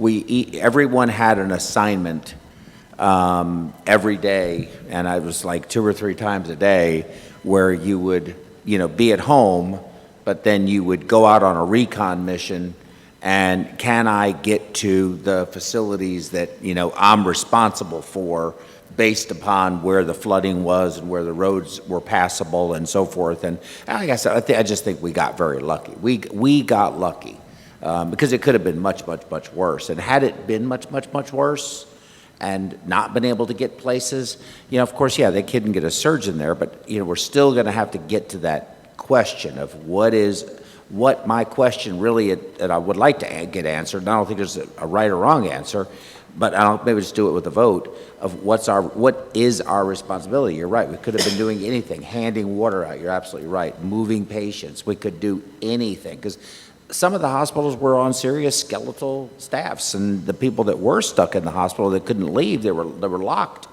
They were struggling, Could we have helped those people? Should we have helped those people? I don't think that's necessary. You don't agree? No. You don't think that's necessary? I mean, everyone is trying to take care of, like you said, their families. They Yes. are looking for ways to help, Yes. but Oh, and I'm sensitive to that too. Don't get me wrong. I'm not saying that I think anybody feels otherwise. It's wrong. I said that up I front. mean, I don't think we should just put people there in case they need that. I think if a hospital had asked, we need volunteers to come in to help us start moving patients or bring this, we would have done that. That's a good point. Okay. Yes, sir? Have any of you actually done a case during an emergency or immediately following, and how long following these hurricanes was it before you resumed normal activity and normal caseload? Well, in a hurricane, I never have, but I was in the Northridge quake. And I was at Northridge Hospital. And that was, you remember that, Steve? The Northridge quake. And I actually did a case that day. Same day. And in that facility, which ended up as a condemned building. And the surgeons used bottled water to wash their hands, but we did the case. We didn't have water, but we did the case. All right, so that's a unknown emergency. It's unannounced. The hurricanes are announced. We know coming in. You've got days to prepare. So, Brian, how long before y'all did another case? We did one emergency about a week later. By that time, FEMA had gotten us another generator so we could have air conditioning. The only problem with that was we had prepared as well as we could have. We put all of our pumps. We have the S5s from Soren. So we put all 6 of those in the center pod and draped them all down and everything, covered them up. But still, with that much humidity for a week, most of the consoles were gone, just shorted out.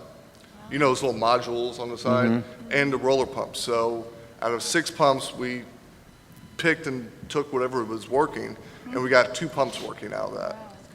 And so we're able to do 1 case, and then we really opened for elective about 2 weeks later. So realistically 3 weeks, and then we were still very limited on how many we could do because we only had 2 pumps.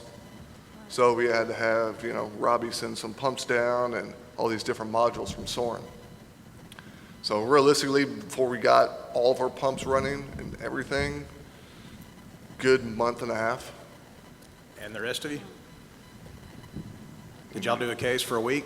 I would say it was probably 5 days, right? So A wouldn't week, that kind of something prove like our that. point that we don't need to be there for several days? We did. What did we do?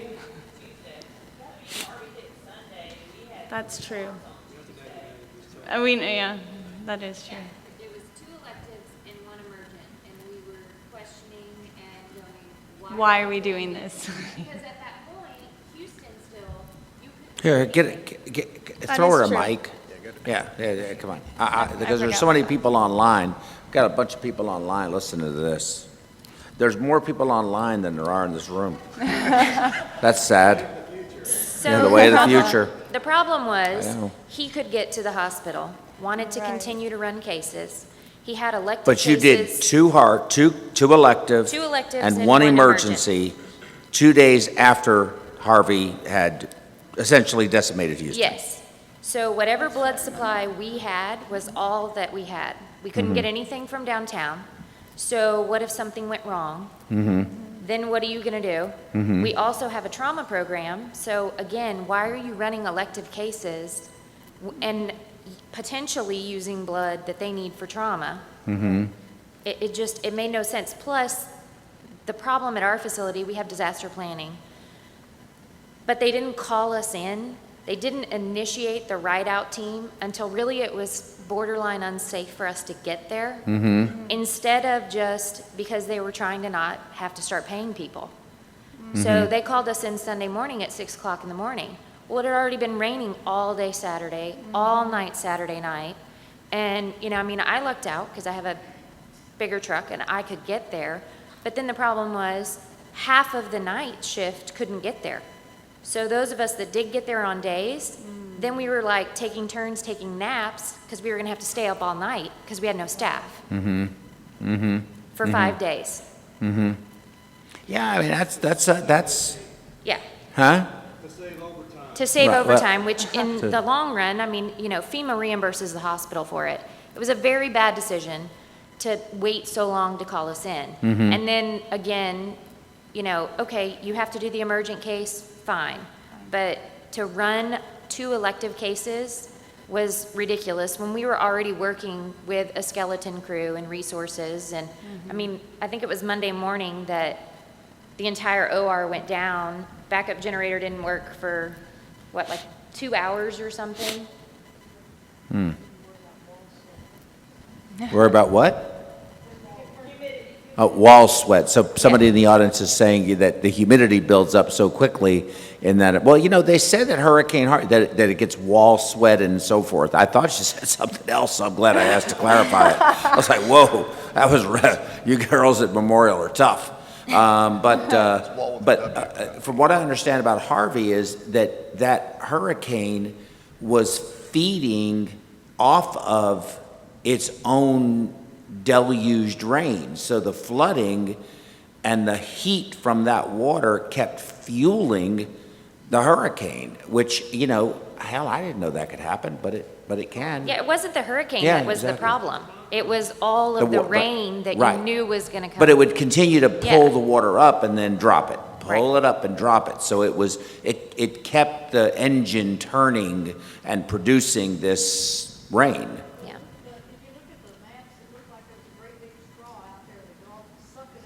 Mm-hmm. So the comment in the audience was it looked like, if you look at the maps, it looked like a big straw that was coming on an angle from over Houston out into the Gulf and then sucking it up and just dropping it from the way I guess that works, the way the evaporation works. It was something else. But you did go in. Were you responsible to go in is my question. Was you scheduled to go in or did you just go in? I was ride-out team A, so I was supposed to be the ride-out team. So I was scheduled to be off, but as soon as they call disaster, then you're required to come in. Mm-hmm. Mm-hmm. Mm-hmm. So we kept calling Saturday saying, can we come on Saturday? And they were like, no. We'll keep you posted. We'll keep you posted. We're going to, keep checking your emails. And we couldn't get any hotel rooms because they'd already booked all the hotel rooms. We know we had to beg, borrow, and steal to get one. I know. Believe me, I know. That is very true. Every hotel room. But that's a very good point. Dr. David, I know you don't have hurricanes, but I'm curious about how you guys deal with snow disease. You have to have issues. And while you're making your way to the mic, yes, sir. What did you want to say? I think this is a worthy discussion because we all have to deal with natural disasters. I've had a 20-year career in perfusion, largely on the east coast of the United States. And I want to share 2 experiences with you. One was doing an emergent cabbage during a hurricane. And I think we are all here to serve our patients. None of us here are self-serving, and I don't think many of us, other than the surgeons, are in the algorithm to decide when we need to do a case, natural disaster or not. And so whether you're in-house or you're on the team A or team B or whatever it is, we are there to provide a service for our patients. I think all of us will hold our hand up. None of us want to be the person whose mother's on the table but has decided to stay home. It's inconvenient for me to be in there. So that's number one. We need to meet a demand for our patients regardless of what's happening. Number 2 is, where do we fall in line of what is common sense, not just for our patients, but for ourselves and our family? It's very easy for me to say, okay, you need to have somebody in-house. I'll be in-house to provide that care. Where do I put my family in terms of that decision-making process? Is it responsible for me to always make a decision putting the patient first and putting my family last? That is a tough question. That has been my question from the beginning, and that is a tough question. Dr. David? I mean, here, out of curiosity, I don't know what the stuff is, to be quite honest, and I keep turning the television on during the episode that you had, the natural disaster. It crossed my mind how people are taking care of patients, since that's how I do every day. We don't have the same problem. Ice storm is by far worse than a snowstorm. I live in Canada 40-some years, and we have had 2 or 3 in 24 hours, like 5 or 6 feet of snow. But snow not the same. We can get some snowshoes and you walk to work. Or get to the subway doesn't stop running. The problem is ice storm, because ice storm you cannot walk anywhere. And the electricity is cut off immediately, but never to the extent what I heard you guys talking about. And our hospitals have their own generators, so the hospital itself doesn't suffer at all. It's more personnel, nurses, doctors, and supporting staff that have to come and go. But I find fascinating how many heroes I heard here today to do an elective operation on this setting is stupidity. But there are stupid people in the world, and you cannot have to live with them. One stupid person can't make that decision. But then there should be system of preventing these stupid person from being stupid. In the case of the nurses that we're talking about, the 2 elective and 1 emergent case, given the totality of circumstances, there's two issues. Several issues. One, if the surgeon feels this patient really needs to be operated on, or it's a different this story. is a problem, different story, right? But they could still feel that way. But if that's really not the case, and we all know what a scheduling emergency is, okay? We all understand the difference between a real emergency and a scheduling emergency. There are other people within that institution that have the power and authority to say, this ain't gonna happen. But nobody does. So, you can't fault one person when there is a system in place and mechanisms in place to avoid any one person making that kind of a poor judgment decision. So it has to be, you have to consider all the other people involved that administrate that hospital, I guess would be the issue, that didn't just simply say, whoa, no, we're not doing this. This makes no sense, and this is why. Does that make sense to you? Yeah, of course. Makes sense, now they say, but every hospital has a disaster plan. We have one, believe it or not. You have to use it. You can have a plan. You can have a plan. We know what to do, and Yeah. if it ever happens. So it's just, it's like war. The war plans go out the window when the bullets start flying. Absolutely. As a matter of fact, it sounds like a joke, but early this year, when the Korean leaders started saying we're going to start flying over Canada to drop nukes in the United States, Torontonians are horrified. One might drop in their heads, and what do you do if a nuclear bomb drops in Toronto? Well, I don't think you have to worry about that if it's a nuclear bomb, but a natural disaster, you do have to worry. This is a very good point. That's exactly true. The bomb drops, you're not going to worry about nothing for a while. No, absolutely. Yeah, possibly a long while. So, these are really provocative points that got brought up, and I don't know what the right answer is. I think that, we all love our families. We all have this responsibility. I think at the end of the day, if I was in your position, Brian, the only thing I might have done differently is I probably would have packed everybody up and left. I don't think I would have stayed.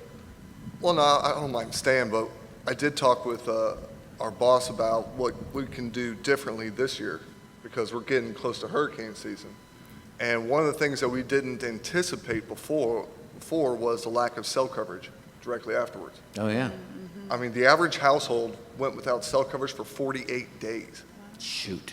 48 days. That's a lot. And one of the hospitals that we service is about 40 miles away south. They just got cell coverage last month. And we still do cases. You can text, but you can't call. You can't download anything. So they have to call from a landline to tell us when a case is. And then when we go down there, once we go down there, nobody's coming to get you because you can't contact anybody. And so during the hurricane, right afterwards, they couldn't contact their surgeon. They had to go to his house just to make sure he was okay. So next time, I would definitely have one person in at least the two main hospitals, the one further away and our main one. And we would have to have scheduled, okay, every 12 hours, it's your shift. Every 12 hours, it's your shift. Because you couldn't talk. Maybe around 9 o'clock at night, I could get through to my dad and tell him that, I'm okay. But that was it. We had every nightly, around 9 to 10 o'clock is the only time I could contact my family and let them know the update on, still no electricity, blah, blah, blah. So I would do that differently. Also, we don't have any backup batteries in our hospitals, other than the internal one that comes with the Sorin. So I would get one of those, I don't know, big ones that are on rollers. You can plug in a bunch of stuff and keep stuff for 4 hours. Also, all of our supplies we had to throw away because 2 weeks in moisture, that's not good. So we had to throw all those away. So we should have anticipated that this time have extra supplies before they stop mail service, which they did, before they stop all that. I think that would be helpful. Also, I would take apart the modules from the pumps and wrap them up in towels. Or put them in rice. Yeah, there you go. Put them in But, just to try and protect electronics more. Yeah. So there are a lot of little things that we could do because we have to assume that the electricity is going to go out again. And it did. In the following weeks, the following months, it went out 3 times on me on pump. 3 times, and the generator didn't come on for, the shortest was 30 seconds, the longest was about 3 minutes. Wow. And that's a long 3 minutes, Oh, yeah, that's When you're a long turning your time. suckers off, you're watching that gauge. Okay, what percentage do I have? All right. And there's no emergency lighting in the operating rooms. So guess what everybody has? We were doing cases like that. The nurses would have their cell phones out with the flashlight. And I had mine for the watch the level. Wow. That's scary stuff. And that's 2-3 months after. We just kept going through generators. We ended up with, I think we have 5 now. And Wow. last week, electricity still went out. So this is a long problem, but my problems are different from y'all. You're isolated. You're on an island in an ocean. You're not going anywhere. Yeah. And nobody's coming to get you. That's right. At Not for least a while. Not for a while. Yeah. That's true. The Well, military and everybody really helped us out. That was nice. that's good. Trump did a good job. Oh, absolutely. Yeah, I loved when he threw the paper towels like it was a basketball. The natives really liked that. I have no doubt that they did. Oh, my wife was so happy. Anyway, did you go out there or like a football? Did you do one of these? I should Did you have, do a yeah. Heisman? So, I used to live in Puerto Rico. This has been a really good session. I think I've learned a lot from it, and it's been helpful. I think it asked more questions and gave answers certainly, but hopefully it'll just stimulate some provocative thought within ourselves, and maybe we can revisit this at another time and talk about maybe we should have a session on disaster preparedness and what we really do and how the hospital has one, but what do we do as an industry? Do we have our own idea of what we need to do? But I will leave you with this one final thought before we get done for the day, and thank you all for sticking it out so long. I used to live in Puerto Rico as well. And I lived up in a little town called Adjuntas that was up in the mountains. And the place that I had was a kind of a really cool pad at this place called the Hotel Monterio. You ever been there? No, Never well, I been know there? the city. Yeah, and but had a really cool pad up there. And so I know you said that somebody had to go to the doctor's home. The only time in my life where somebody actually came to find me for a case was I had been out the night before and I had had a little bit had imbibed just a little too much. And apparently I had a case scheduled the next morning and didn't realize it and wasn't hearing the phone. So they were banging on my door. Somebody was banging on my door. I was like, who's banging on my door? You know, what the hell time is it? And it was them to tell me that I had to go to work. So it's the only time anybody ever came to the house to find me. But that was it. Thank you all very much. Let's enjoy New Orleans and your lunch, and thank you for being here. We'll see you in the morning, bright and early. Don't forget, grand prize tomorrow. You want to win that. Dr. David. Well, thank you very much. Are you?